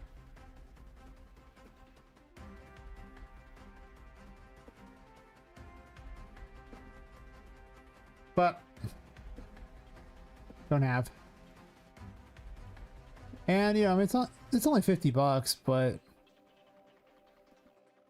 like most things, like if there's no if it's not on sale, there's no need to buy something immediately. I can just wait. Like if it's always the same price, then why bother? Like, you know, I just get it if I need it specifically. If it's on sale, we could talk. Like if it ever goes on sale for like $20 or something, I'm just gonna buy it just on the spot, just to have it. There's lots of weird crap on here. Most doesn't fit what I'm doing, but I just kind of wanted it. Because I could have like an airship room or something like that. I could have little things like that, like, you know, with little, like, you know, toy airships or something. Once I get to the third chapter where things are like, you know, based more on steampunk cities and things like that, it's a little bit more free to do that. I ain't there yet. I might start it early by taking this room here and eliminating it and making this where you go down to chapter 3. Be a very tall thing to do that. But it could happen. The hell's down here? The fortune teller room. That's a oh, and this one too. I kind of feel like I painted myself slightly into a corner with this room here. It was originally the pirate graveyard. This has been in the back of my head for a while. And I was gonna have a boss fight here, but then I moved her over to more of a mid-boss because I thought it was cool that she was in the sunken depths, which sounds more like a pirate graveyard than the other. I was gonna have a fight out here instead, where there was like more space and it was kind of cooler. Also, you weren't immune to water, so she could raise the water to try to kill you with it, which would be more interesting. But now, I don't know who the end boss of this area is. I actually had another hypothetical idea too. For a different midway boss. I don't know if I want to do this because of the way things are laid out. It's a little weird. But I have a a cook voodoo doll, and I thought about, you know, naming him Cookie and putting him, like, you know, having you fight him on the counter and not being the battlefield. It's just this counter, which would be pretty adorable. Just literally, you just fight the boss on the counter of the thing.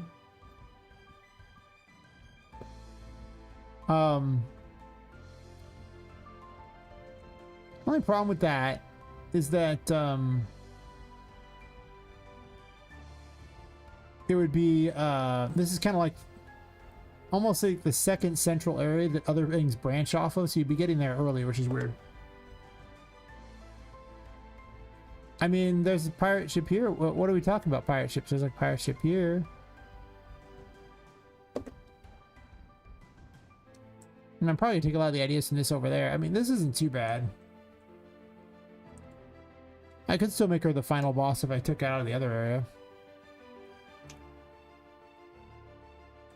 There's broken pirate ships under the water here.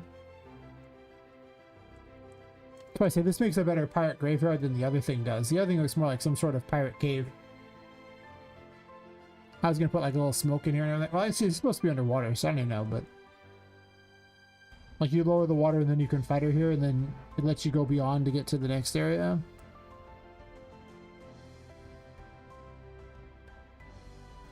Yeah, that's fair.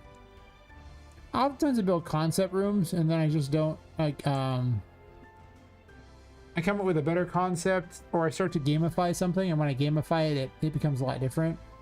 This room's a lot more gamified because you have to lower the water multiple times in order to get to these, you know, clams. You open up the clams and there's keys in them, and you've lowered the water enough time, then you can go fight the boss. And the boss blocks these off here, and these will let you get into the next room. The depths control room, which I thought of having a boss here, but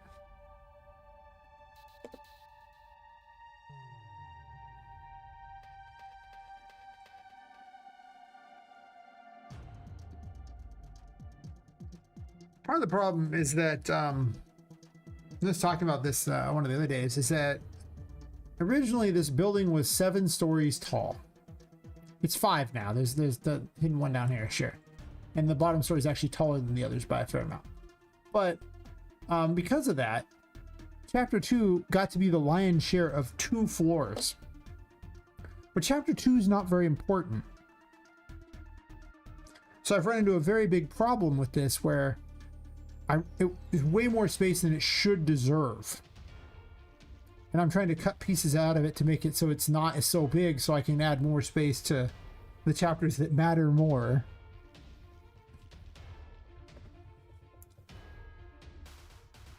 Because originally there was going to be like 5, you know, major victims, right? And each one had their own biome. So a section of the building that was theirs. But then I realized that that will now make a game so big that I don't think I'm going to get it done. So I started kind of making you have smaller biomes, but obviously, you know, Vu's got the biggest biome currently right now. But not everything in, you know, the first chapter is even all like, you know, creepy themed either, so. Actually, there's not even that much voodoo stuff up there. Some of the enemies, I guess.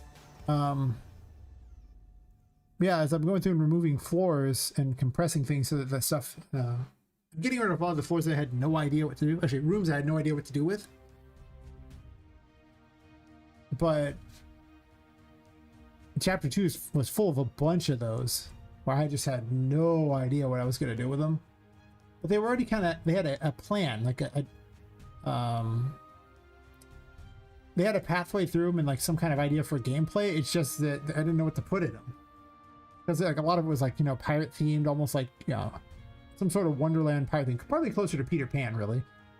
Even though it's got weird Wonderlandy things. But I don't have a lot of pirate stuff, first off. Second of all, the pirate stuff doesn't really mesh well with steampunk at all.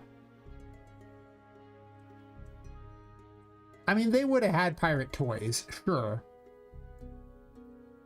But it feels a little weird. The Wonderland stuff, like Wonderland steampunk, like Wonderland's Victorian era, like Alice in Wonderland's like Victorian era, so it's literally a commentary on Victorian politics and the like too, for that matter. So That fits fine.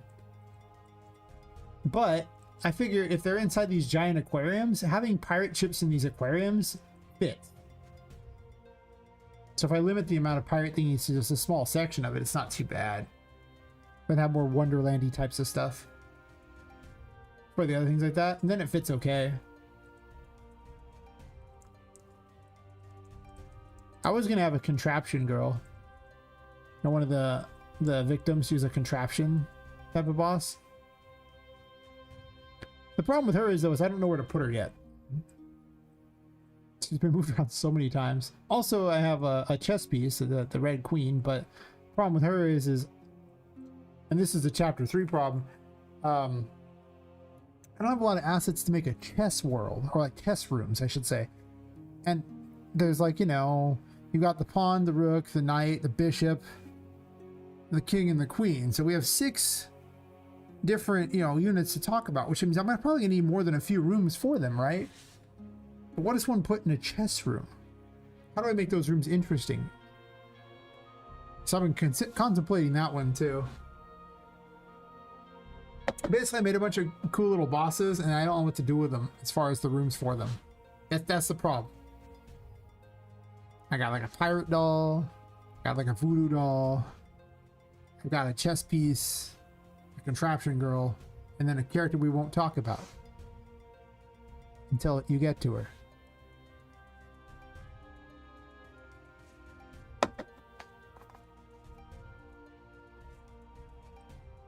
Because, you know, it's basically, originally I was kind of mirroring Jack the Ripper, even though it's no longer Victorian era.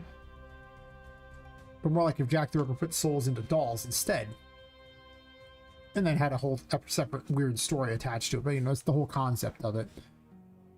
And Jack had 5 victims that they attribute to him, that they can prove. Obviously, his character's not Jack the Ripper, because he doesn't leave mutilated bodies of women in the streets who've been, you know, surgically dissected or anything. But following kind of the concept of it. I spent a lot of time thinking about these things. Not so much thinking about how I was gonna do the bosses though. That's true. That was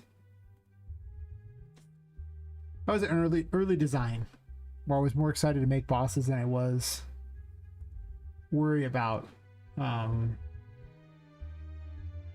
if the game was viable. Yeah, I mean, you gotta go with some dark things. I mean, clearly, when you think of the premise of this game, where, you know, Poppet's, I've stated she's been killed and her soul's been stuffed into a doll. That's a dark premise right off the bat. Like, it might come across as playful, but that's a dark premise.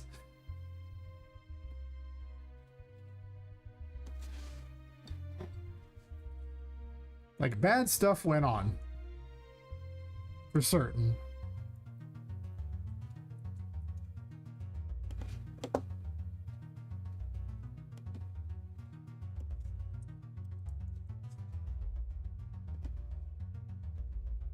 There have been some changes I've been making slowly to the story to make it more compelling in some areas. Like, the original story for it was, for the Game Jam game, was obviously nowhere near what we're doing now. What's wrong with projectile judgment? I mean, judgment's a dumpster fire, sure. I'll give you that.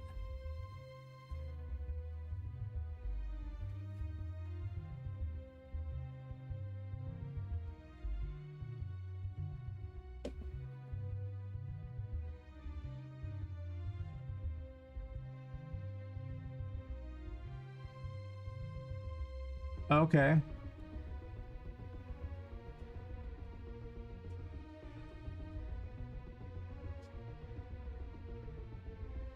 So you fixed it for me. What's the problem?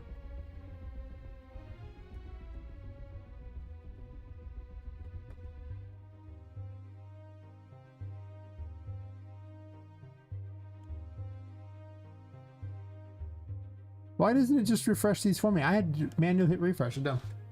A lot of dark stuff in there. Nursery runs pretty dark. Yeah. Well, basically, I want to do corrupt people's childhoods. That's what I'm aiming for. I want you to give the childlike innocence feel and then corrupt it.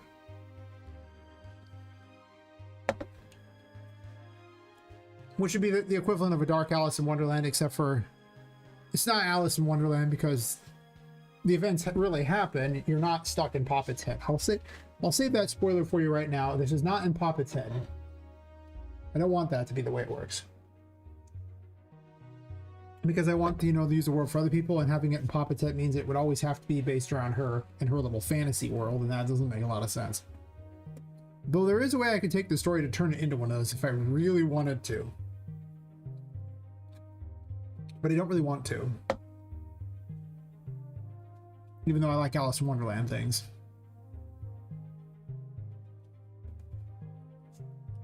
I just like to give people the same feel as, like, Alice Madness Returns, even though the story has nothing to do with that at all. So Alice Madness Returns has a dark story.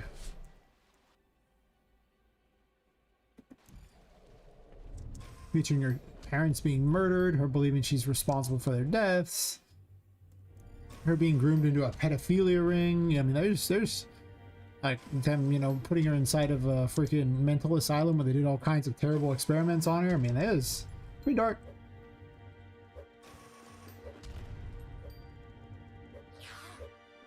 So I'm too low level, so it won't hit him, right? Is what I'm seeing. That it?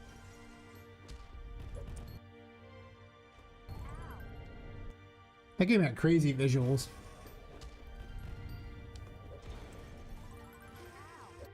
So I didn't program it correctly this time around. No, it's doing it. It does do that, it just doesn't do damage otherwise. So I screwed that up.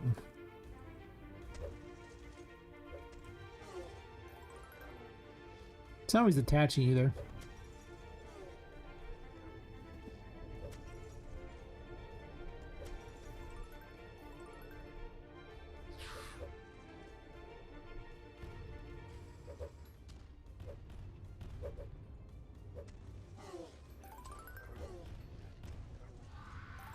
I guess maybe I didn't put a sticky on these or something. I don't have to see.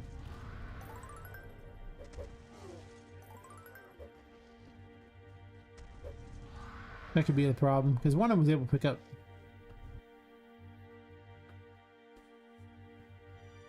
I go back and forth on how much I should ever say about the story because I don't really want to spoil things for people.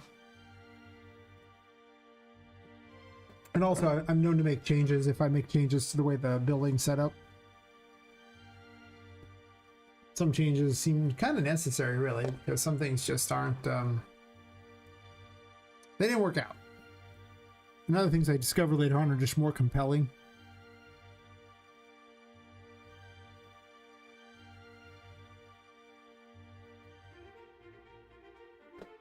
I'm also kind of reordering some events in the story because there's like a bunch of major events that I want to have happen. But the nature of Chapter 2 being so large means that Chapter 2 is getting some of the events it wasn't going to have. Some things don't have to happen in a particular order. They can be a little off. As long as the most important events happen in the right order. Fine.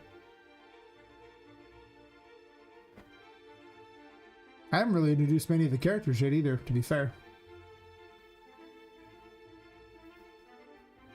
I mean, obviously Poppet and Tinker are, you know, there, but, you know. And you know about Annie's on. Well, shopkeeper, but she's a shopkeeper. She's not particularly story relevant, per se. She has her own little bizarre thing she's doing, but beyond that, you know about Charlotte, but you know about any of the other players. I guess you know the Toymaker exists. That's true. Indeed.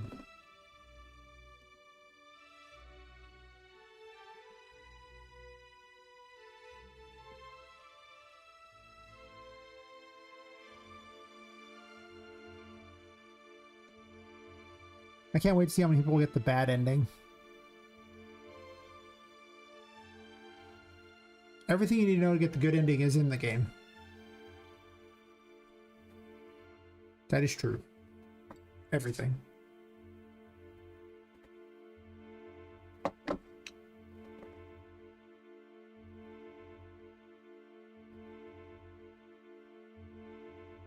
you'll just have to go find it. Yes.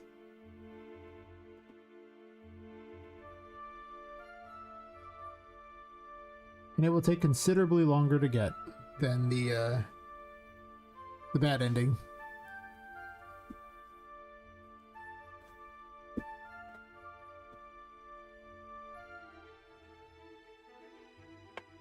Both endings provide a resolution, so at least there's that. I'm not one of those jerks that's just like, oh, blah, blah, blah, it's like a loop or something, and you just do it over, and like the bad ending is not a real ending. No, no, no. You'll get an ending either way. I thought about it. Actually, originally there was like potentially 4 endings planned, but let's be real here. Yeah, I'm delusional. I'm so delusional sometimes.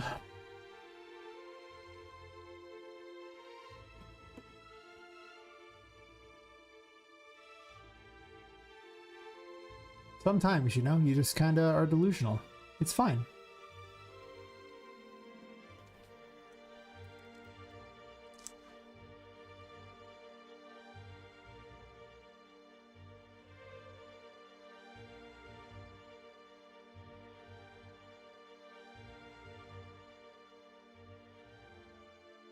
It should probably be in the other order.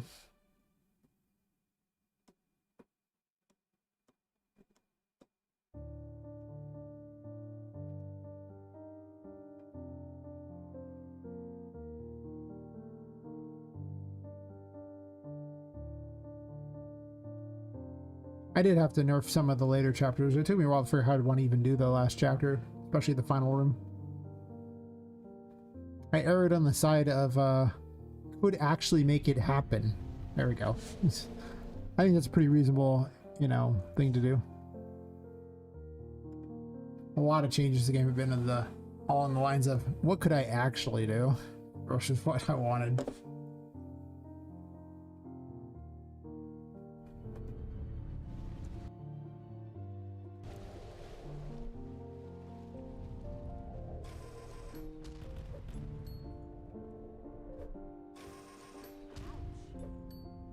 Okay, so 5-9, and it doesn't even hit him if it's like the incorrect there.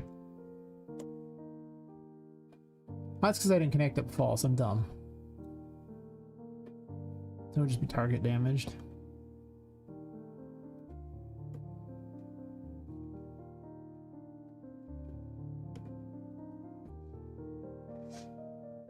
I do want a lot of silly amongst the darkness. This is not a horror game. It's very macabre, but it's not going to be, you know... It's more like Coraline type of setup, or, you know, Tim Burton, you know, these kinds of things, not any kind of terrifying thing.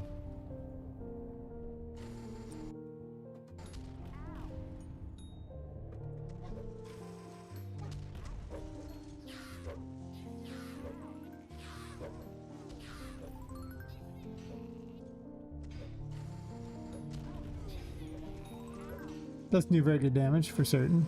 But it's not supposed to.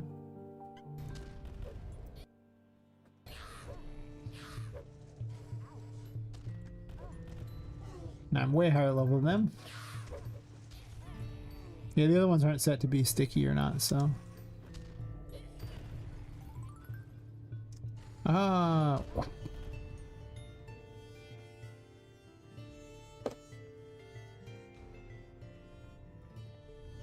I may keep this as the tarot outfit, even though I didn't really want it to be my tarot outfit. It was actually a different outfit entirely, but I don't actually have a tarot outfit planned.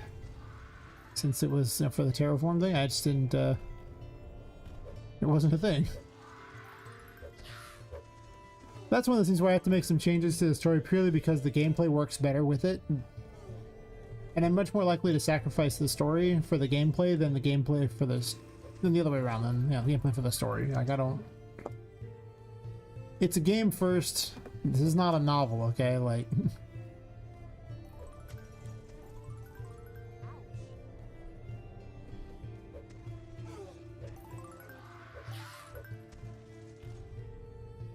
So it works.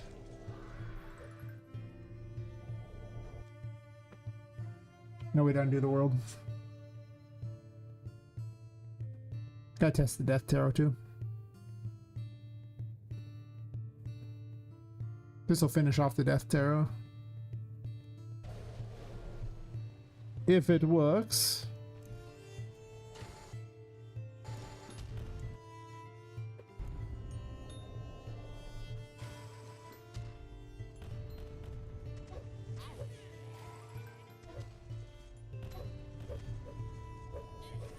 I'm not sure if I set the things up for the Death Tarot correctly yet. I might have to go back and check all that. Alright, so it does do damage as normal. Not surprising there.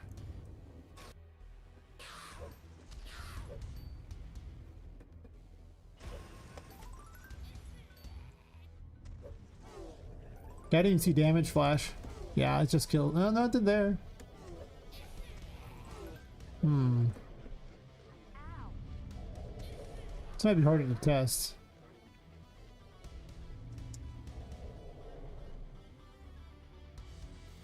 One of the changes I might want to make is give the enemies more health but have them spawn less often. Like, I want them to be relevant, but they're also not that tough. They just kind of like throwaway enemies that continuously spawn. More Dynasty Warriors than anything else, I think.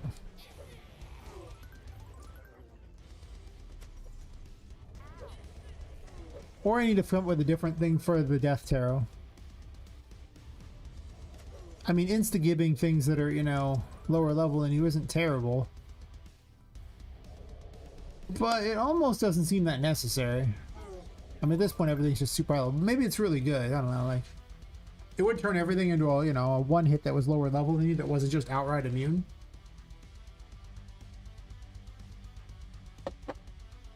But it's also a vampiric weapon, so it steals health too.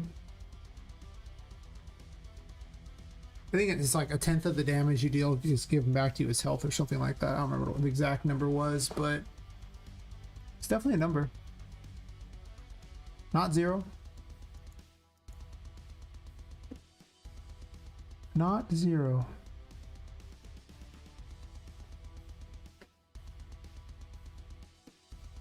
Huh. Let's mark that I did the other one there.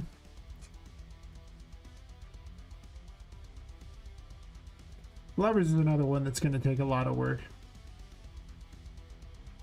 I need it to do something very particular. But I don't like it as it stands yet.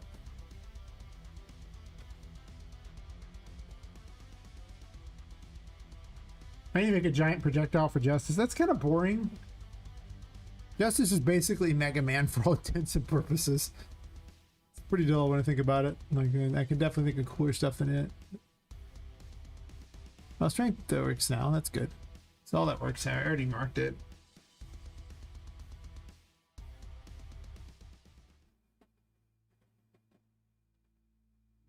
The Chariot's got all kinds of bugs. I'm gonna need to rework this so that if it's already got the things, if it's already valid, then it doesn't equip them again.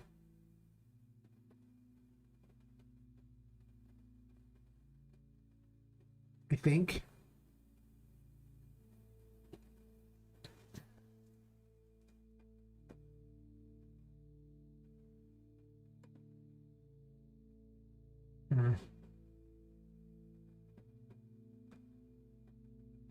I've gotten all the ones that are necessary for the main game. I kind of want to nerf the Fool a bit though, because you can use it so often. It's just so big.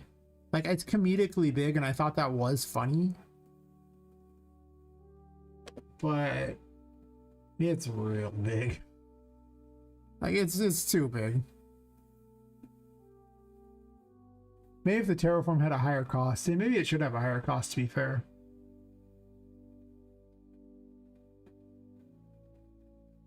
Right now, every time, for every, I think 0.2 seconds or something like that, it eats 2% of your curse to have it equipped. But to be fair, there's other abilities that exist too that eat the curse amount there, so it's like... My biggest concern is that they use it all up and then they can't do anything, and they have to stand a long time to get it back. But I guess there should be something of a penalty for, you know, overusing it. Because you do have unlimited power, essentially, as long as you're willing to spend time in the darkness to keep getting more. I do so like my unlimited power.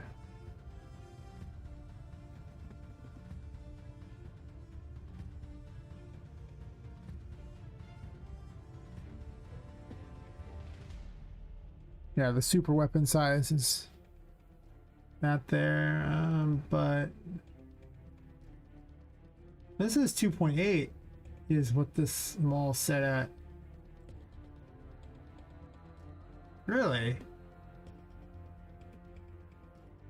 This weapon size says that, so this should actually be 2.8 across the board, so when it unequips it should go back to that size.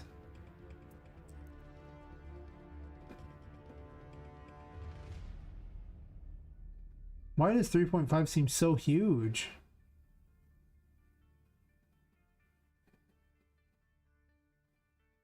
That's a good question.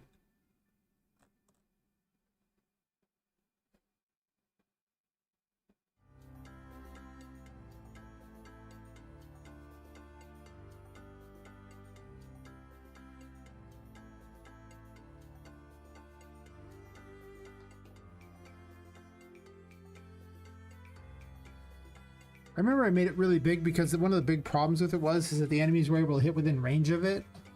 So it was really hard to hit the enemies without them hitting you first. So I made it comedically large. But having its super ability, it gets bigger, is awkward.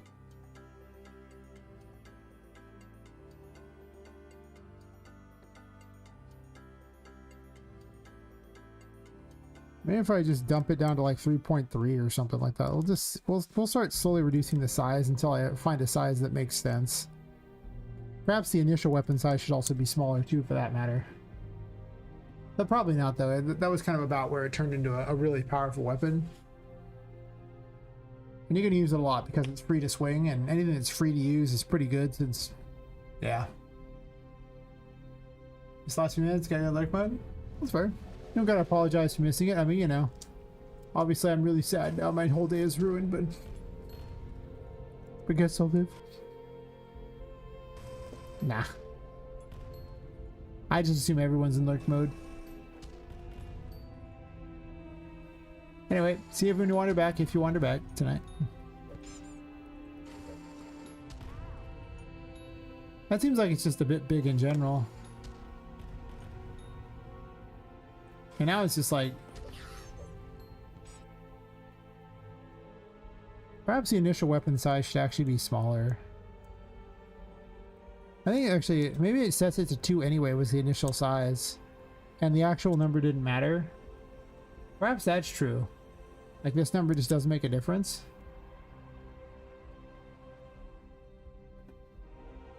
Can I make the super weapons? Like, you know, a 2.8 instead? 2.8?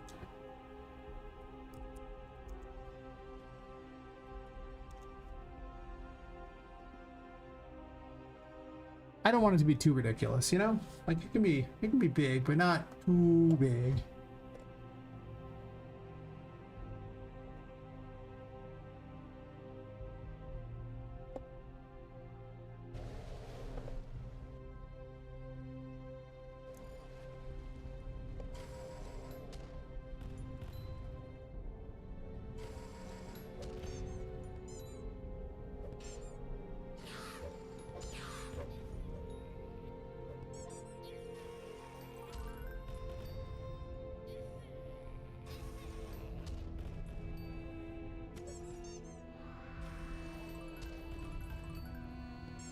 That's pretty comedically large.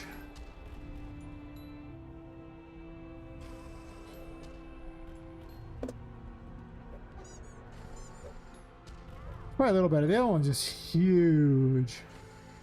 Even this feels like it might be a bit big.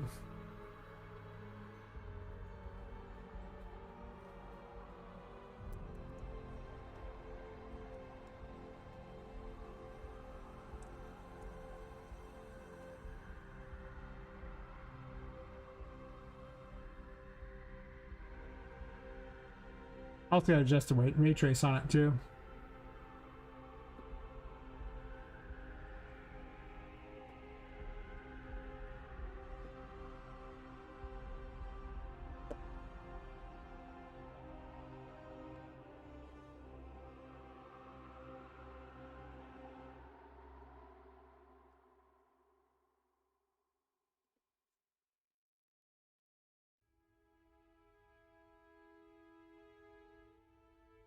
Over to the ray trace graph.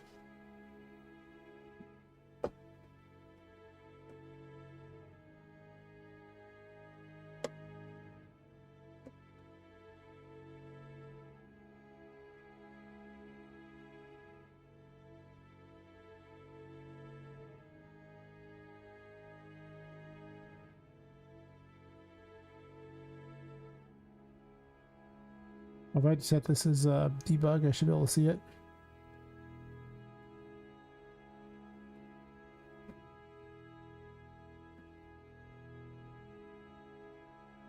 I change the size, I gotta tweak how far the ray trace goes on it. Otherwise it hits things that don't exist. I'm pretty generous with how far it hits, by the way. It goes beyond what you think it does. Because I knew it would be a problem. Also that the dev menu is a little wonky, not gonna lie. It's a little wonky.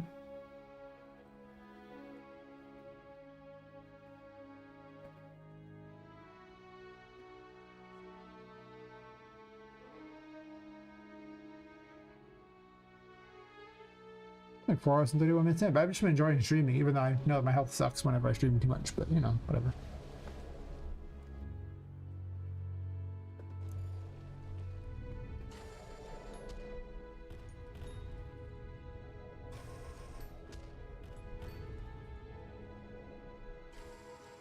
Beer?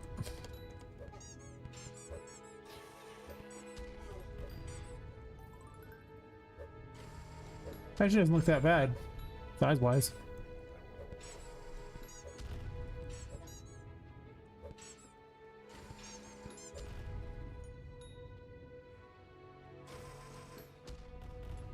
Oh, when it zooms back, it gets too big. Like the actual uncompressed size is too big. I saw it when I was in this. It goes like this, and then you swing it, and then it goes back, and look at how bad it gets. Also sticks way up the end of it.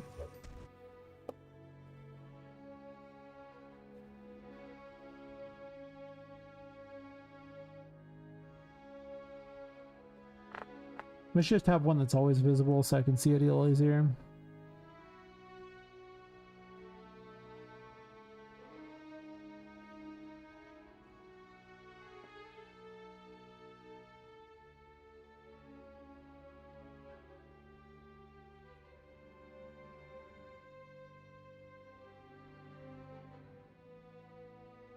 Oh, yeah, sure.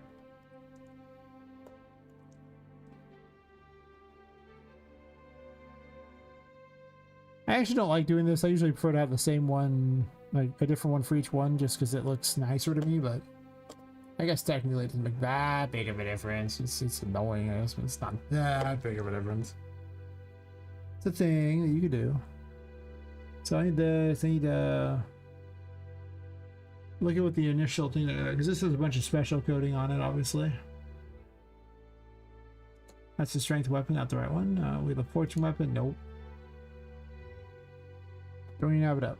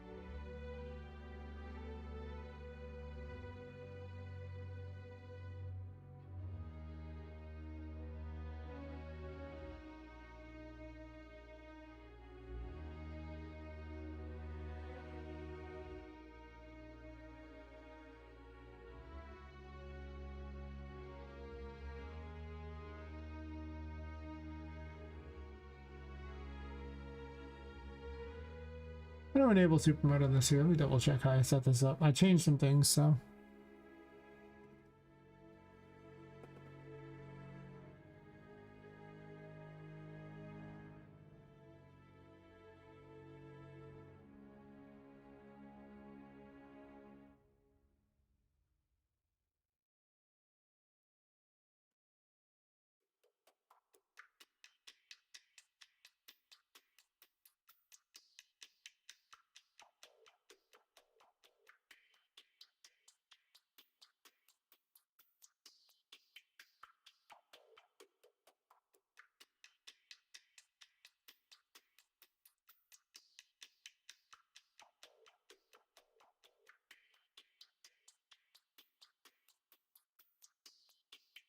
I'm gonna change the.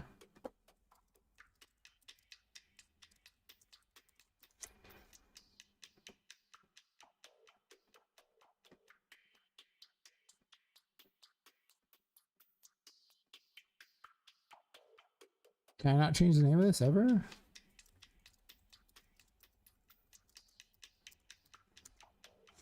I already have.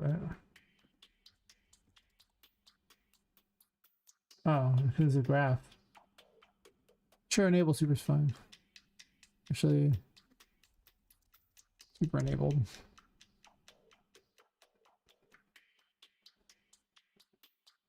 I like that better.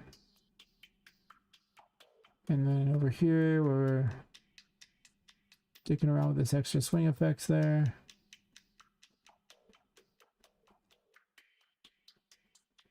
I guess we're just scaling the root. I wonder why it's not going back to the correct thing.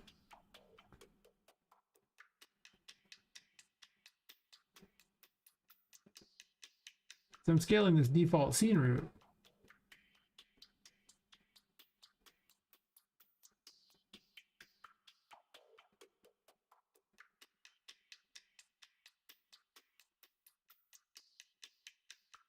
Maybe end swing effects in it, because this should actually work without this extra crap.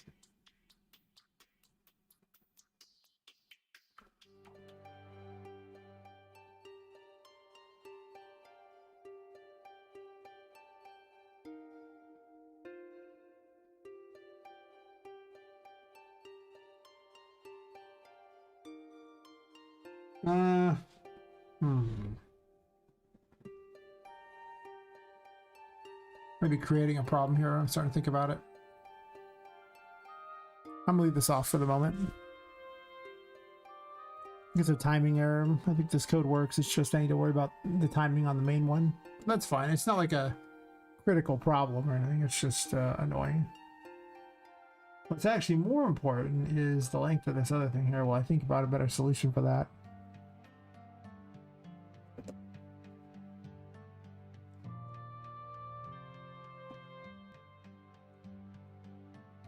Maybe like 340 or something like that. I reduced the weapon size, so maybe like 200 the weapon size. We'll have to see on that.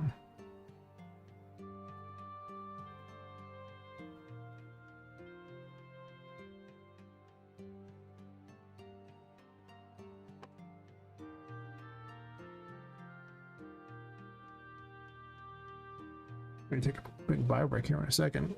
Kind of been sitting a bit. I just don't like it when I sit all the time.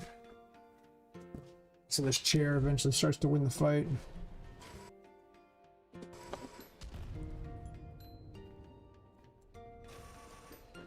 Because that one's still too long.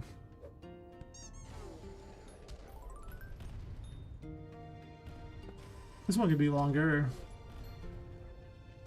Slightly longer on that one, slightly less long on this one.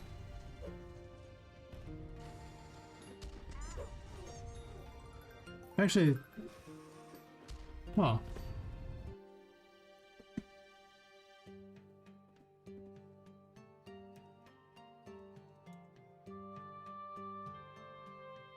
Oh, I see what it was, because the default in those things aren't the same, so maybe like 220 on those. Maybe like 360 on this one. I want to be a little generous with it. Not the level of ridiculous it was, though. It does come across as like, I made it a lot better and able to hit multiple things at once, and now it's so powerful that it's like, probably a bit much. That's pretty sad. Oops.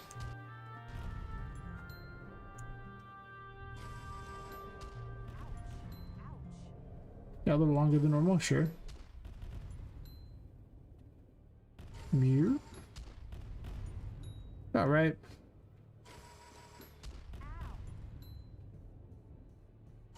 When it reverts back, though, the line trace length is like a different size than the initial.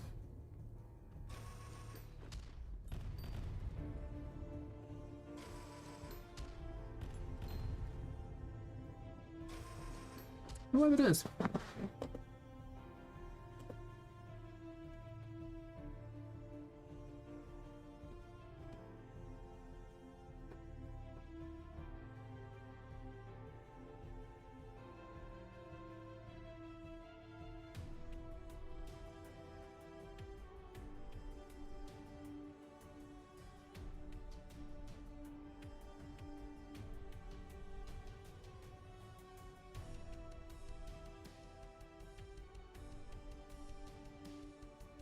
Well, it says default life link to the same one here, but the numbers are identical, so in theory it should be fine.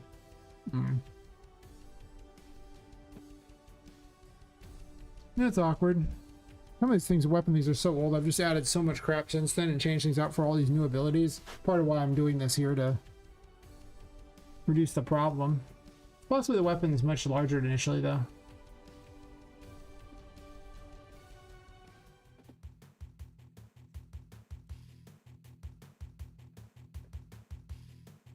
I don't know.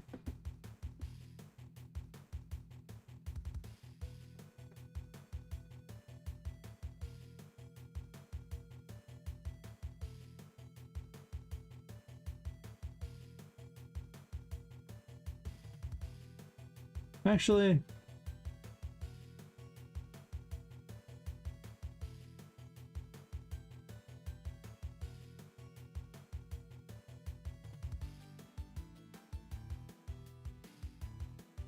yeah, I should pull line trace link.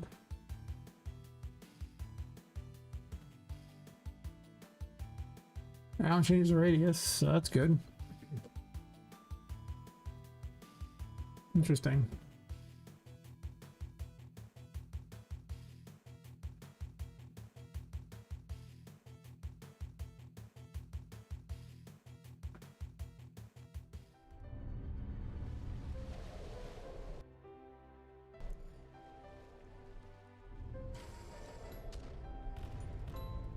Alright, super long, sure.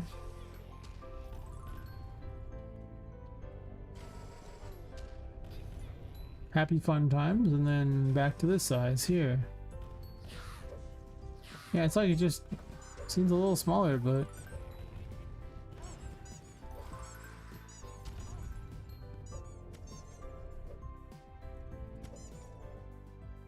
Clicking off the game.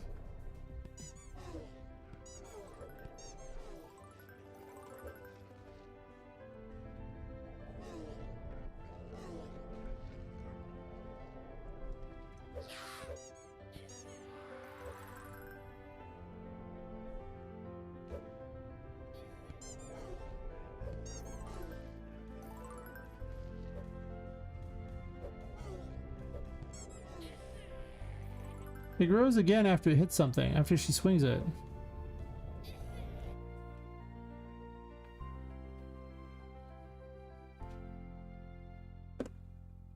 Interesting. Why?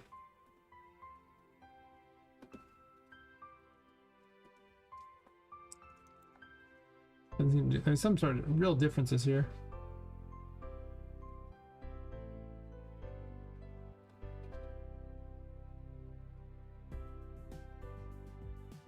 I do need this.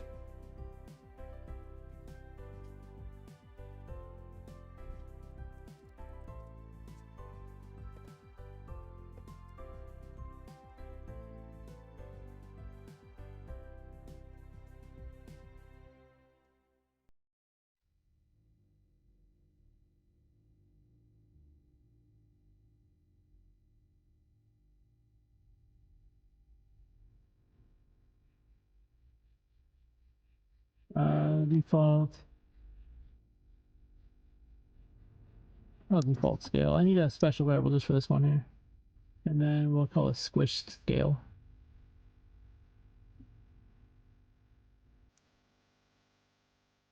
And then I'm not gonna set this here. I'm gonna set up here, I guess.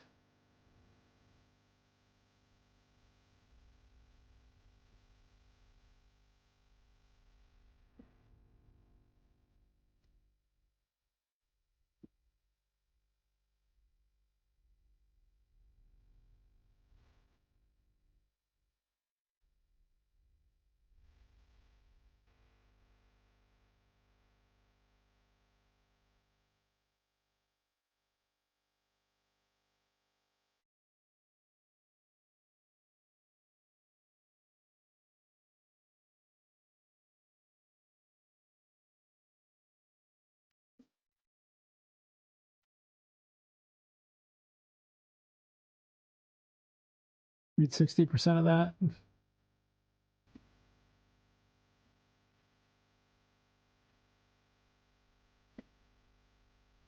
Both on play from the start, right? Sure.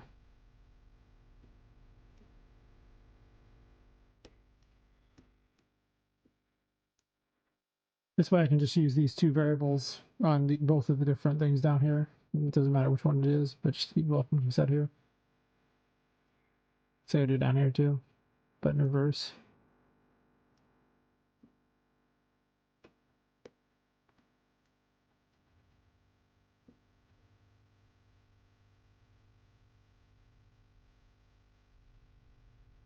Might need to set a variable for squish too, so this way I know it's been squished, and then I can, if you switch weapons right at the wrong moment, it'll fix the issue. This probably needs to happen in all honesty. We'll see, maybe not. Maybe I can get away without it, but probably it sounds like a fix that's going to have to happen. I'm pretty certain.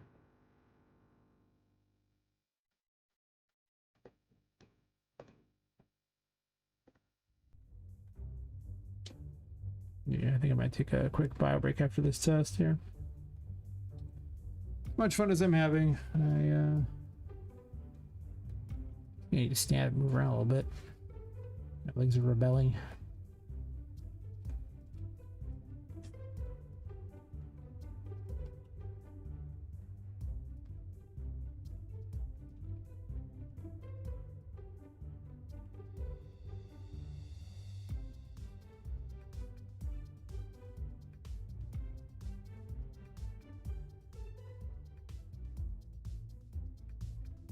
Lots of polishing of abilities here. To be fair, the super pool was pretty crappy before. It just was not ever really truly finished, so, you know. It was ish functional, but it had problems. Still has problems, you can see, but... Beer? Still does it again.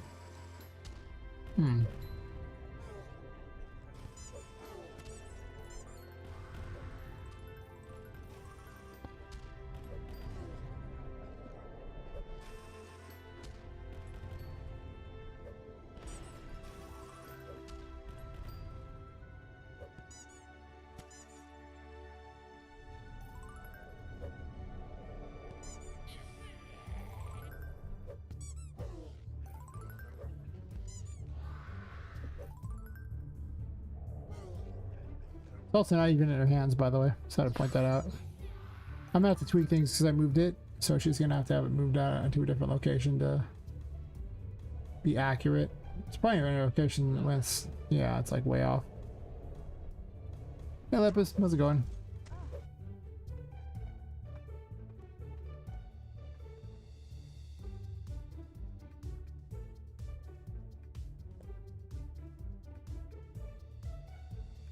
Doing good? Nice, nice.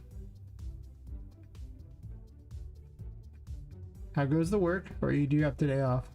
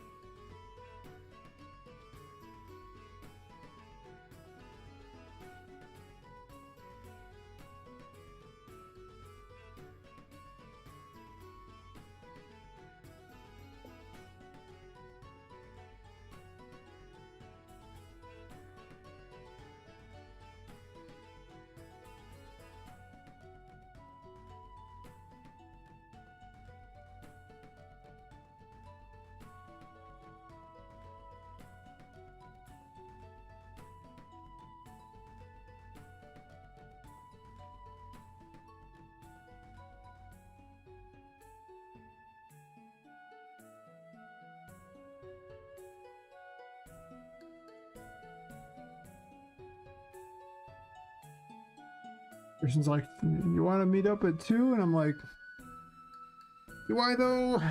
Do I really? Watching it like, well, nice, nice. Appreciate the alert. Hopefully it's an exciting anime.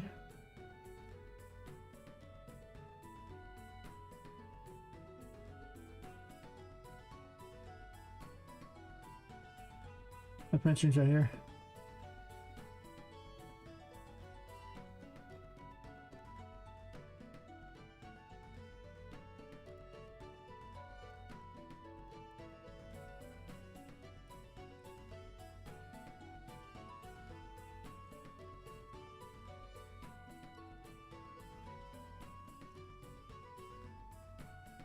setting up some business for tomorrow in a second.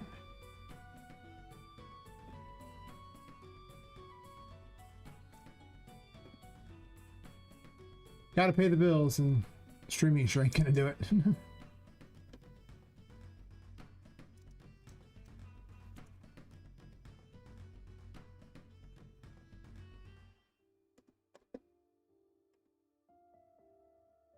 I think I got like $10 this month on streaming. I haven't really streamed that much this month, to be fair. Let's see. I have streamed 61 hours and 34 minutes this month and made $10.50. Ain't no one successfully eating out on that. It costs about $20 to eat out in California, by the way, at a crap restaurant, like a fast food place. It's terrible. It's the reason I don't eat out ever. Just so you know, California's really overpriced. We went and ate at a breakfast place, a friend of mine and I, it was $54. I was like, Jesus, 27 bucks a piece. It was pretty good though, but that's a lot of money for breakfast. It's a whole lot of money. One might argue too much money for breakfast.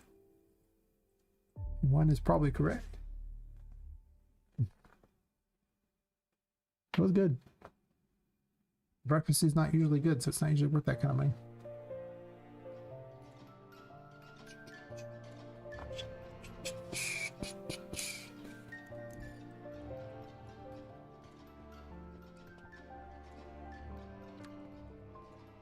Since I changed the size,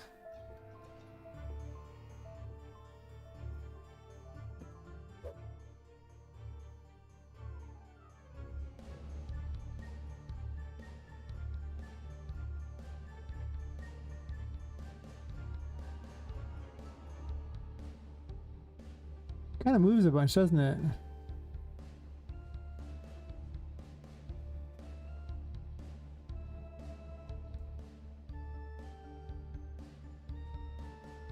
It's still not very accurate.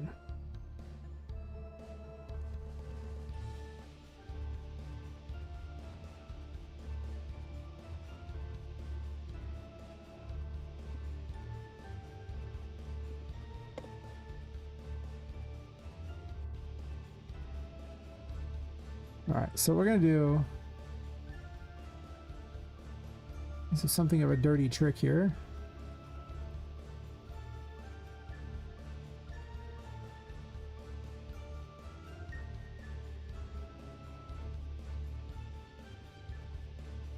I'm going to use the actual thing in here to move it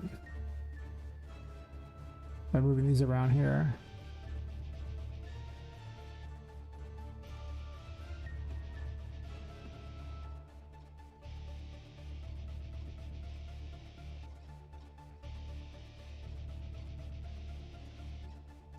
It's still kind of big for her hands, that's true.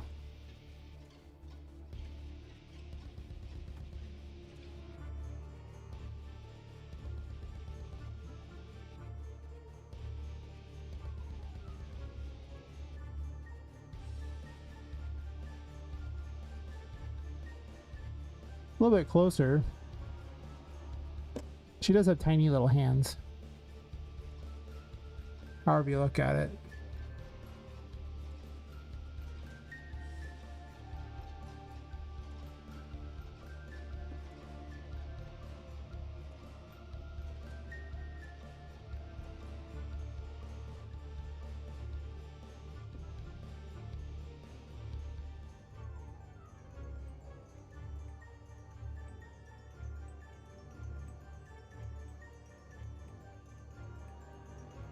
Well, it's never going to be perfect. As long as it looks like it's in her hands, it's probably close enough.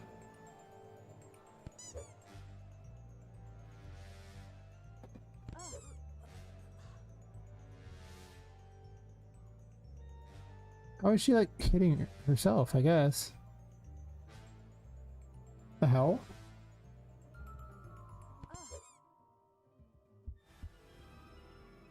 How are you not ignoring the weapon owner?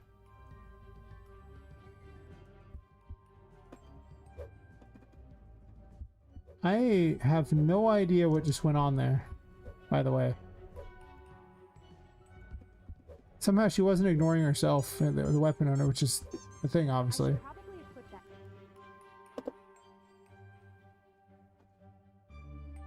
The hell?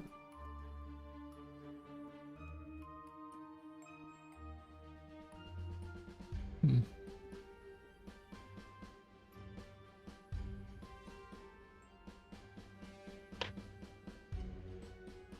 Hmm. Probably end up streaming like another hour or something then, because I got other things I got to get done, it looks like. Not maybe. Either way, I gotta take a bio break real fast anyway. That alcohol, but versus that wants me to do business things, and I also need to make certain I have enough sleep before they show up too. I wasn't gonna have that to deal with, but you know.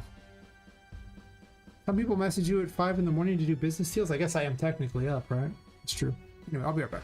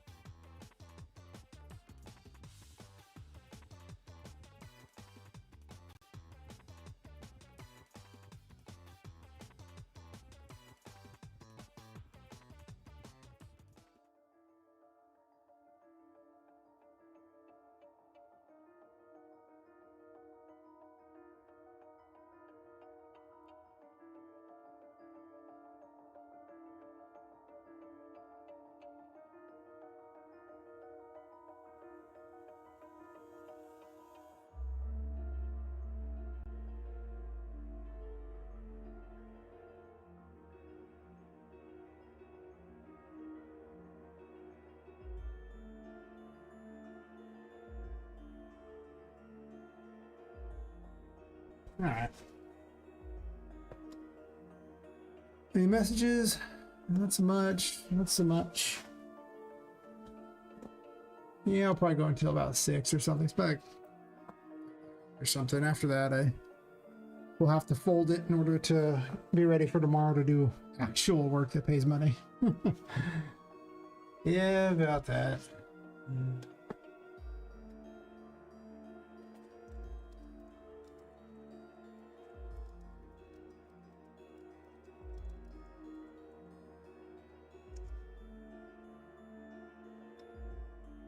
Hoping that guy spends the some odd like $900 in credit I have at this one store. I'd like to make some profit, you know what I'm saying? I like profit.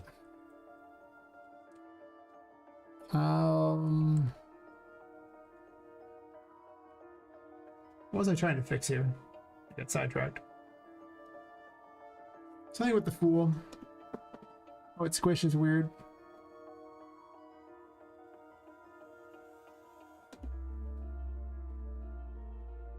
I don't really want to squish everything, but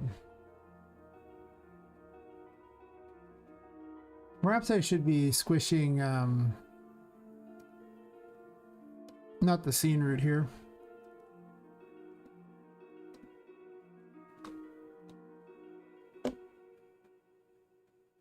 I should be squishing the skeletal mesh.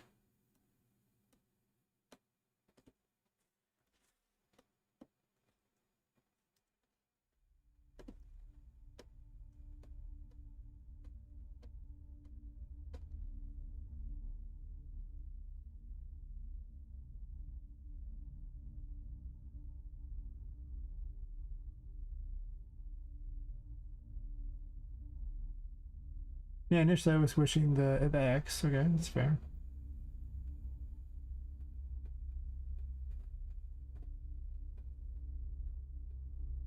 Sure.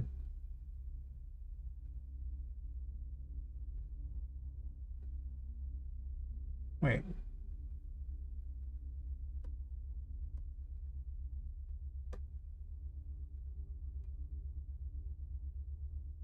Oh, that's right. Nothing special on here. Though I cleaned it up a little bit so it's a little less messy.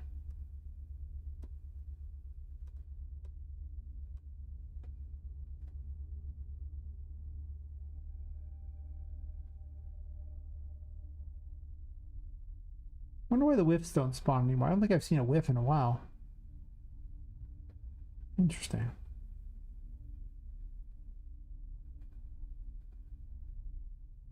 Maybe I thought there were too many.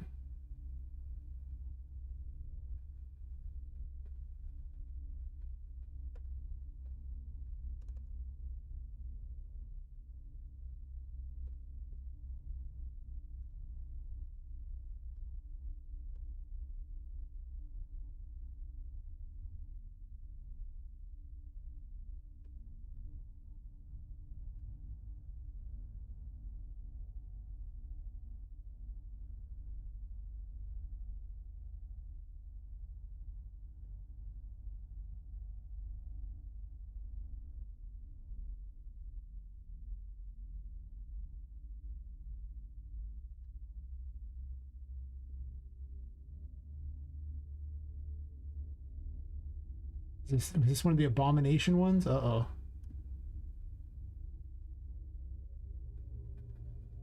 Be gone, abomination.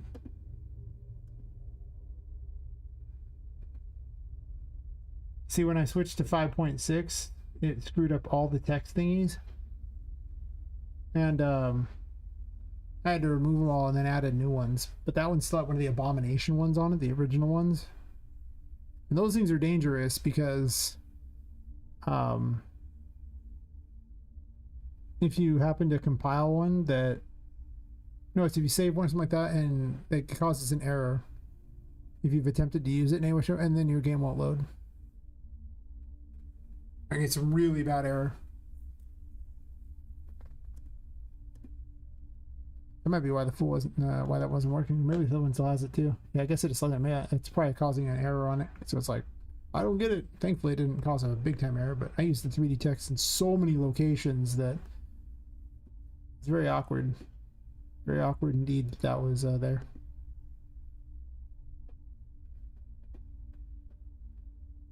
Oh well.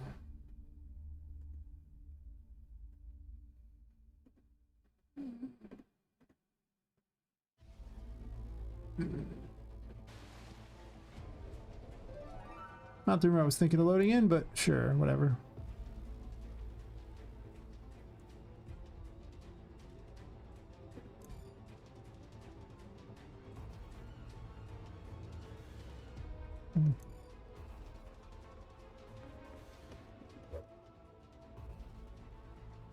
Mm.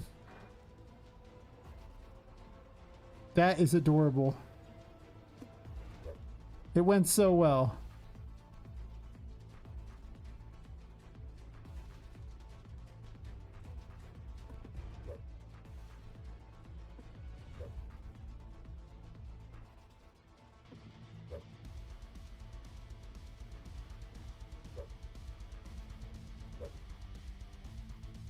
Nah, it's way too long. This thing's got some real problems, doesn't it?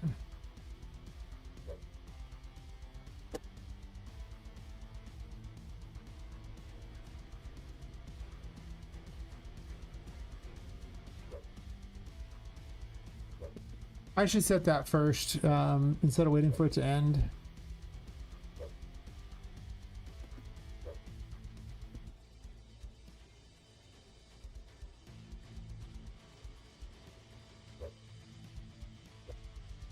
Yeah, I should.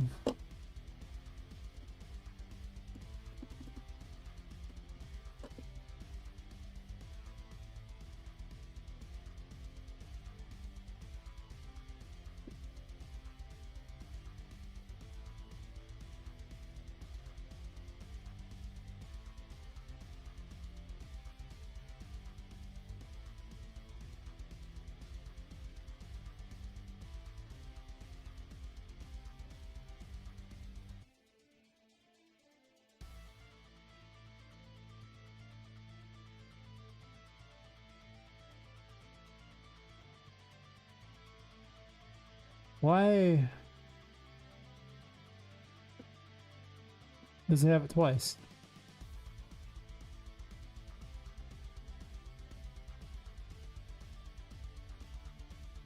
Huh. I don't know.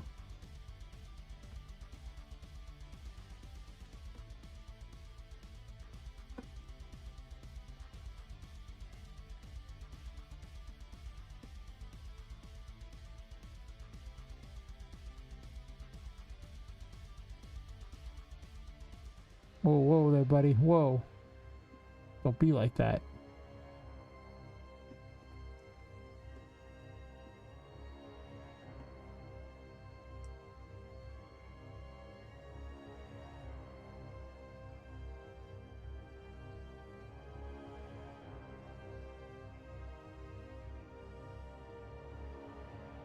Okay, thought I had this all highlighted. Guess not.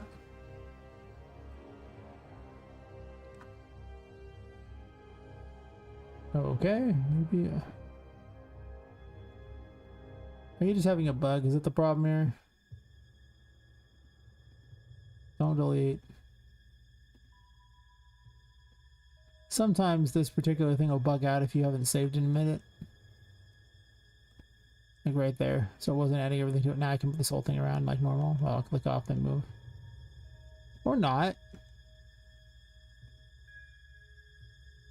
What's the problem? I'm supposed to add all these to the thing. I guess I didn't add them to this one too. Maybe.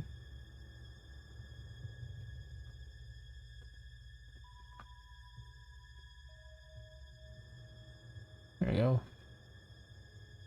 Sometimes I wonder if auto-size comments is worth the effort, because a lot of times it actually seems like it's more work than anything else.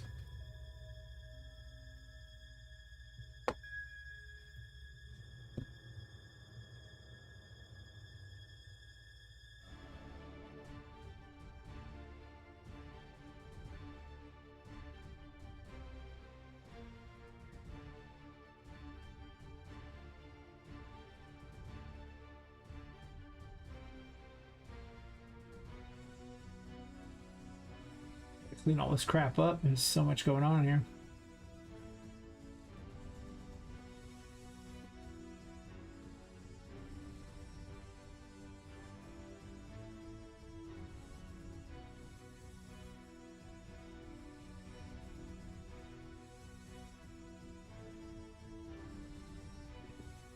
I had weapon levels ages ago, and I'm probably not gonna do weapon levels anyway. I broke it intentionally, as it says. But I've never re-enabled it. Now I'm just doing a base type of, you know, like multiplier based on your level. It's possible weapon levels could be a better strategy though, but I really don't want to create 78 levels for it, so I think having a calculation is much better than having this, where the numbers are specifically set.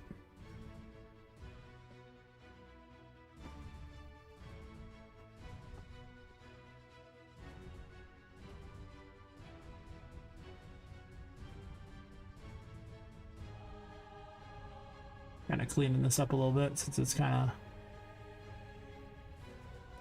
all over the place.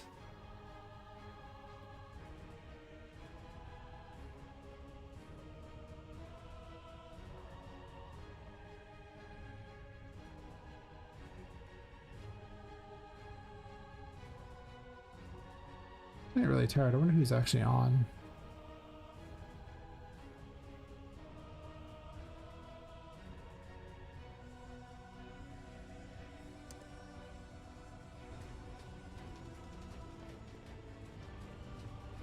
Okay, not on that side of the wall, please.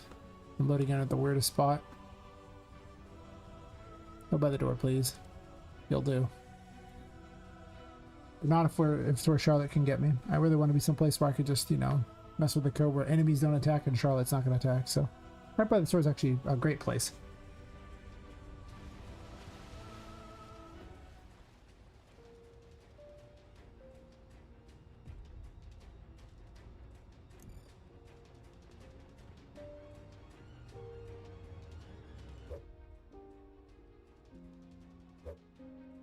What happens there that causes this effect?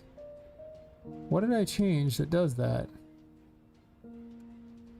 As soon as I do this, it goes back to working. Except right there, it changed and didn't set the thingy.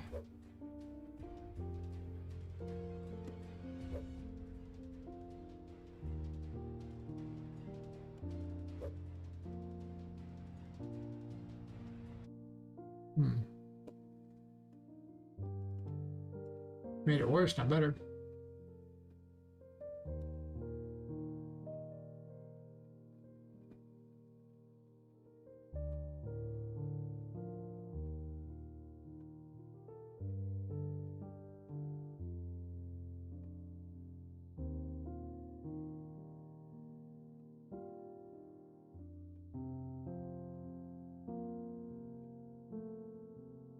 Oh,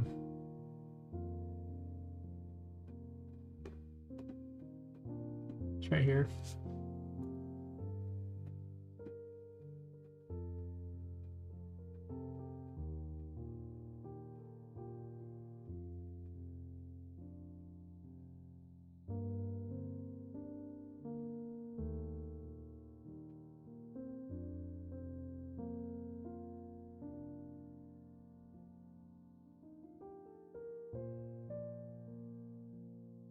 No, I guess right here.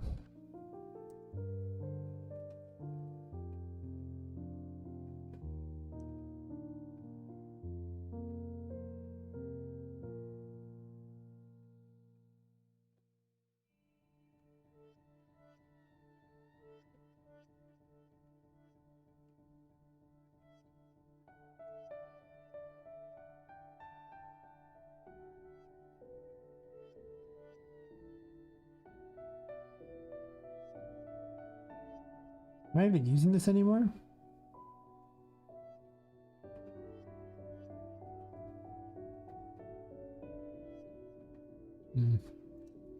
Get the feeling I need some investigation here.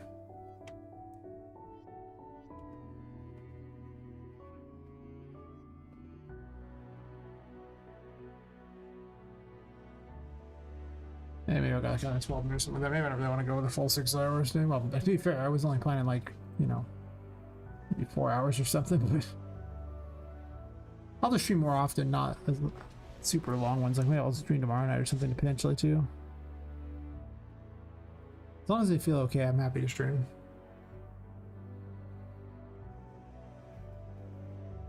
Just keep working on the game.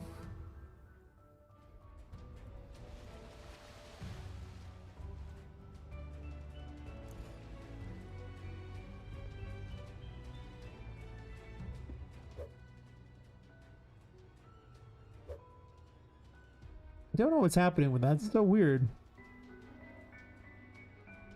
Enlarge there, and then from this point on, it works fine. Like I'll swing it and it's fine. Actually, maybe it's not fine.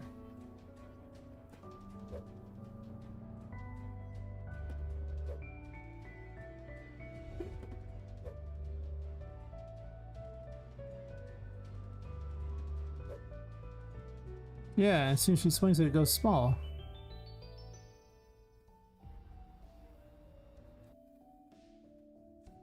You made this worse, not better.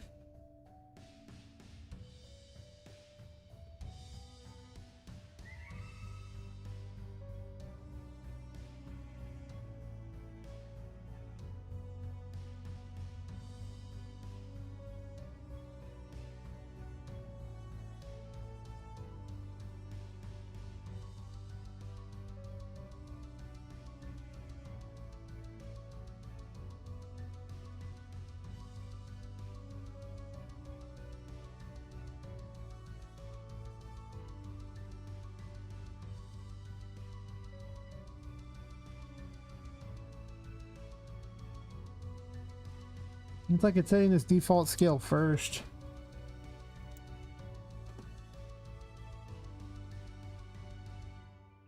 I think it's because right here, these extra swing things happen. This only triggers when super mode's enabled, so this is never actually done.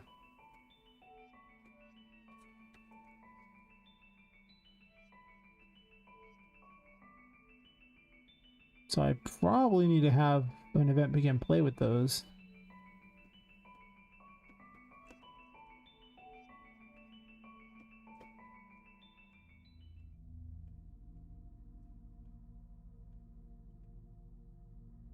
At some point I'm getting a little tired enough that I don't know. I have to do a bunch of work before I wake up tomorrow anyway. And they want a bunch of information before I meet with them tomorrow so we can talk to people and beforehand and yeah.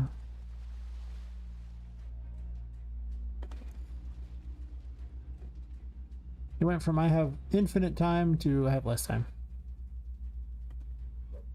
It gets smaller, like the initial size is larger.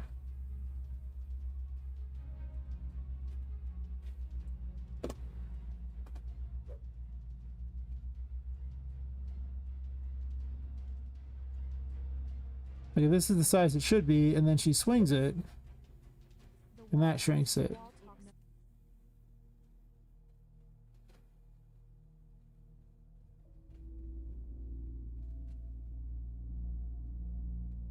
How am I botching this?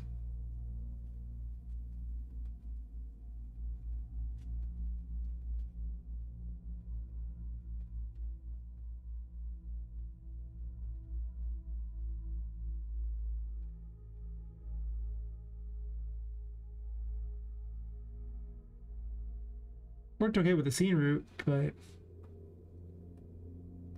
maybe I stick with that.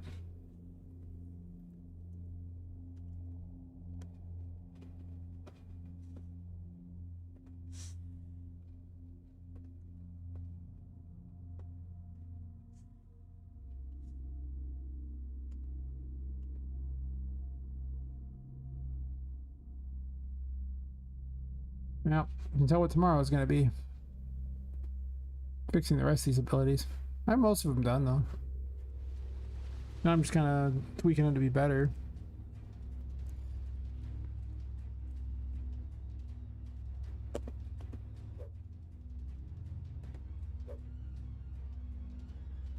Fantastic.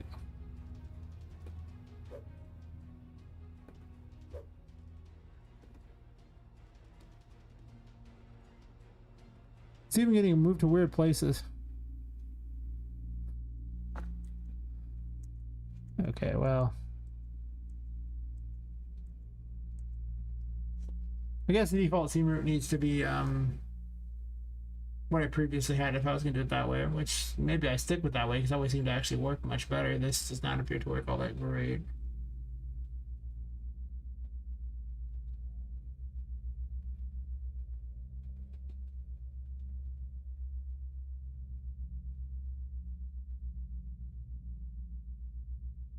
Has to be some timing issue with the other thing or something like that.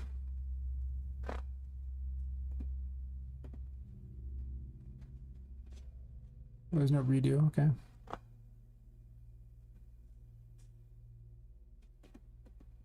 Because I could just do this strategy here. And it was working, though there was a problem, but it seems like my new situation is working much worse. I get why it's moving.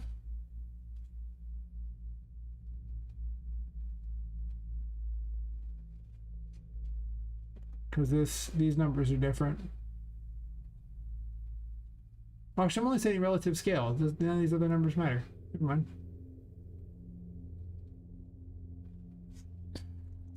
Ah.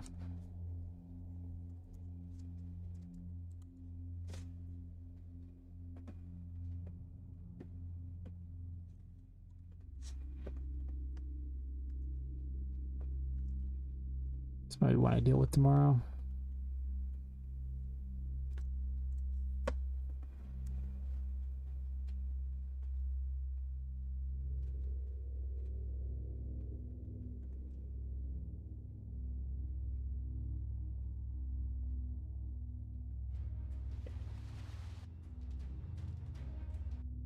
The dev menu freezes things if done too early.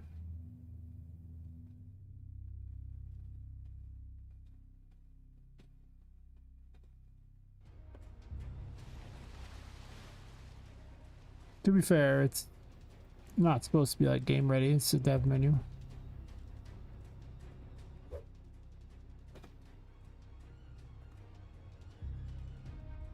That just seems to work a lot better. I don't remember why I changed it.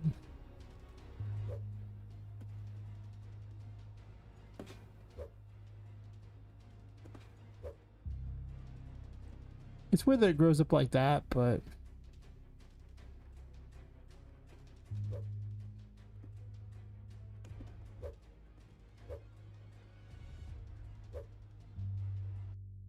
seems to work okay, I guess. Close enough.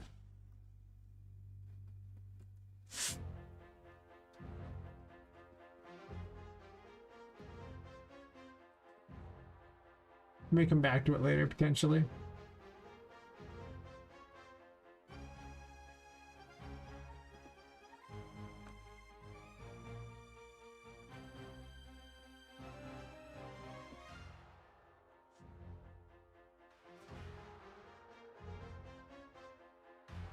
That one ray trace might have messing stuff up for the other thing too.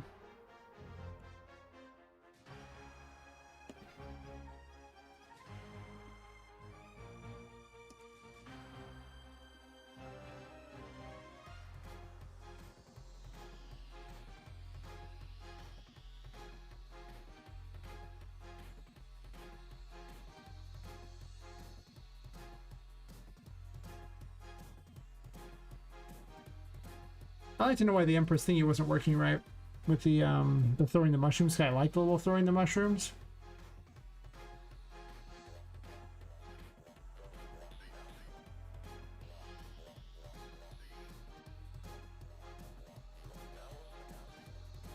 And also, if the mushrooms that you throw, like when you plant, also grow like and shrink plants, then it would be less confusing than having what amounts to a completely different mode. If you're using the tarot thing, like, you know, her just, you know, it's a lot easier to understand planting them in normal mode versus throwing them in the tarot mode, and then both having a similar effect. I guess they're supposed to do damage in the other one, maybe.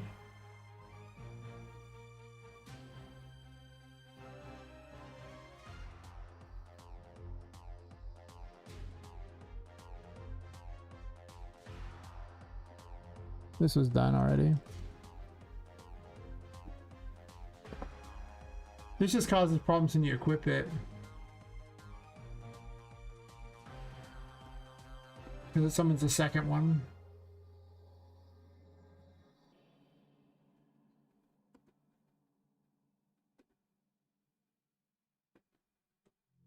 Hmm.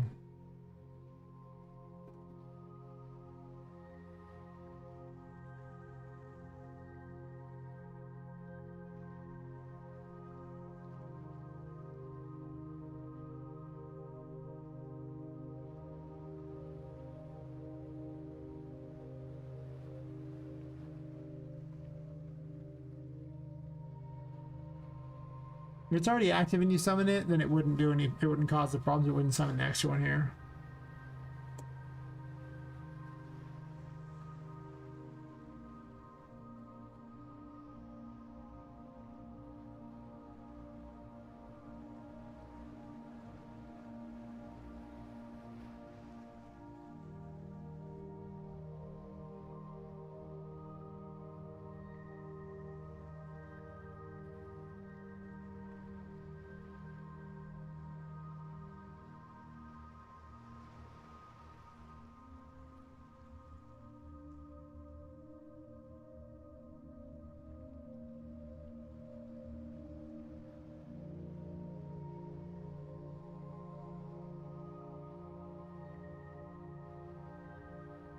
Mm.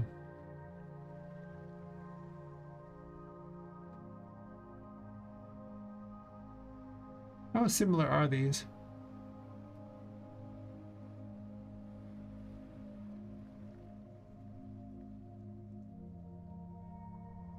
Because I janked it out of this one here, but I actually just had the separate one up here that was what I thought was better.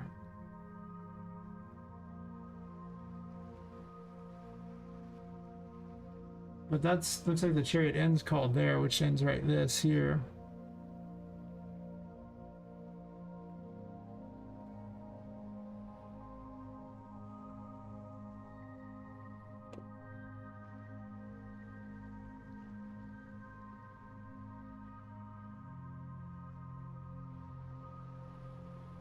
Maybe this one was better.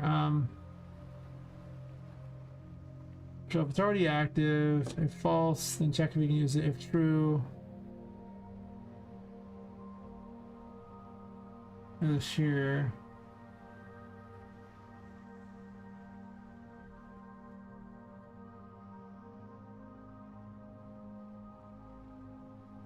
Attack, set movement, falling, share, and destroy the wing component if you have it.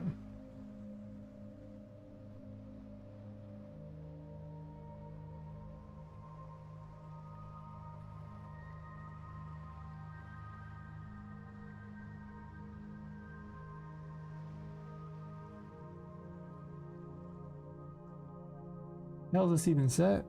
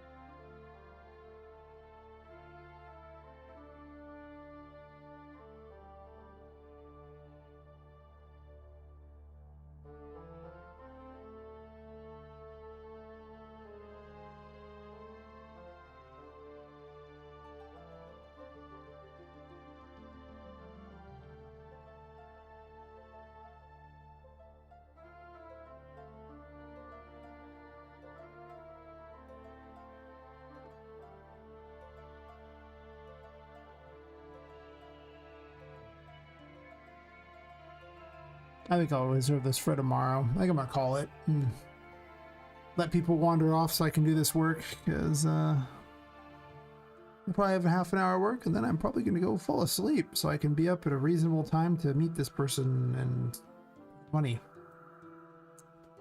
No, I'll probably be back tomorrow night, as long as I'm not feeling terrible or something, because why not?